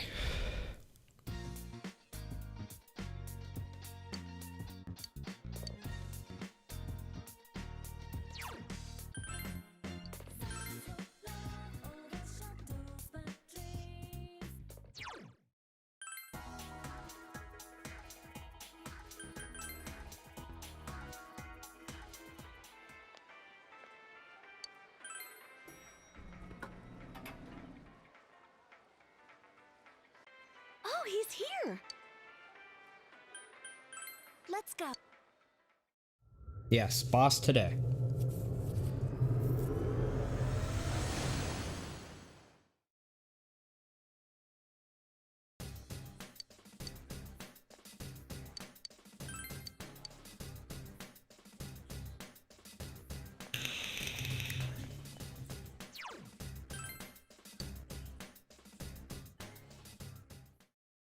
Actually, okay, yeah.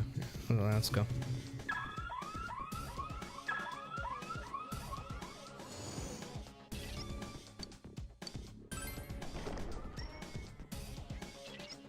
Oh god, not one of these things.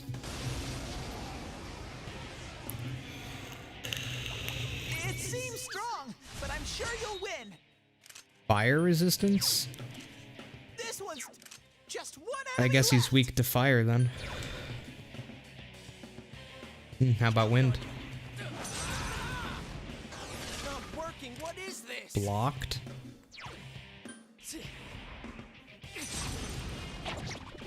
Oh, that's lucky.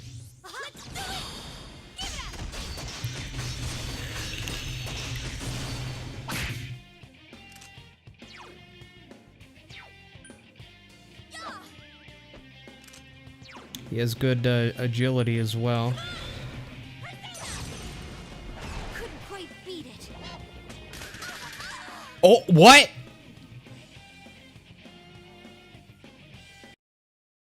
Did the game just crash? What? Oh, there it is. Hurry and heal her.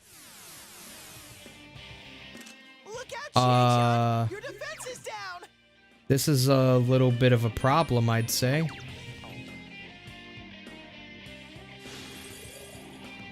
Just one enemy left.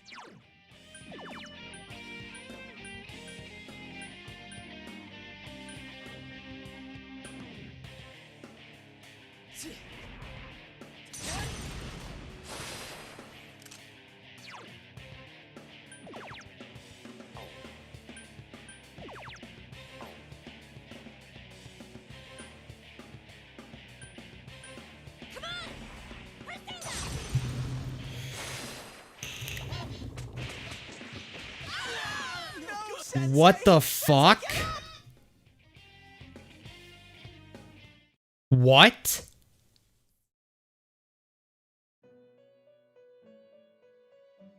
He killed me, my entire party in one hit. 360 damage to everyone? What? Yeah, maybe we're not ready for that, boss.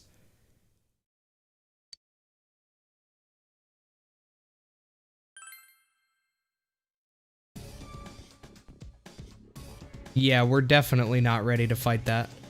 I don't think you're supposed to fight that boss yet. I think that's like a for later thing. His normal single hits do like 180 damage. That's like all of my HP on everyone. And that special hit did 350 to everyone. That's like double my HP on everyone. Yeah, no thanks. We are not ready for that. We are very clearly not ready for that.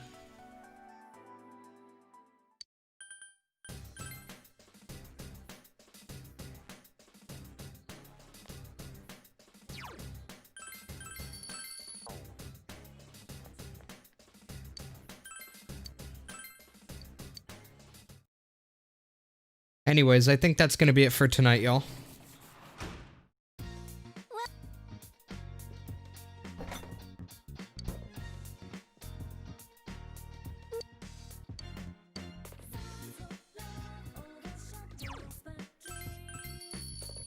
That's gonna be it for today.